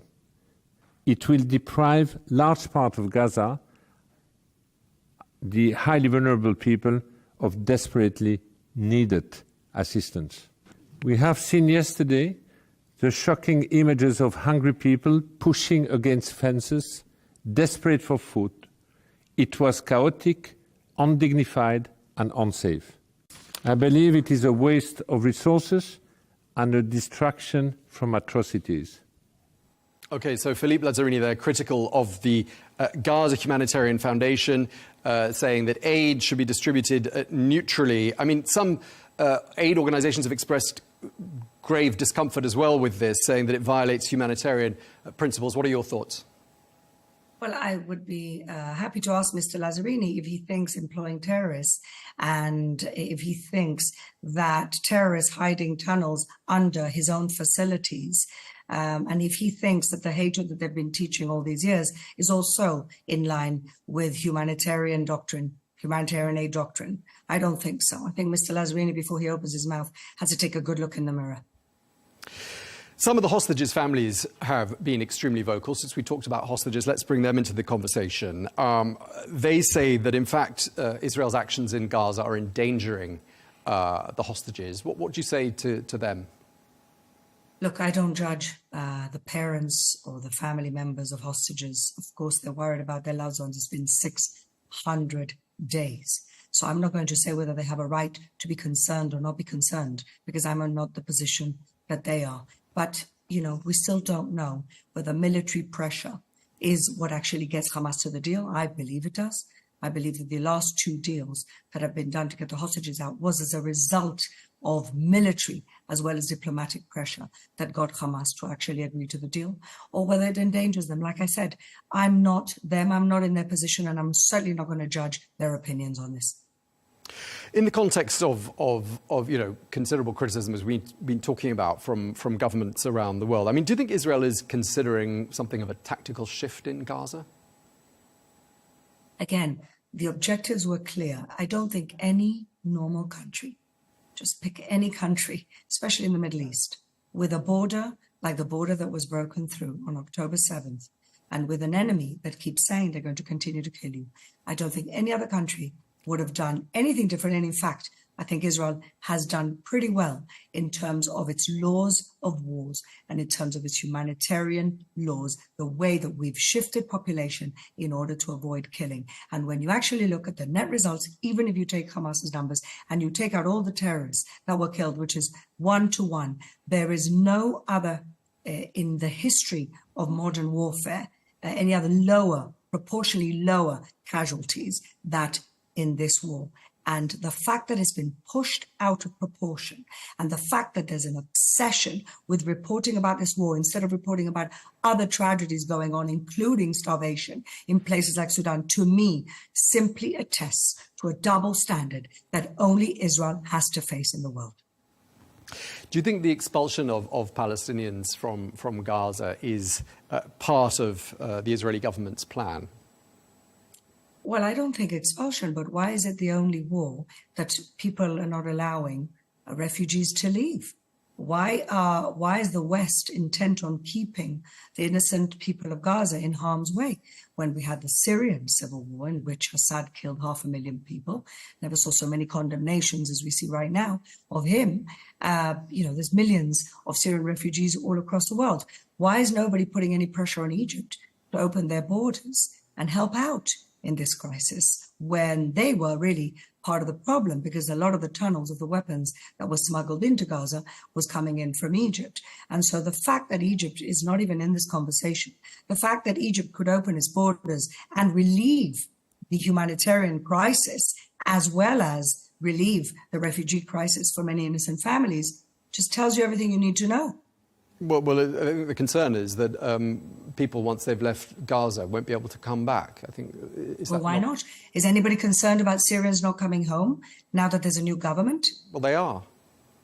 Well, then when there's a new government in Gaza, those people should be, in my opinion, allowed to come back. OK, well, we'll have to see what happens. I mean, what would a successful end to all of this look like? This is my last question. What do you think, as far as the Israeli government is concerned, what would a successful end to the situation in Gaza look like? Well, we're a country, as you know, of freedom of speech, and we're a country of fierce debate. And that's part and parcel of being a free and liberal democracy here in Israel. So many people have different opinions. I don't think the government of Israel has one scenario in their head. But in my mind, in my opinion, I think there has to be some type of a regional arrangement with the moderate Sunni Arab countries, with the Emirates and perhaps Saudi Arabia, the countries that understand full well what the Muslim Brotherhood is, how poisonous it can be, those countries to come in and try and take this wonderful strip of land and turn it into something wonderful for the people, for the Gazans that live there. Israel would love nothing more than peace with our neighbors. Every single country that has wanted peace with us, we have made peace with them. We would love to see a prosperous Gaza living side by side with a prosperous Israel. So some sort of an Arab-led peacekeeping mission there in Gaza. That would make sense to me. Whether the Arab countries that we think about are engaged in this type of thing or not, we have as yet to see. But I think that the Gazan people, if there was some type of regional leadership from Sunni moderate Arab countries, like I said, at the moment, the UAE, for example, is investing in Egypt's economy. They're going to build an island off the coast of Egypt. Well, why can't we do, by extension, something similar in Gaza, and to give these people a chance at a decent future for their children? OK, we're going to have to leave it there. Thank you very much indeed for taking the time to speak to us. Fleur Hassan Nahum, thank you for your time. Thank you.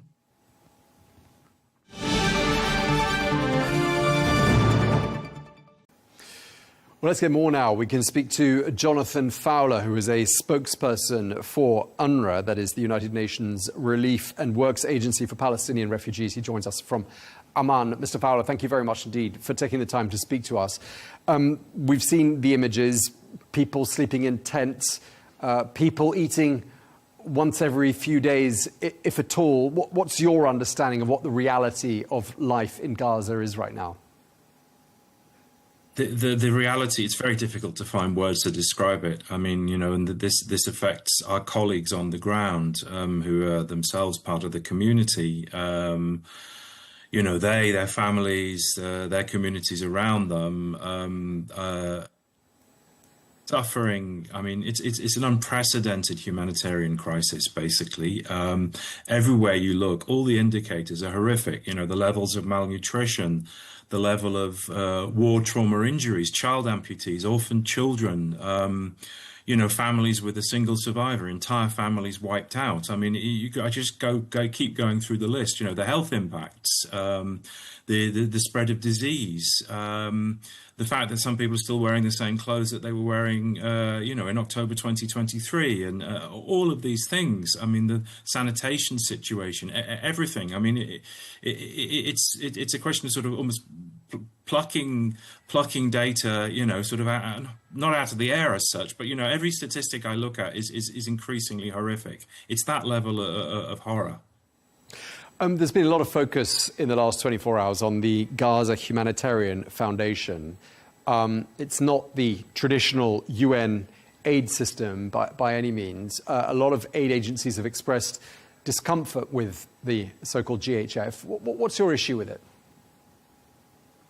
Well, I mean, I would draw your attention to something that was said by its CEO, who quit a couple of days ago. And he said that, you know, he was quitting over concerns about the impartiality, neutrality, independence, and the very humanity of the entire project. Now, that was something that we in the rest of the United Nations system had been saying from the very moment that this concept was first raised. Those concerns have not gone away. You know, I mean, international humanitarian law is very clear about how it is supposed to function, how aid operations are supposed to function. They're supposed to function in an impartial way, in the interest of the population that needs to receive the aid, people in desperate circumstances. This is something, you know, the rules are not unique to Gaza. These are things that the UN does around the world. We're not sort of, you know, stuck in the mud on principles, that kind of thing. The point is that these principles allow a practical level of operation, you know, unbiased humanitarian aid that doesn't involve a party to the conflict. And sadly, I mean, you know, the Gaza Humanitarian Foundation has humanitarian in its name, but that does not make it compatible with humanitarian law. There is a system in place. There was a system in place. That system was able to function when it was allowed to function, able to scale up aid, bring it in massively during the ceasefire, do what was necessary to alleviate the impacts to a certain extent. And, you know, it's like the wheel has been reinvented pointlessly. And this is like a solution in search of a problem, this GHF. Yeah, I mean, we were speaking to someone who used to work for who works for the Israeli Foreign Ministry, a former deputy mayor of Jerusalem, who took aim at UNRWA and says she's got a real issue with your organisation, and amongst other things, accuses UNRWA of political bias. I mean, it's nothing new, but what do you say to those kinds of accusations? I mean, as you rightly say, this is nothing new. I mean, it's constantly retreaded. These accusations are baseless. They're made for completely different reasons, which are effectively to sort of, you know, remove us from the picture. For I'm not inside the heads of people who want to remove us from the picture, but the sense from analysts is that we are seen as a stumbling block to some kind of unilateral solution to the Palestine refugee situation. The point that the reason we're still here doing our job of work as mandated by the UN General Assembly for the past 75 years is there has not been a just and lasting solution to the issue of Palestine refugees. There's no question about that. So anybody who says, you know, we're biased, we're not biased. We're an independent neutral UN organization. We take such claims seriously. When endless claims have been made by the Israeli authorities about our organization, yesterday our Commissioner General, the head of UNRWA, Philip Lazzarini, made public extracts of a letter that he has sent to the Israeli Foreign Ministry, basically saying, you endlessly make allegations. We repeatedly ask for assistance in substantiating these allegations. We will take action. But we never get a response. That's how it stands, basically. So, whoever, whatever, former politicians from within the Israeli establishment may like to say, or even current politicians, those arguments are entirely spurious. We also hear, on the issue of humanitarian aid, we've heard constant accusations that somehow, militant groups, Hamas and others, are getting the bulk of the aid. That is, I have to say, to be quite blunt, complete rubbish. We are constantly hearing this, and yet, there have been members of the former US administration who've come out recently saying that they never even received any information at a private level from the Israeli authorities to back up these accusations that are made in public. This is why I said earlier, the Gaza Humanitarian Foundation is a solution in search of a problem. It's spurious accusations. Yeah, what the Israelis say is that they want to distribute food, but to be sure that it doesn't go to people who are linked to Hamas. That's their argument. That doesn't stack up, does it, when it comes to humanitarian law? It absolutely does not stack up. And I just want to emphasize something, which is, the way United Nations aid operations work and the way our agency works in the Gaza Strip is that we work without any intermediaries. So we know when we've been able to get aid in the past, we have known, that aid will come in, it will go to our warehouses all along the chain, right through to the hands of the person receiving the aid. We know, it's tracked.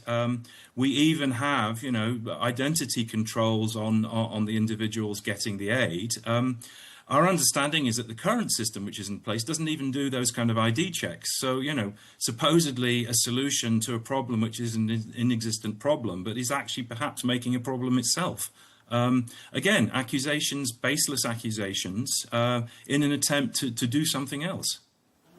One of the new developments we're following is there are reportedly 6 people who've been shot and killed by Israeli forces trying to reach an aid distribution point in Rafah, which is, of course, in the south of Gaza. I don't know if you have any details on that, but what does it say to us that people who are trying to get their hands on food aid are being shot at and killed? What can we read into that? Well, I'm aware of these reports, of course. We don't have any presence there, so it's impossible for me to confirm any kind of details. But what I can say is that our operations, the United Nations aid operations, as I explained, function according to a system, a well-honed, well-practiced system which functions around the world, and it's about distribution of aid to people in need. This system where people are required to come into effectively an obliterated zone to then stand in lines to pick up aid, and it's not done in a sort of basis of family size. This is our understanding, that it's basically whoever's there gets given it. Well, if you're a family which is lucky enough to have 4 or 5 surviving young male relatives, that means you're more likely to be able to get the aid in this current system, as opposed to what happens to the amputee or the widow with children, people who are far from these zones where they're supposed to come. We other UN agencies have raised the spectre of aid being used as bait. And that is quite shocking because that flies in the face of international humanitarian law. But there's also a basic principle of humanity here, which is that our system enables people who are in need to receive what they need, or at least, a step towards what they need. And nothing is being done in this case. So when we hear reports of violence, these kind of things, again, it illustrates the fact that this project is basically flawed. Just in terms of definitions, I just want to ask you about your understanding of the situation with regards to the food situation in Gaza. We're being told that famine is imminent by some saying famine has already started. 500,000 people face starvation. Just talk us through the definitions. Are we at the point where we can say there is a famine in Gaza? I mean, sadly, famine, in common parlance, yes, it's a label used to describe a hunger crisis. But in technical terms, it's an analysis of certain criteria, and then the label famine can be applied. But the problem is when those criteria have been met, that means the famine has already started. And we've seen in the past, for example, in cases like Somalia, sort of 30-something years ago, where the declaration of famine came, months after tens of thousands of people had already died. Now, we see pockets of famine-like condition across the Gaza Strip. The issue is, when do those pockets start to, coagulate? Where do we see more and more of this? We see increasing numbers of patients with severe malnutrition. I mean, this is an easy thing to assess, particularly in young children. You just measure the circumference of their arm, with a special tape measure. And basically, if the tape measure goes into the red zone when you pull it, you know that the child's arm is too small for their age.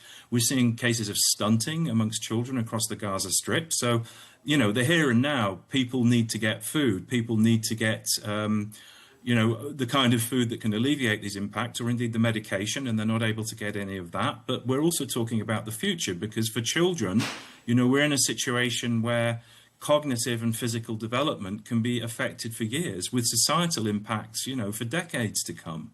But yes, I mean, there is not enough food in the Gaza Strip. The amount of aid no aid was allowed to come in because of a complete siege imposed by the Israeli authorities since the beginning of March.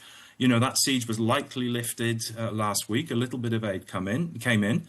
But we need basically about 600 trucks of supplies per day to meet the minimum standards, the minimum level, the minimum survival needs, basically, of the population. And it's not just about getting food now, because people have basically been very, very physically damaged. Their health has been damaged by not having enough to eat over months. They've been rationing what they had, and eventually that didn't even work. We've heard horror stories where, an anecdote from a mother, one of our colleagues told us about, which was, she took the bread and she said, I break the bread in half, I give half to my children, I save the rest for tomorrow.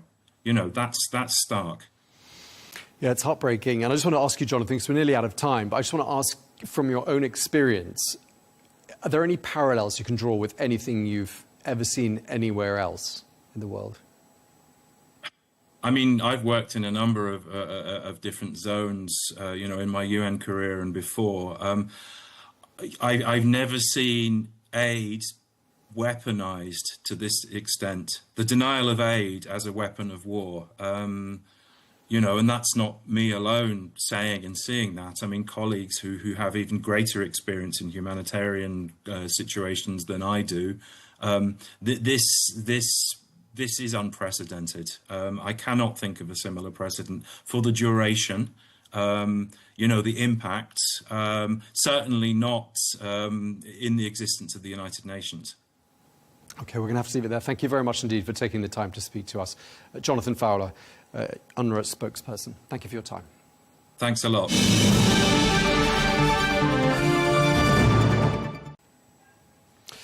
Well, let's bring into the conversation now Jasmine Al-Gamal, who is the former advisor at the US Pentagon and a Middle East analyst. Thank you very much indeed for joining us from London, Jasmine. We're 600 days into this conflict in Gaza. I mean, what does the Israeli strategy appear to be, and do you think it's sustainable? Thank you so much for having me. It's always a pleasure to talk to you, Tom. I think there's a difference here between what the Israeli government and Netanyahu in particular thinks and says his strategy is versus what others, including former Israeli officials, are saying the strategy is. Those are two different things. Benjamin Netanyahu, 600 days in to a war that is now widely being called a genocide, even in the most mainstream of newspapers and by the most mainstream of pundits. 600 days into this, Benjamin Netanyahu still insists that he has a strategy, that the strategy is to eliminate Hamas and to get the hostages back. But if you look at what other people are saying, Netanyahu's critics, his former defense minister, former Israeli prime ministers, former intelligence officials, they all are saying the same thing, which is that there is no strategy here. There is no end game.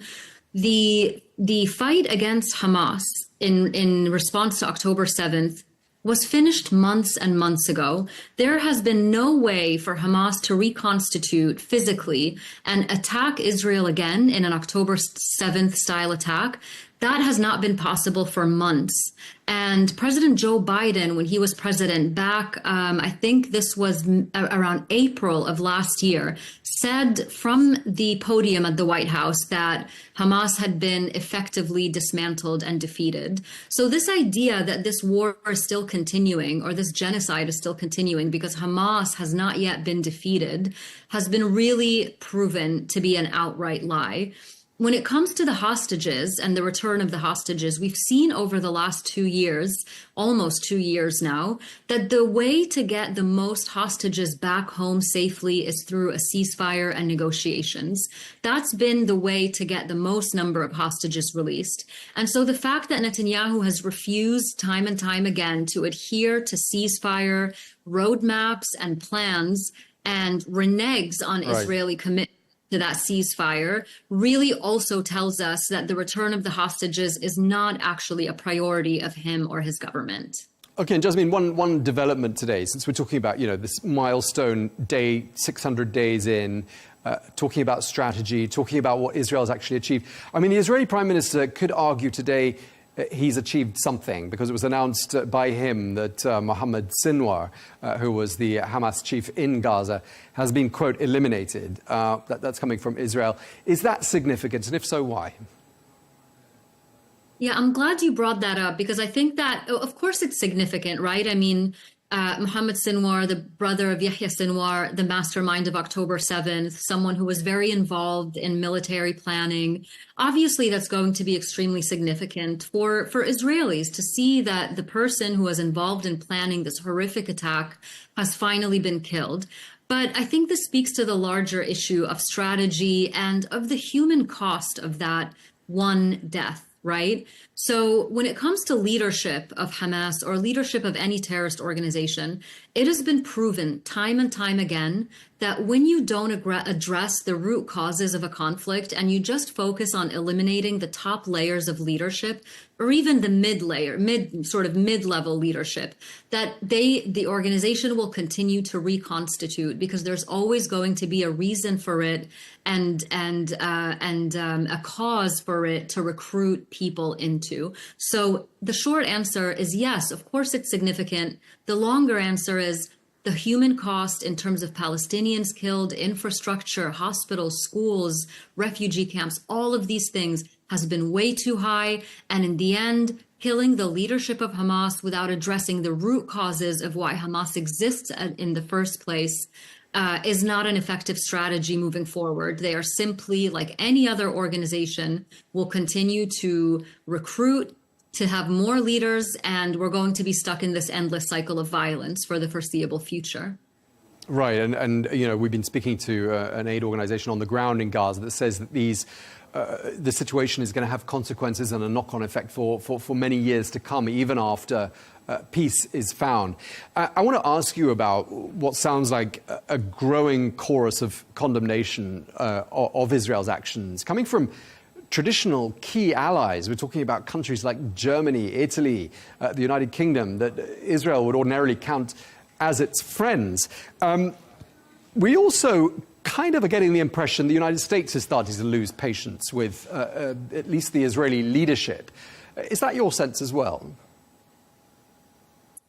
Yeah, I think it's really important to, while we should recognize and appreciate that this growing chorus of criticism and harsher words against Israel are really starting to resonate, even amongst Israel's closest allies, we have to come back and look at what is actually happening on the ground, Tom. what actual changes, what actual pressure is being placed on Benjamin Netanyahu in order to get him to change his behavior. Now, let's take the U.S. as a start. The U.S. is obviously the biggest weapons supplier and the biggest supporter of Israel. We've been hearing that the U.S. has been losing patience with Benjamin Netanyahu for about a year and a half now, starting with President Biden and now with President Trump as well. Now, President Trump has made some moves that President Biden didn't and probably never would have. He went to the Middle East and skipped Israel on the trip. He has been negotiating with the Iranians, with Hamas, without telling the Israelis first. Those are very bold steps, and they do signal not only displeasure with Israel, but the fact that President Trump is looking at what American interests are and starting to decouple those from Israeli interests, which is quite unprecedented when it comes to U.S. foreign policy. When it comes to other countries, you mentioned Germany. Germany is one of the 3 biggest arms suppliers to Israel, along with the U.S. and Italy. The German chancellor said, and I'm reading this now, he said he no longer understands Israel's objectives in Gaza and that the suffering of civilians could no longer be justified by a fight against Hamas terror. But at the very same time that he said that, the German foreign minister said, because of our history, we just have to assist Israel. Germany always has to assist Israel. Same thing with Italy. Harsh words, nothing about the weapons supplies to Israel. Same thing with other European countries. So yes, same thing with the UK, where I am now. David Lammy announced the suspension of talks on trade between Israel and the UK. A couple of days later, the trade minister was in Israel. So you really have to ask at this point, Tom, are words actually enough? Are they going to stop at words? Or are they actually going to take action? Because right now, words have not shown to be effective at all. Okay, and you make a great point there. You know, a tougher tone on Israel, and it's coming from the European Union as well. But the question remains, will it actually make a difference? But my question is this. I mean, we've seen some huge protests around the world. For example, the protest in Paris that I saw at the weekend, huge numbers of people out on the streets. So I'm just wondering whether the crisis that we're in right now, where, you know, Gaza is on the brink of famine, or is in a state of famine, as some say it already is, could this be a tipping point, do you think, where governments say, right, enough is enough, and could that result to more governments coming under pressure from their populations to recognize statehood for the Palestinian people? I would hope so. I mean, here in the UK as well, we've seen protests every Saturday since nearly the beginning of the Israeli campaign in Gaza. So I think the pressure is there. I think poll after poll show us in the UK, in the US, I haven't checked France, but the daylight between the public and the politicians is growing larger and larger. More and more polls are showing us that more and more people are against this war and that they want their countries to stop supporting Israel in the way that it's conducting this war. Again, you know, nearly every mainstream outlet is now using the word genocide, and some European officials as well in Parliament, Spain and Slovenia. I think the real pressure, though, the real change will come. And of course, I mean, we don't have this kind of time, right? Palestinians don't have this kind of time. But I think the language of politicians is votes, is elections. And I think unless you really start to see a sort of wider scale shift in the way people vote based on this, that you can see a scenario where a lot of politicians say, you know, this is noise, it's annoying, but it doesn't really change the bottom line for us, so we don't have to pay much attention to it. I want to ask you about the GHF, the Gaza Humanitarian Foundation. We've seen some fairly chaotic images of aid being distributed in Gaza in the last 24 hours. I just want to ask you for your thoughts on this foundation, what its purpose is, because some people are saying its aim is to undermine UN influence in Gaza. What are your thoughts? Oh, I absolutely agree with that. I mean, the UN and every single humanitarian organization, and I've spoken to people from those organizations at length about this, from the very beginning when this Gaza Humanitarian Foundation was announced and their plan for how to distribute aid was going to be announced, everyone in the humanitarian field came out against this strongly. They said that, for a couple of reasons. One is it entirely bypasses and flies in the face of humanitarian principles, which are to provide aid and food and assistance to the people who need it. This doesn't do that. What it does is it sets up, I think right now the number is 4, they want to move to 8, distribution points where people have to travel, often for a very long distance from where they are in a war zone. Remember, there's no ceasefire right now. So they have to travel, they have to leave their families, they have to walk on foot in very dangerous conditions. So they have to be able-bodied and they have to be willing to take the risk, right? To go to these distribution zones, be crammed into these, cage-like structures, these wires that we saw in those pictures yesterday, and wait to have that aid handed to them. And of course, we saw yesterday the scenes were incredibly chaotic. I mean, you saw people being fired at, you saw people screaming, people being injured. We've had at least one confirmed report of a man having gone missing. That he was basically taken by the IDF or by intelligence officials. It's not quite clear yet.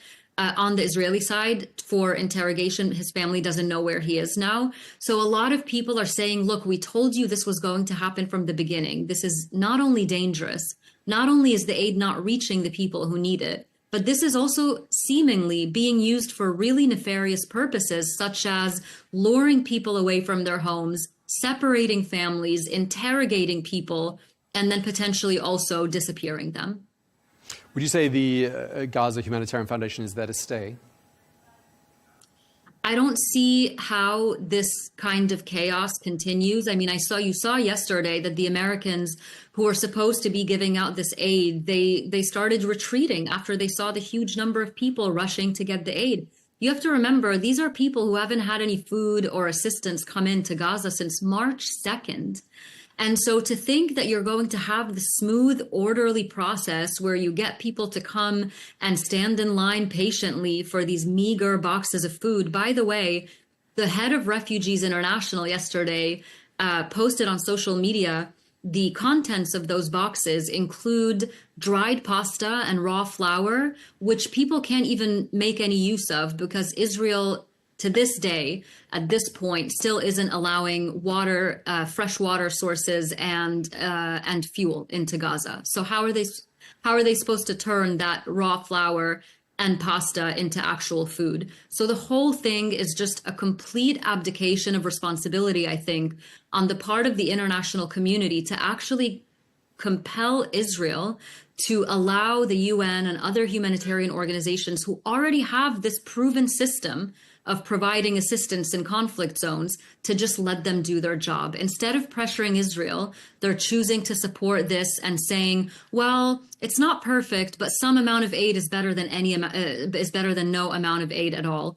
And I think it's just really horrific for the population there. I mean, Israelis that we speak to tell this channel that, the alternative is that food, humanitarian aid ends up in the hands of Hamas and then gets weaponized by that group. I mean, how do you respond to that? I think in any conflict zone, anybody who's ever been to a conflict zone or worked in a conflict zone knows that when you're in a conflict and there is a situation where humanitarian assistance is being doled out, that there's always going to be a chance that bad actors, and not just Hamas, I mean, looters, gangs are going to try to get their hands on some of that aid. The question is that a reason to starve the entire population? In terms of allowing this conflict to carry on, I mean, what would you say are the risks to regional stability? Because obviously we've already seen the consequences of what happened on October the 7th play out in Lebanon. But could we see spillover? Could we see risks emerging in other countries in the region as a result of what's happening in Gaza?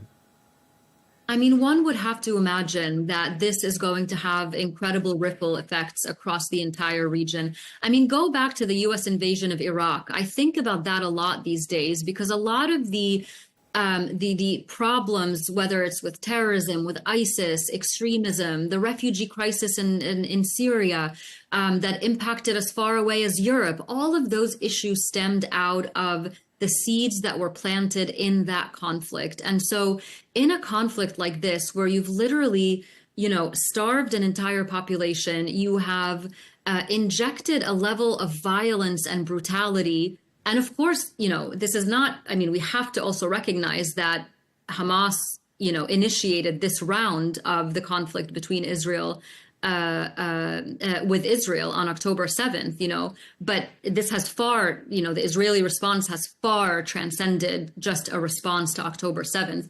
But I'm talking about that dynamic where you have non-state actors, where you have a country that is behaving extremely aggressively across the entire region. We've seen Israel go into Lebanon. We've seen them go into Syria. We've seen them strike the Houthis. We've seen them agitate against Iran.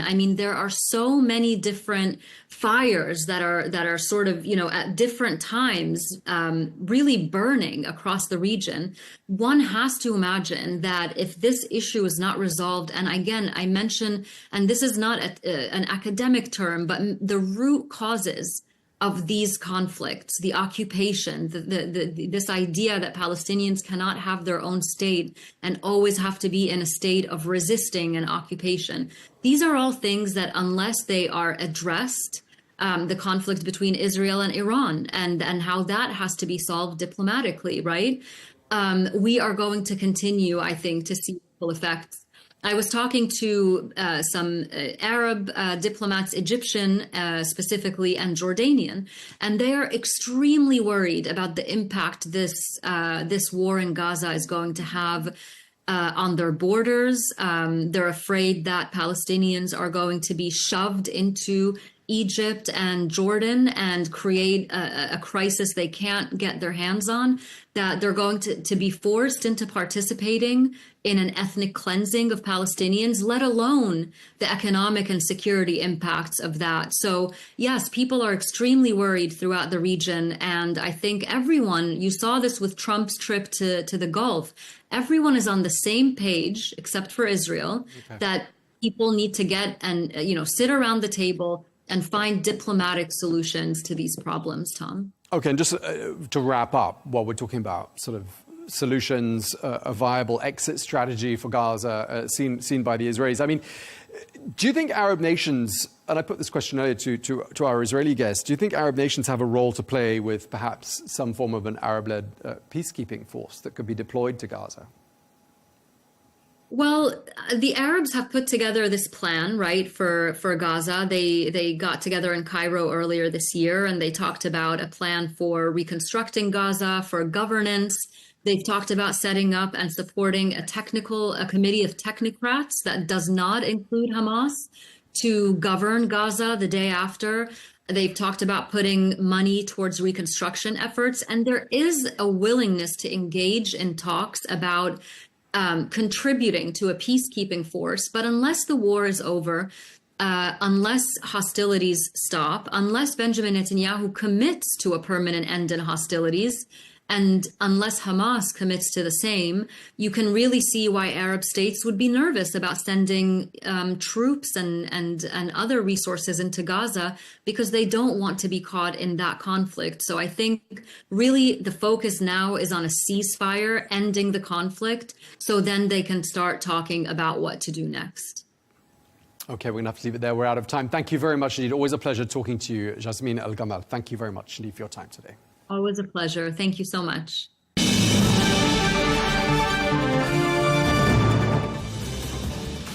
So there we have it. We've had a full set of views in this edition of Global News today. We've had the Israeli perspective. We've had the situation on the ground. We've got the broader aid dimension as well there from the UNRWA spokesperson. And then we wrapped up, of course, with a view on the geopolitical situation and the possibility of broader regional implications from this ongoing conflict in Gaza. That brings us to the end of this edition of Global News today. Thanks for watching. See you tomorrow.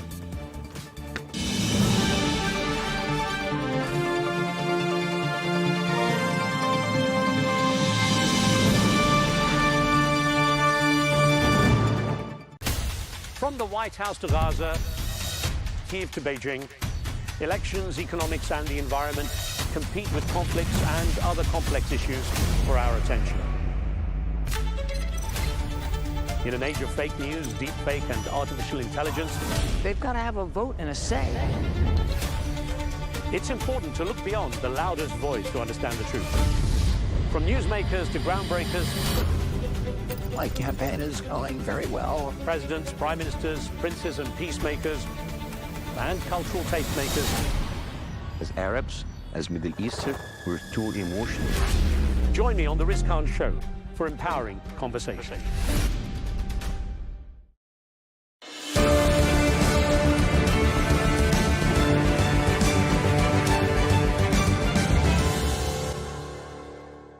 Hello and welcome, I'm Riz Khan. US President Donald Trump concludes his tri-state tour of the Gulf in the UAE, following visits to Saudi Arabia and Qatar. It's a week that will be remembered for multi-billion-dollar deals on security, energy and technology, the controversial gift of a presidential airplane, and diplomatic initiatives, including the ending of sanctions on Syria. President Trump's Middle East mission included meetings with key leaders from the region, with one notable absentee: Israel. In recent months, the US has been dealing directly with Iran, Yemen's Houthis, and Hamas, resulting in the release this week of American-Israeli hostage Idan Alexander. So does the exclusion of Israel from President Trump's agenda represent a message or a missed opportunity for peace in Gaza? On this episode, I'm joined by the prominent international human rights lawyer, Owen, who has represented hundreds of thousands of Palestinians in Israeli courts. Moin, I'm glad you could make some time for this interview. Now, President Trump is going to do his first trip to the Gulf since he came back into office. He's going to the Gulf, not to any of the traditional US allies, as most presidents do when they come into office. What does this symbolize, do you think? Well, what is really interesting about President Trump, that he's very unexpected. Like, as you said, at the few weeks at the beginning, he met with Prime Minister Netanyahu as the first foreigner leader to be in the White House, which is really not that accepted here, the American politics. Usually they have a Canadian or something else. It was the Israeli Prime Minister, and he gave very strong statements about Gaza and about the Middle East in general. And suddenly now what we hear, that he might even not visit Israel in his first visit outside of the US. I think President Trump is really looking now for getting deals, as many deals as he can, and it looks like he thinks that visiting Israel will affect these deals really hardly. So he decided that let's make these business deals, and let's go back away from politics as much as possible. I mean, it's actually, I guess, no surprise that he also did this before in 2017 with his first presidency, straight away to the Gulf, wasn't it? Exactly. The guy is understanding that where the real money is. And let's hope that this time he will combine between economy and politics. And let's hope, because what we hear in the news mainly, that he is about to announce a new Gaza deal, a ceasefire, and maybe like an end of this war. So hopefully he will use this trip to end the war and to start a new political process in the Middle East and between Israel and the Palestinians. Although if he's going on this trip to the Gulf region but not going to Israel, it's kind of a different situation. Do you think that sends a message to Israel, or is it a missed opportunity? I think he is clearly sending a message that enough is enough. I can't let you doing this forever. I gave you until now, since January, it's about 4 months. And I gave you the full opportunity to do whatever you can do militarily inside Gaza, and we need to go back to the table and to try to end this war. It was clear even when he reached a ceasefire with the Houthis in the Yemen, without even talking and informing the Israelis about it. And it was clear that enough is enough. I don't want to see more wars in this region. And let's end it as soon as possible. Is it possibly because he also was one of these who came in and said, I'm going to stop all wars. I don't start wars, I stop them. And he was supposed to have stopped the Ukraine-Russia conflict and the Israel-Hamas conflict. Literally, he would say, like in a day, he could stop these things. Do you think it's just because the expectations have not been met? I believe yes. And I think it's much more easier for him to stop the Gaza-Israel war rather than to stop the Ukrainian-Russian war now, because he has much more leverage on Israel, let's say, rather than he has a leverage on Russia and Putin. So it will be much more easier for him to go and to announce a ceasefire deal. And I don't think any Israeli prime minister, not only Netanyahu, will stand up and say, no, we will not accept this. So maybe he will do this. But for how long this ceasefire will stand, and is it really going to happen, this is a question that only days will tell us. Although, actually, there was a time when people were saying, well, it was Benjamin Netanyahu calling the shots for the US president. I mean, perhaps prior to President Trump with maybe President Biden, but there was a feeling that Israel was calling the shots for a long time. Yep, definitely. And now it's more clear, and even for the Israelis, that usually Israelis used to believe that we control the U.S. or the U.S. politics. It was clear now that no, it's not like this, especially with President Trump, that and with his second term now, that he has nothing to lose, and he's really going for what he's calling as America first, and he's really like doing this so far. How much he will do that in this trip or after that, it's not clear, to be honest. What do you think are the main expectations then from this trip? If it's going to be business or largely on the economic side, what sort of deals do you think he's looking for? Well, I believe it's mainly business, and he's trying to contain Iran as much as he can, especially that the Iranian-US talks are in good stages now, and it looks they might even announce a new deal soon, maybe before he arrives there, maybe not. It's still like it's a matter of time. But I think he want to contain Iran. He want to prove to the Gulf that U.S. is your friend and will continue to be your friend, and he's much to get as much investors from the Gulf to the U.S. So there's many aspects here, but unfortunately, I don't think the Israeli-Gaza or the Israeli-Palestinian conflict is upon his priorities now. But it's clear that I think that President Trump should understand that the Arab nation in general, the Arab world, will always be connected to this conflict, and it's better for him and better for the U.S. to try to end this war as soon as possible and to start a new peace process as soon as possible. How do you think the Arab Gulf leaders that he's going to visit will respond to him? I mean, considering what's happening in Gaza and how long it's gone on, how receptive, how warm will the reception be, do you think?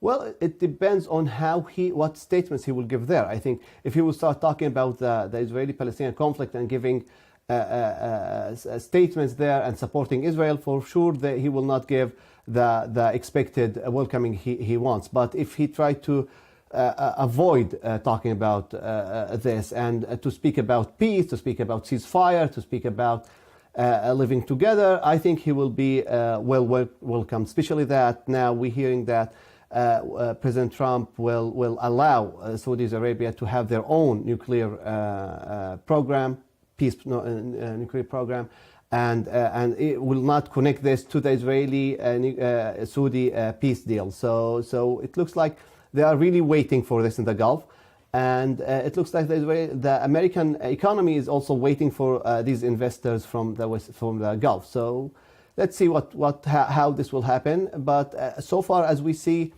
President Trump is not really giving any big statements or any statements even at all about Gaza, except that soon we will hear something. What we will hear, what will happen, is he really going to announce a one-side American ceasefire deal and will oppose it on Israel. This will be a big thing in the Gulf, and he will be really welcomed very warmly if this happened. How do you think the Israeli political world is going to be reacting now? If, as you say, Benjamin Netanyahu cannot say no to him, it's going to be an interesting situation in Israel right now then. It is, and let's keep in mind that Israel itself is very divided upon the war and upon Netanyahu himself. So from one side, many of Netanyahu's coalition will try to stand up and say no, let's say no to the U.S. decision in case it came. From the other side, I think all of his coalition understand that going to an election now, that means that they will lose the elections and they will be on the opposition very soon. So it's like complicated for them. On statements, they might go really high, but on actions, I don't expect them to do anything. I'll get back to Israel in just a moment, but thinking about the deal making, I mean, Donald Trump likes to think of himself as a deal maker. He has basically a lot of business in the Gulf already. A lot of Trump business is done there. Now, I know he's kind of pushed to one side as he's taken the presidency and his family is running it, but essentially, could this be a large reason he's choosing to do this trip to the Middle East first? Because, you know, it's the personal interest. I believe the personal interest is there. I don't know how big it is, but for sure it's there. President Trump for sure looking about his own business, and he knows that in 4 years or less he will be back to the business world, away from politics. So he needs to get as much advantages from his presidency to his sons and his family's business as possible. And you think this might be the reason he would kind of avoid too much about Gaza and Israel in order to keep those business deals clean, if you like? I think he is. There's no way to keep talking about Gaza, to talk about Israel, to support Israel, and to expect the Arab world to support his own family business at the same time.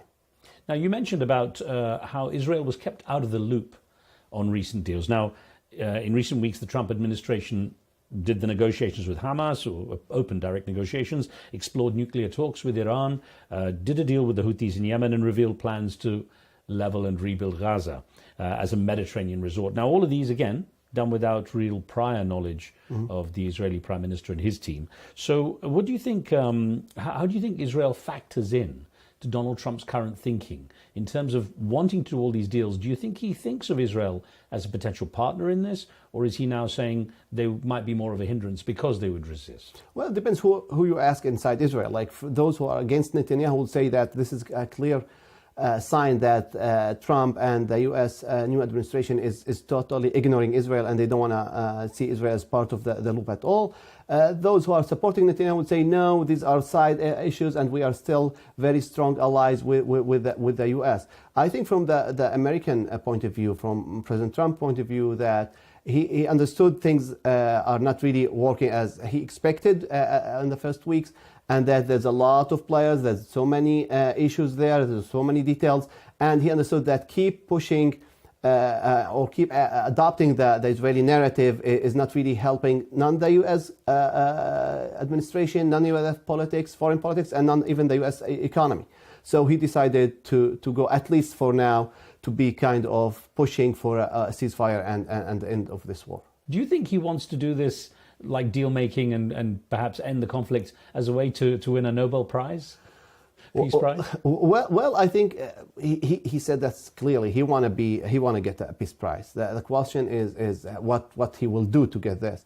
I think it was on his first term. It was clear to him that it's not as simple deal as he is, and there's so many details there and so many powers there that he should take care of. So I think he's more mature now in this level, and he understands that it's not a business deal that he will negotiate, and he will end this. So it's a long process, but what he's doing now and how he's changing the statements and how he's changing even kind of all the speeches he is giving towards the Israeli-Palestinian conflict in general and in Gaza in particular, and pushing to allow more and more products inside Gaza and to stop the starvation inside Gaza. This might be very welcomed inside the Arab world and even in the Palestinian street, and this will help for sure to bring back seeing the Americans as a worthy side to keep talking to and to support the peace process in the future, hopefully. If, to some degree, Donald Trump is marginalizing Israel's influence on what's going on now in the Middle East, how will the lobbies here that are accepted to be pretty powerful, pro-Israel lobbies, how will they react, and what consequences could he face?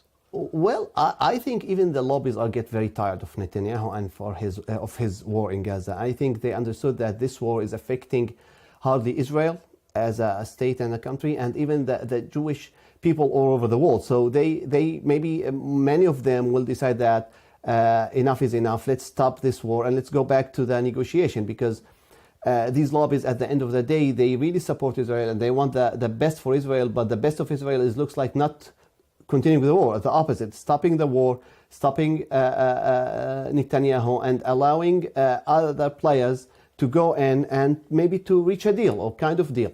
But until this happened, I think it's very clear to all the lobbies all over the U.S. that Netanyahu is really harmful to the Jewish people and to Israel in general. So maybe it's a good opportunity even for all of these lobbies. It is interesting that the news cycle will obviously change the focus on what people are watching and paying attention to, especially in the US, for example. But it does seem in recent weeks there's been a shift of focus away from the Israeli-Palestinian conflict in the news cycles. It seems that way. I don't know if you agree, but if so, what would you think is behind that? Well, I do agree, unfortunately, because this conflict is about 7 decades or more conflict. So there's ups and downs all the time. And especially also this war, the very unfortunate bloody war in Gaza is also for 1.5 years or more. So people are, for sure, they will get tired, will not keep following the same news all the time. So I think it is, and especially that at the end of the day, people are worried about their homes, they own groceries, they want to get a better life, they want to get a peace in the Middle East and somewhere else, but also they want to get peace inside their own homes and economy. Yes. Tapping into your experience and knowledge as an international human rights lawyer, there's a feeling among some commentators that ever since the Hamas attack of October the 7th, back in 2023, that Israel was given a free pass to pretty much do whatever it wanted to, obviously in the name of attacking Hamas and rooting out the terrorism. There's a lot of people who feel that now Israel is in conflict with international law and that humanitarian rights have been violated. Do you think that free pass has occurred, and do you think that still can carry on going on this way? Well, first of all, I think we should keep in mind that the Israeli-Palestinian conflict didn't start in October 7th. It was decades before that. And despite the unfortunate, horrible attack of October 7th, horrible things happened to the Palestinians before that and after that happening until today. Unfortunately, Israel used the self-defense as the only way just to keep killing as many Palestinians as possible, hoping that this killing will really allow it a path for victory. It's clear that the international law is allowing any country to defend itself, but there's a limit. They are killing people, innocent people, civilian people everywhere. They are targeting schools. They are targeting hospitals. They are targeting all the civilian infrastructure. So of course there's a lot of limitation that the international law is putting, and unfortunately the Israelis are keep passing these limitations and using the self-defense and claiming that or arguing that Hamas is using these infrastructure for their own interest. But I think the whole world is totally understand that Israel really passed the limitations. So technically it is. Israel is in violation of international law. They are. The actions in Gaza by Israel led to widespread protests in many countries, including the USA. And especially among universities and university students here in the USA. The way that the authorities reacted was to crack down. Do you think that Trump's policies on these crackdowns on the students and on the protests and on the deportations that are now occurring under the immigration crackdown, do you think that has actually curbed a lot of the protests, the potential for people to protest here? I believe they did. Many international students are really afraid now for their visas. Many new international students are really asking themselves if they need to come to the U.S. to continue studying. There's a lot of fear between international students, even American students as well, especially green card holders. So there's a lot of uncertainty here happening after this. I understand that protests should be peaceful, should not do any harmful to any people or any place, but they should, the administration should allow people to continue protesting and continue supporting the side they want as peacefully, but to keep the peaceful protest as much as possible. And the media is being targeted very heavily too. I wonder, in your opinion, especially from the legal perspective, has freedom of speech in the USA taken a real hit now? Well, I think it is, unfortunately. There's a lot of fear also at the same time. Many journalists are afraid to expose the reality on the ground. Many journalists are worried about what kind of facts they should put. Unfortunately now, as we were talking about this before, that many people are seeing news channels as opinion channels, and they follow the channels. They want to hear the opinions they are really believing or supporting. So this is something that by itself is very dangerous for the whole journalism, that we moved from the factual journalism to an opinion journalism, and there's no more something that divide both of them, and this is very risky, I think, to everybody. It has been reported that Israel announced a plan to take over a large part of Gaza and shift the population into the south area, into a small area in the south. Already it's a crowded and small place. What do you think Israel's ultimate aim is? Well, to be honest, I think since October 7th, Israel saw the attack as a very big opportunity to deal with Gaza and to try to transfer as many Palestinians from it as possible. And this is happening now more and more. I think the idea of Israel is to try to make the life inside Gaza impossible, and then to push the Palestinians of Gaza to travel or to migrate to any other third country. This is the idea. I think they are doing this. They understand this. Keep in mind that Gaza before the war was one, if not the most crowded place in the world. Even before the war, you could imagine what is happening now when you have 2+ million people living in a very small area without food, without clean water, without electricity, without all the infrastructure. So for sure, many Palestinians will prefer, unfortunately, to try to move away, not because they want to move away, but because this is the only option they have now. Well, there are those Israeli politicians who speak out in very hardline terms, one of them being the finance minister, Bezalel Smotrich, who has recently said in public statements he's vowed to basically totally destroy Gaza in the coming months, and he believes that the Palestinians will leave for other countries. So what do you see as the prospect for the people of Gaza in terms of where they could end up, and what prospect would they have of actually being able to stay? Well, I think before talking about Gaza, I think one of the Smotrich's biggest plans is the West Bank. The West, as a settler himself, he sees the West Bank as part of Israel. He's working even until now to create facts of the ground, to build more settlements inside the West Bank. And unfortunately, what's happening in the West Bank is getting under the radar of the media because of Gaza. Thousands and tens of thousands of Palestinians were transferred from refugee camps inside the West Bank. People are killed in the West Bank. There's a big closing of the streets in the West Bank and checkpoints everywhere. So Smotrich has kind of two plans. He has a plan for Gaza, and he has a big plan for the West Bank. I believe he want to really try to push Palestinians outside of the whole Palestine, not only from Gaza. If he can do it in the West Bank, he will do it. If he can do it in East Jerusalem, he will do it. If he can do it now in Gaza, he will do it. So he's working on steps. How do you regard the protests within Israel against the continuing conflict in Gaza, where those Israeli protesters believe that the interests of the hostages are not on the agenda, really, of Benjamin Netanyahu and Smotrich as well, that they are doing this in their own interest to keep themselves in power, and that the hostages come secondary to this? I think the Israeli Prime Minister himself said it clearly, and Smotrich said that our first priority is not the hostages, it's the defeating Hamas. And if we dig more, we understand that defeating Hamas, as even many Israeli ministers said, it's impossible because Hamas at the end is idea and a lot of people. So what will happen? This is a clear statement saying that we are not stopping the war at all, because there's no need to stop this war.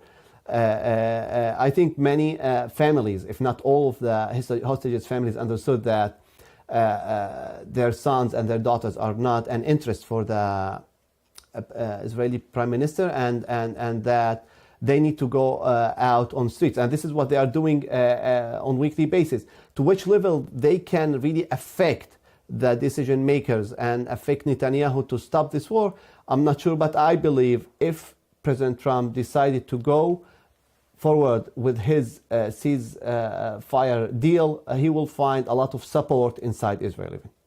There is discussion sometimes of the Hannibal Protocol. That's raised not very often. The idea that Israel actually has a policy that hostages can be sacrificed in order not to be held hostage politically themselves. Do you know anything about that? Yeah, it's a way that for the Israeli army in general, a dead soldier is much better than a hostage soldier. So the idea is to try to, if they have had the feeling that a soldier or a group of soldiers were taken and as hostages, the plan is to kill everybody, the hostages and the attackers. And it's the same happening even with the October 7th hostages. You can see that they are targeting, the Israeli army is targeting a lot of areas that it's clear that the Israeli hostages are there. So they are using even this procedure even in different situations. So the idea, it's clear that they prefer a dead soldier rather than a hostage soldier. As someone who's lived in Jerusalem, represented Palestinian interests in the Israeli courts and so on, there's a feeling sometimes that the story of the division within Israel isn't fully represented, that there are actually more people who would like to see a peace process move forward, and that this idea that, as you've said, there is division within Israel, but the idea that the country is united to a degree that is reported in the West is perhaps inaccurate. Based on what you experienced in Israel itself, what's your view? Well, I think more than half of the Israelis will prefer to have kind of a peace with the Palestinians and to stay away from any kind of military conflict with it. From my personal experience, I know so many Israeli Jews who are really supporting the Palestinians, who are supporting the Palestinians' right, who are supporting the two-state solution. So the problem is that the right wing in Israel is very loud, and especially the settlers. And because of this loudness, it's very hard to hear the other voices in the same room. So I know that from my own experience again that many Israelis will support a two-state solution proposal. The idea will be is to support this camp and to support even the Palestinian camp who support also the two-state solution and to allow this process to go on. Now, in terms of the latest happenings, Hamas has refused to negotiate now because of Israel's latest announcement that they want to move everyone in Gaza to the small strip to the south and essentially control the rest of it. Where does that leave the prospect of a peace settlement now? Is it pretty much dead in the water? Unfortunately, now it is, but to which things can change very easily if Trump will go and oppose his ceasefire on Israel to stop this mass deportation, to allow food and water to go inside Gaza. Maybe things will change in a few weeks or even a few months. But until this is happening, unfortunately, it is dead. Well, international aid agencies have said how bad the situation is. They've highlighted the humanitarian crisis that's occurring now in Gaza with starvation and extreme conditions for the population that is already heavily displaced. What are you hearing in terms of stories coming out of Gaza? How are people surviving? Well, to be honest, I don't know how they keep surviving until now. They have nothing, to be honest. They have nothing to eat. For about 50 plus days, all the crossings between Gaza and the whole world is totally closed. We hear that more than 70% of the Gazan people are living on dirty water even. They don't have access to clear water. All of this are showing that Israel is really passing the international law, and they need to stop this as soon as possible and to allow the Palestinians to live and allow the Gazans to go back to their kind of, I will not say normal life, because I don't think what kind of normal life will come after all 18 months of war. Well, Israel has said it would take over distribution of humanitarian aid. It would do it through private contractors. International aid agencies and the UN have actually said that this is against humanitarian principles. But surely actually having aid get through, whether the Israelis are controlling it or whether it's the agencies directly, isn't that a better option than not getting the aid through at all?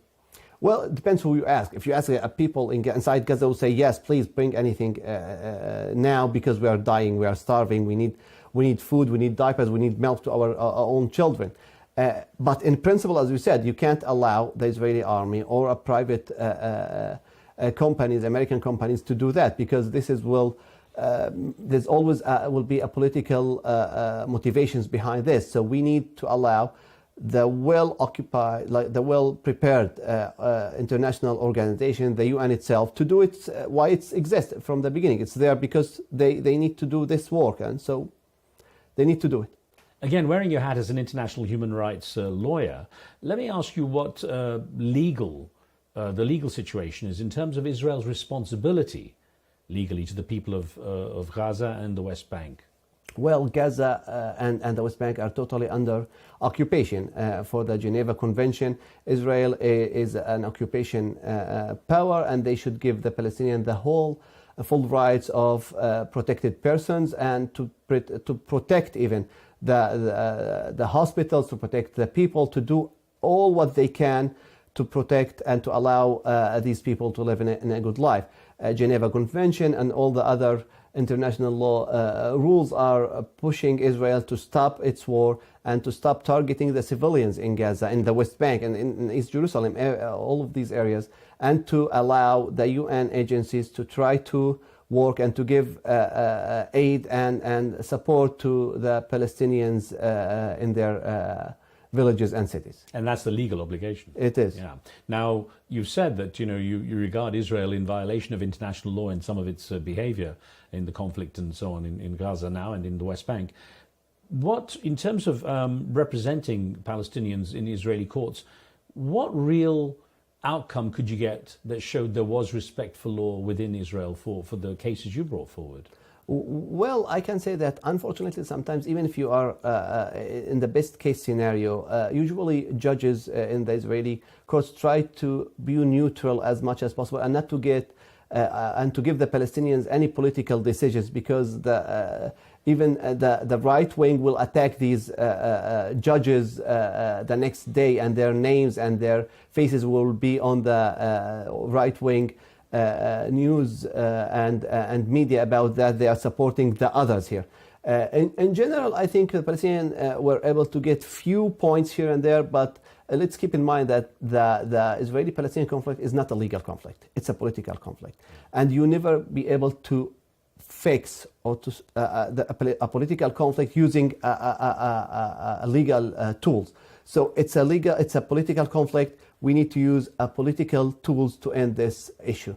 Courts sometimes can give you some points here, some good news there, but at the end, it's not really changing the big picture. The big picture means that you need to use a political tools, and a political tool means two-state solution, peace process, and ending the occupation.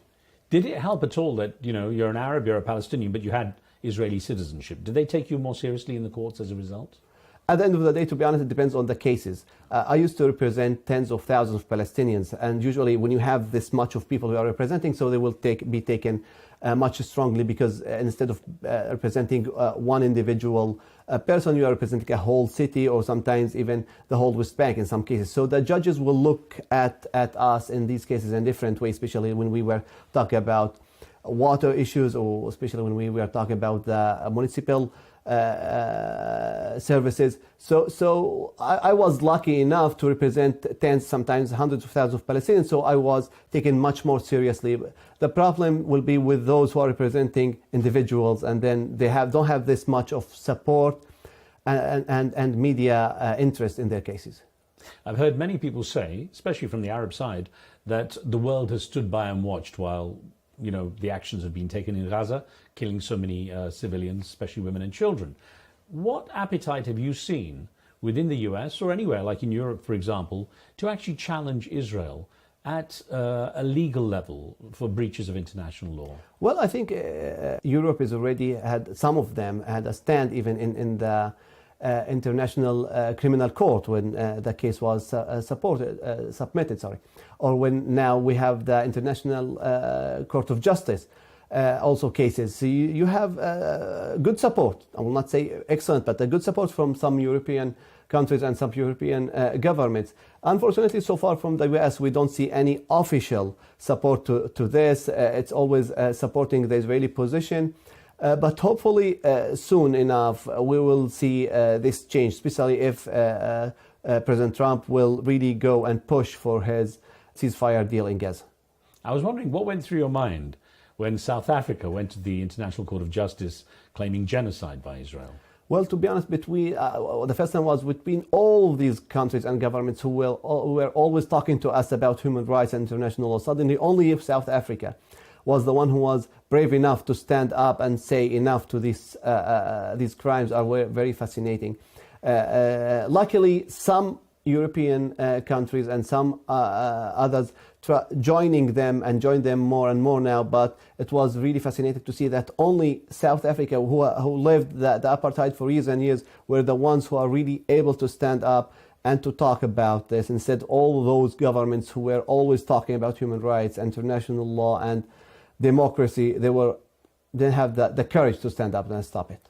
There are those who believe that South Africa is now being targeted for having taken this case to the ICJ.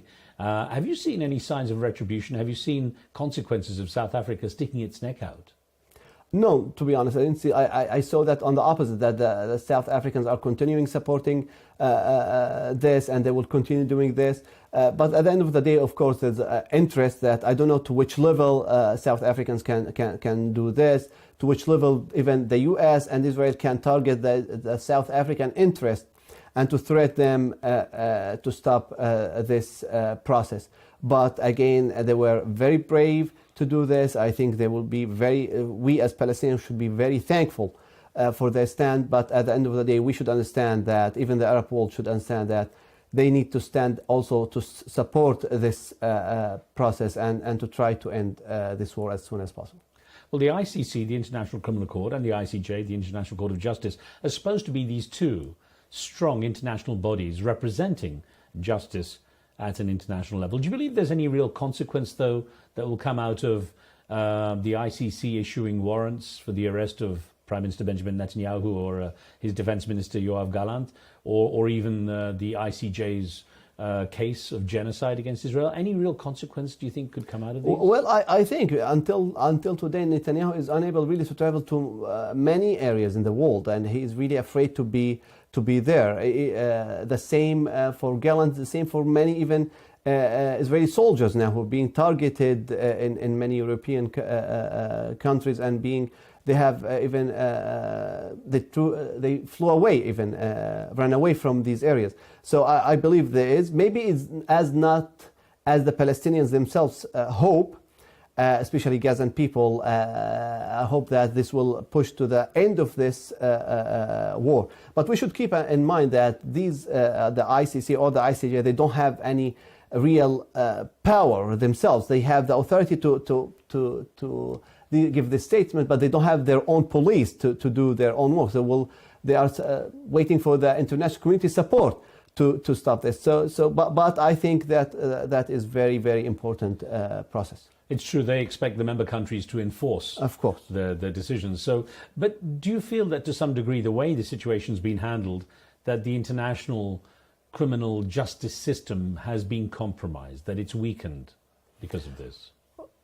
I think the simple answer is yes, because until now we can say that only leaders from Africa mainly were going to the ICC. So why suddenly, when we are talking about the Netanyahu, nobody is really have the courage to arrest him or to even to support this process.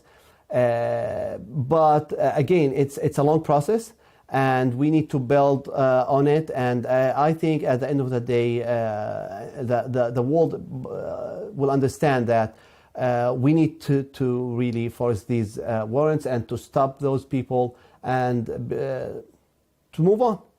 Well, the Israeli government almost universally condemns any criticism of its actions as being anti-Semitic. Can you see that perspective at all? Well, unfortunately, this is the only excuse now. Israel doesn't have, even they stopped using the self-defense more, and they are using the anti-Semitic argument more and more for anybody who's against them, to the level that sometimes if you are a Jewish yourself, or like myself, an Arab, as anti-Semitism myself, so it's a very sometimes funny, unfortunately, to see that you are attacking people by their own origin to say they are against themselves. But it's still a strong tool in their hands, and still is used widely and still is being accepted, unfortunately. So, but the world should understand that this should not continue the situation. And despite that, Israel, of course, has the right of self-defense, and we should stop any kind of attack against Jews or any Muslims or Christians because of their religion, that we should stop any war crimes from any side. There are those, like Professor Norman Finkelstein, who himself Jewish, is critical of the situation. He says the term anti-Semitic has been weaponized. Mm-hmm. I agree. I totally agree. Now, some have obviously described Israel's actions in Gaza and the West Bank as genocide or ethnic cleansing, and of course Israel strongly refutes such terminology. What words would you use to describe it? I will support that it's a genocide what's happening in Gaza. It's clear that they are pushing the people to over their limits. They are clear. They said themselves they're clearing areas. They want people to leave Gaza. So they want to stop. They already stopped food, water, medicals, everything. So what kind of other definition can we give instead of genocide? I don't find anything else. And of course, the term Hamas, the way it's been used now all the time, it's seen as a terrorist organization, has been listed by a number of countries as that. But there is a misunderstanding about the role Hamas plays in Gaza in general, isn't there?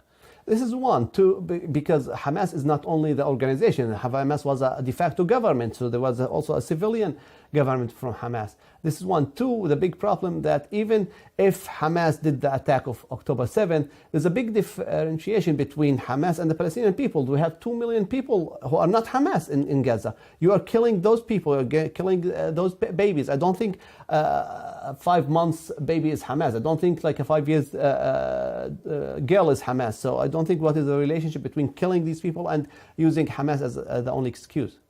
Now, of course, Israel's argument is Hamas is using the civilians as shields, and that they have to basically go through to attack the terrorists themselves.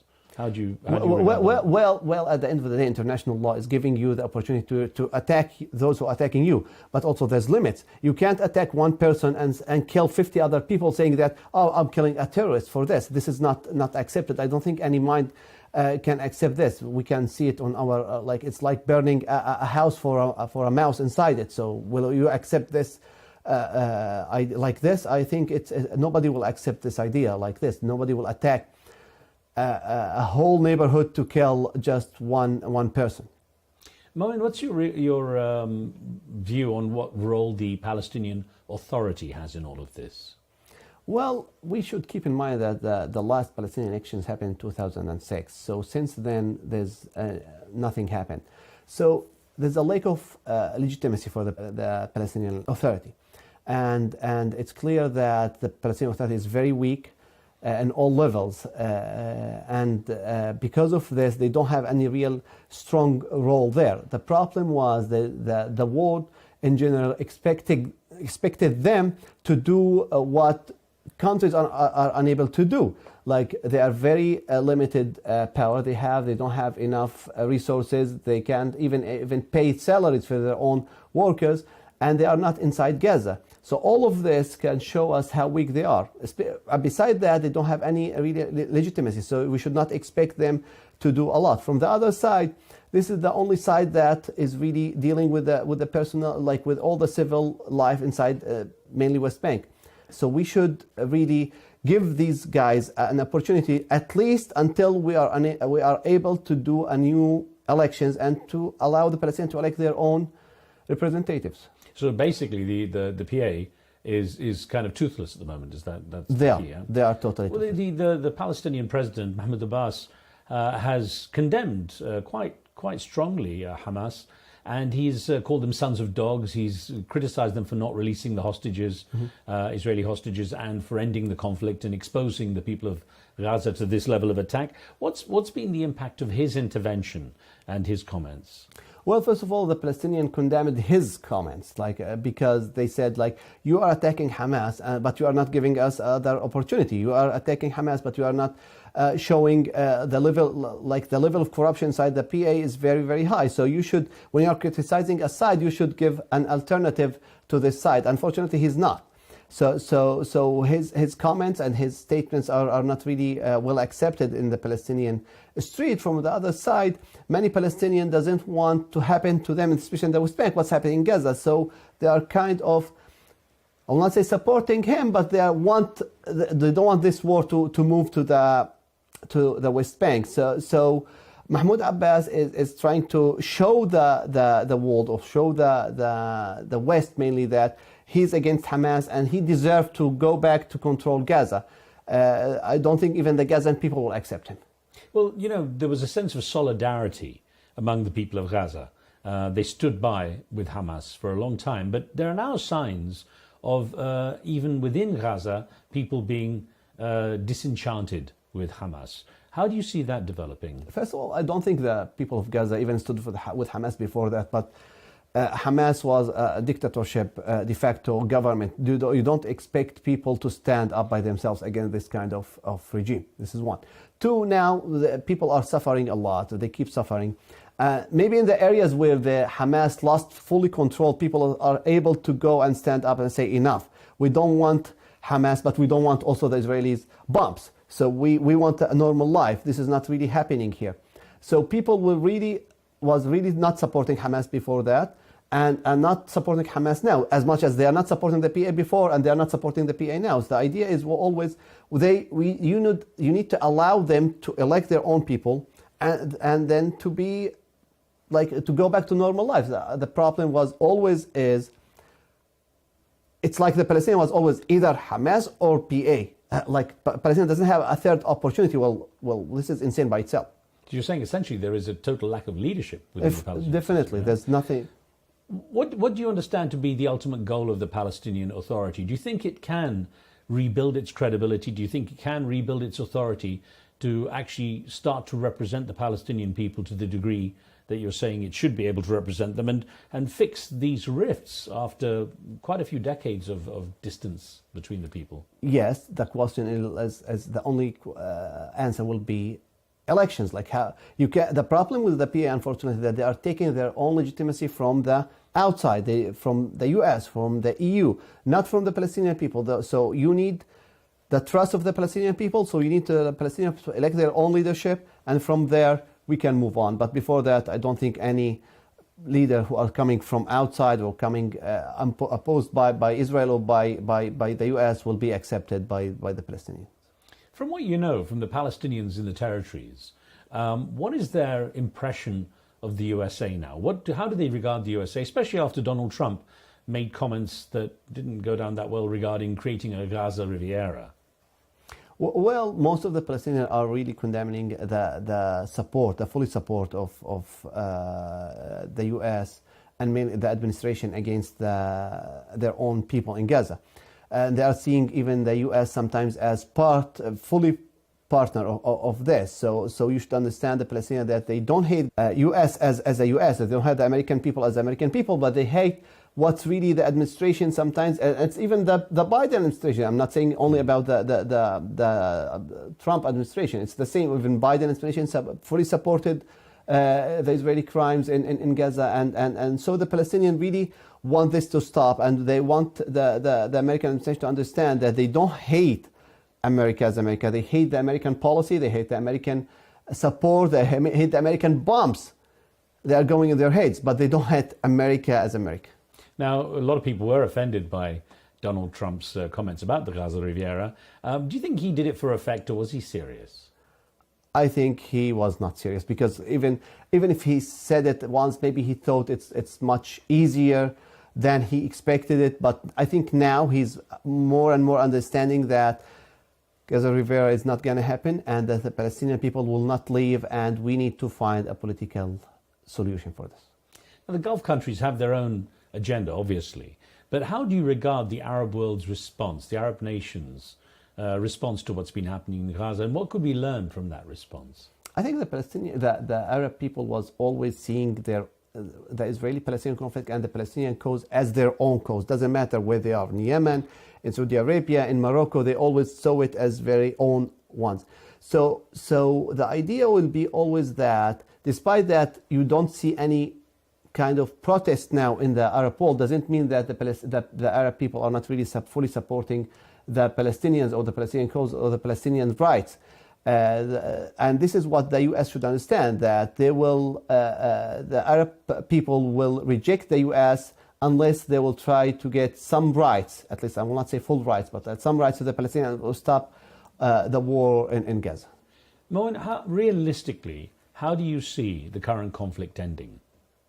Well, I'm not an optimistic guy by myself, but I think this war, as bad as it is, could be a very good opportunity for all the sides to understand that war will bring them to nowhere. And let's go back and sit down and talk to each other and to elect a normal leaders in both sides. Because even in the Israeli side, unfortunately, we have a right-wing government. So we are talking a lot about Hamas and the right wing as much as they are, but we don't remember that in Israel we have a right wing settlers government at the same time. But I believe that there's always an opportunity here to go back and to talk about peace and to end this conflict with two-state solution and to allow everybody to go and live in peace. You've pointed out that, as many people do, that this conflict did not start on October the 7th. In 2023, that it dates back 7 decades. But to what extent did the actions of Hamas on the 7th of October hinder the prospect of a Palestinian state becoming a reality? Well, there's two aspects here. From one side, you will find those who are very supporting Israel will say that this is a clear proof that giving the Palestinian a state will mean that another massacre against the Israelis.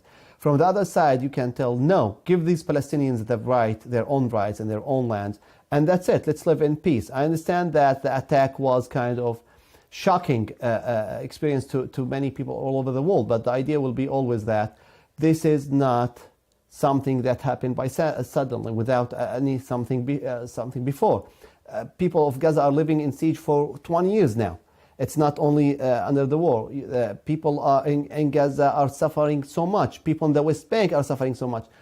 If you say no, so give me another solution. Like, it's not saying yes or no. Okay, what do you want? Do you want an apartheid state inside Israel? You want to transfer all the Palestinians to live somewhere else?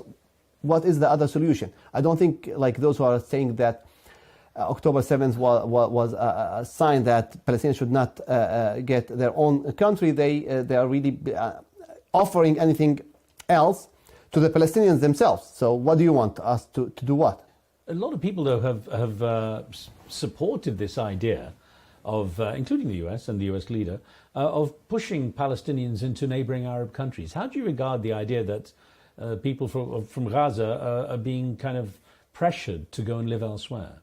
People of Gaza will never go to anywhere else. Like, it was clear, people of Gaza are saying this and will continue saying it, that we are not leaving here. We will continue living in Gaza.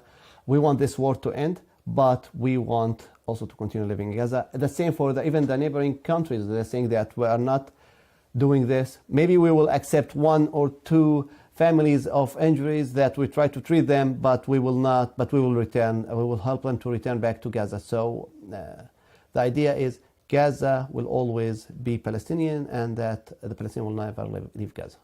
With the way the territories, West Bank and Gaza, have been broken up, is it feasibly possible now, in your opinion, to actually have a Palestinian state? Well, now in building bridges or tunnels is very easy to build, to connect Gaza and the West Bank with East Jerusalem. The big problem is that Israel is using the time through the war in Gaza to create facts on the ground in the West Bank, in East Jerusalem, to prevent this from happening. It looks like, as we were talking about Smotrich before, that he understands that the big battle is not in Gaza. The big battle is in the West Bank and is in East Jerusalem. And he's really working under the radar to change and create facts on the ground as soon as possible. So when the war in Gaza is stopped, the world will understand what happened in West Bank and in East Jerusalem. As a Palestinian, as someone who's followed everything so closely, what do you believe is the real prospect of getting a two-state solution? Well, first of all, I think we need to allow the Palestinians to elect their own leadership, because without an elected leadership, the Palestinians will never accept any kind of political solution. From there, the world should understand that without a Palestinian independent state, there will be no peace, and that giving the Palestinians ghettos here or autonomy there will not really work, because it happened and it didn't work before. So the idea, I think, is that first of all, we need to support the Palestinians for their elections. And I understand it's not easy now, but we should do that. And from there, it will be much more easier.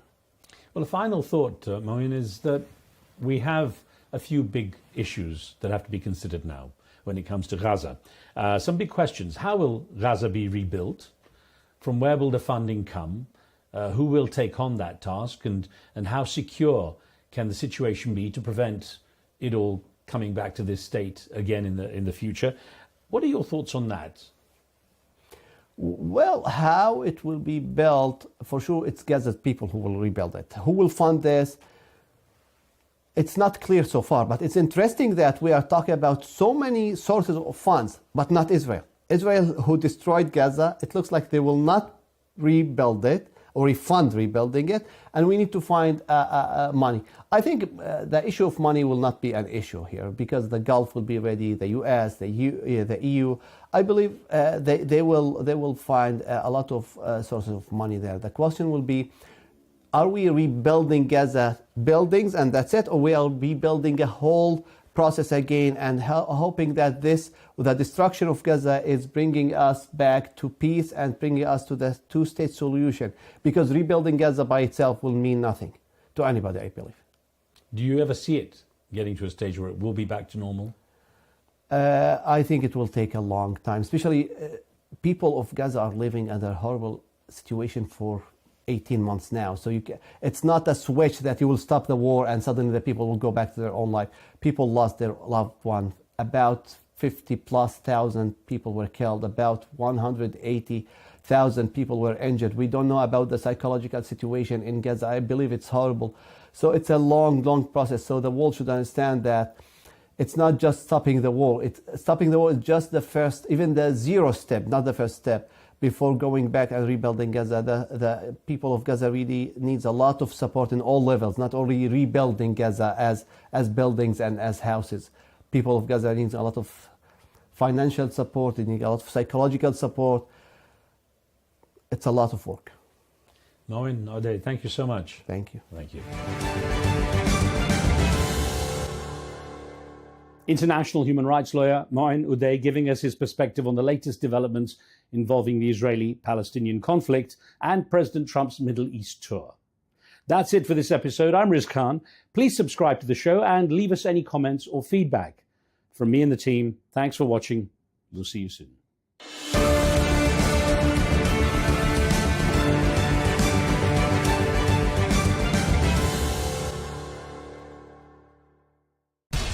We have to take care of our people, and we're going to take care of our people first. For in-depth analysis and all the latest developments across the globe, make sure you join us every weekday. President Trump is trying to negotiate a ceasefire. With so much happening, so much information, and so much noise, international law will have no part in his administration. It can be hard to keep track. Tariffs will just fuel inflation. We're going to fight these tariffs. But you can count on us to tell you what you need to know. We stand by your side. Join me, Tom Burges Watson, for Global News Today, right here on Al Arabiya News.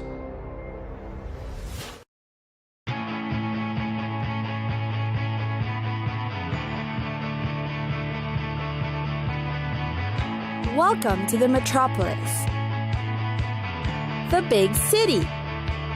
This is where tech, trends, and culture meet. Meet the people. See the sights. Walk the city streets. And experience the lifestyle.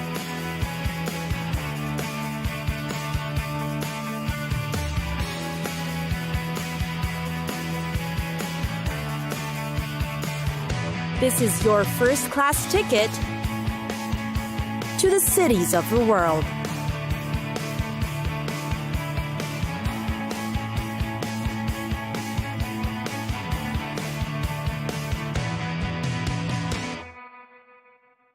Philadelphia. The fifth most populous state in America, Philadelphia. It is considered a consolidated city-county with a mix of history and culture to offer and a top study destination. What should we know about Philadelphia's history? For one, it is considered a bastion of American history. Founded in 1682 by William Penn. The Declaration of Independence was signed here, as well as the Constitution. In fact, the city was actually the nation's capital for 10 years when D.C. was under construction. Proof of the city's long-grown history are its iconic destinations.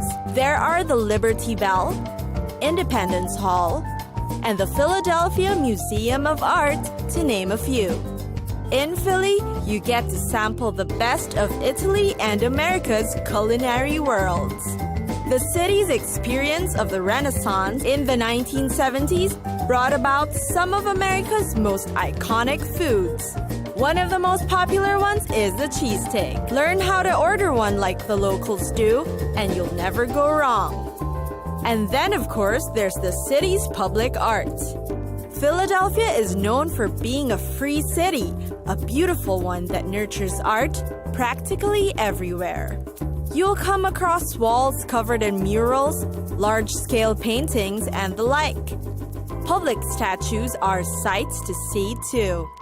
The city also imposes a mural arts program that commissions artworks in the city to discourage graffiti and at the same time beautify the surroundings.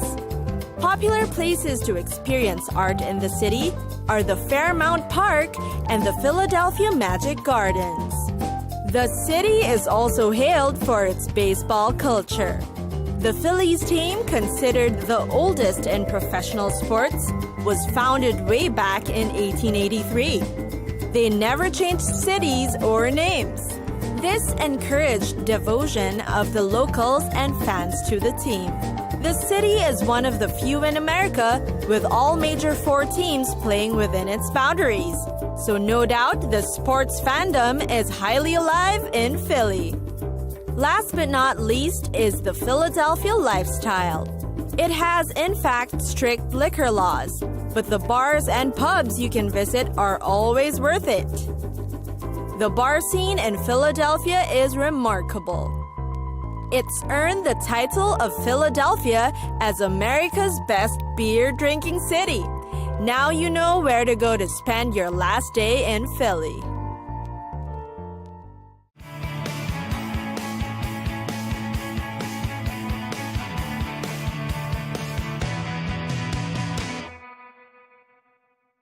Oslo.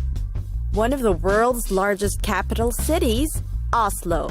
What's remarkable about the place is only 20% of the area has been developed, and the rest of it are parks, protected forests, hills, and lakes.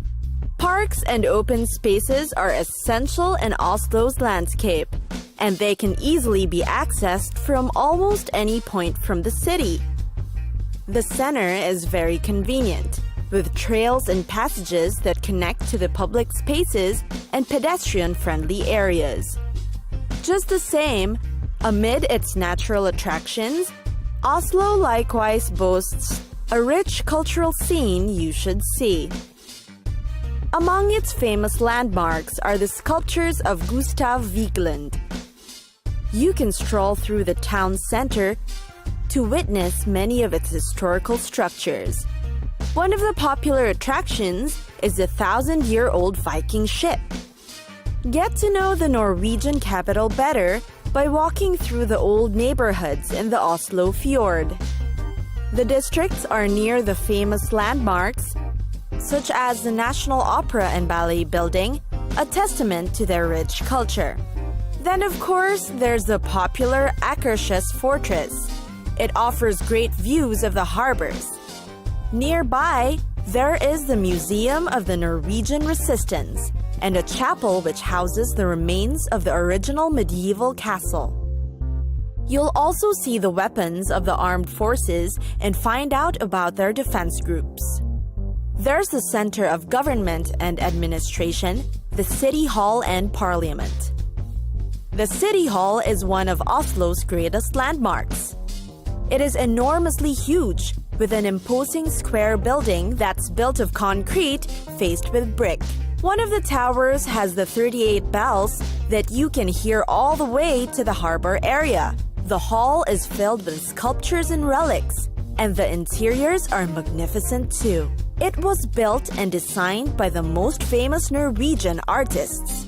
Parks and open spaces are the pride of Oslo, and one of the famous ones is the celebrated Vigeland Sculpture Park. You'll be amazed at its lush green grounds that are decorated with figures of bronze, granite, and forged iron. These figures represent human emotions from happiness to despair.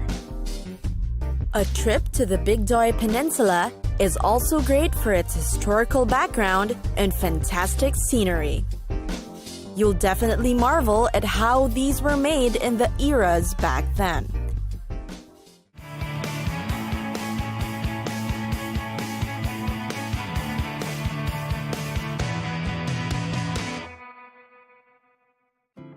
Montreal.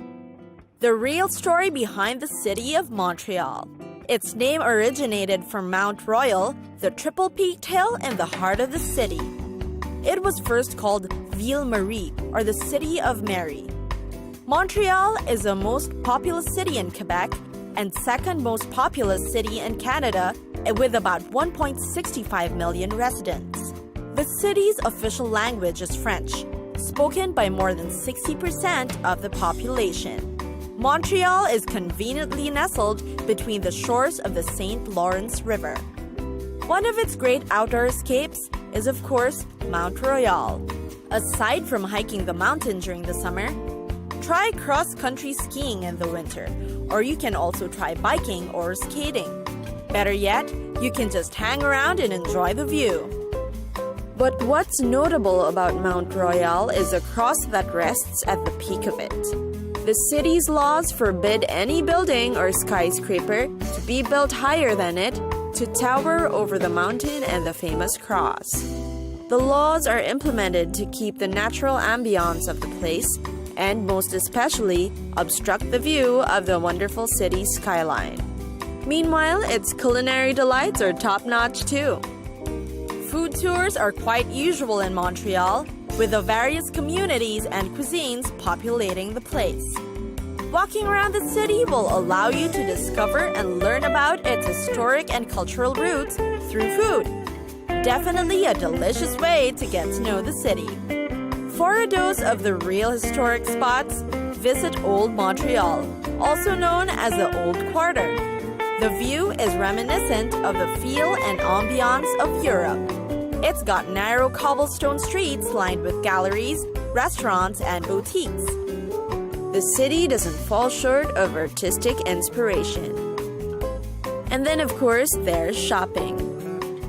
Here in Montreal, it's considered a sport, and one must shop with a passion. Score great bargains as the city offers some of the most creative designs from the best in Canada. In fact, the people of Montreal like to pride themselves for their impeccable taste and thriving fashion city. St. Catherine Street is where you'll find some of the best international brand names. All the major shopping centers can be found there. And last but not the least, the city is, oddly enough, also known for its best spa treatments. There's even one that floats on the St. Lawrence River. So good, you can in fact spend an entire day in it. It's a great way to cap off your trip.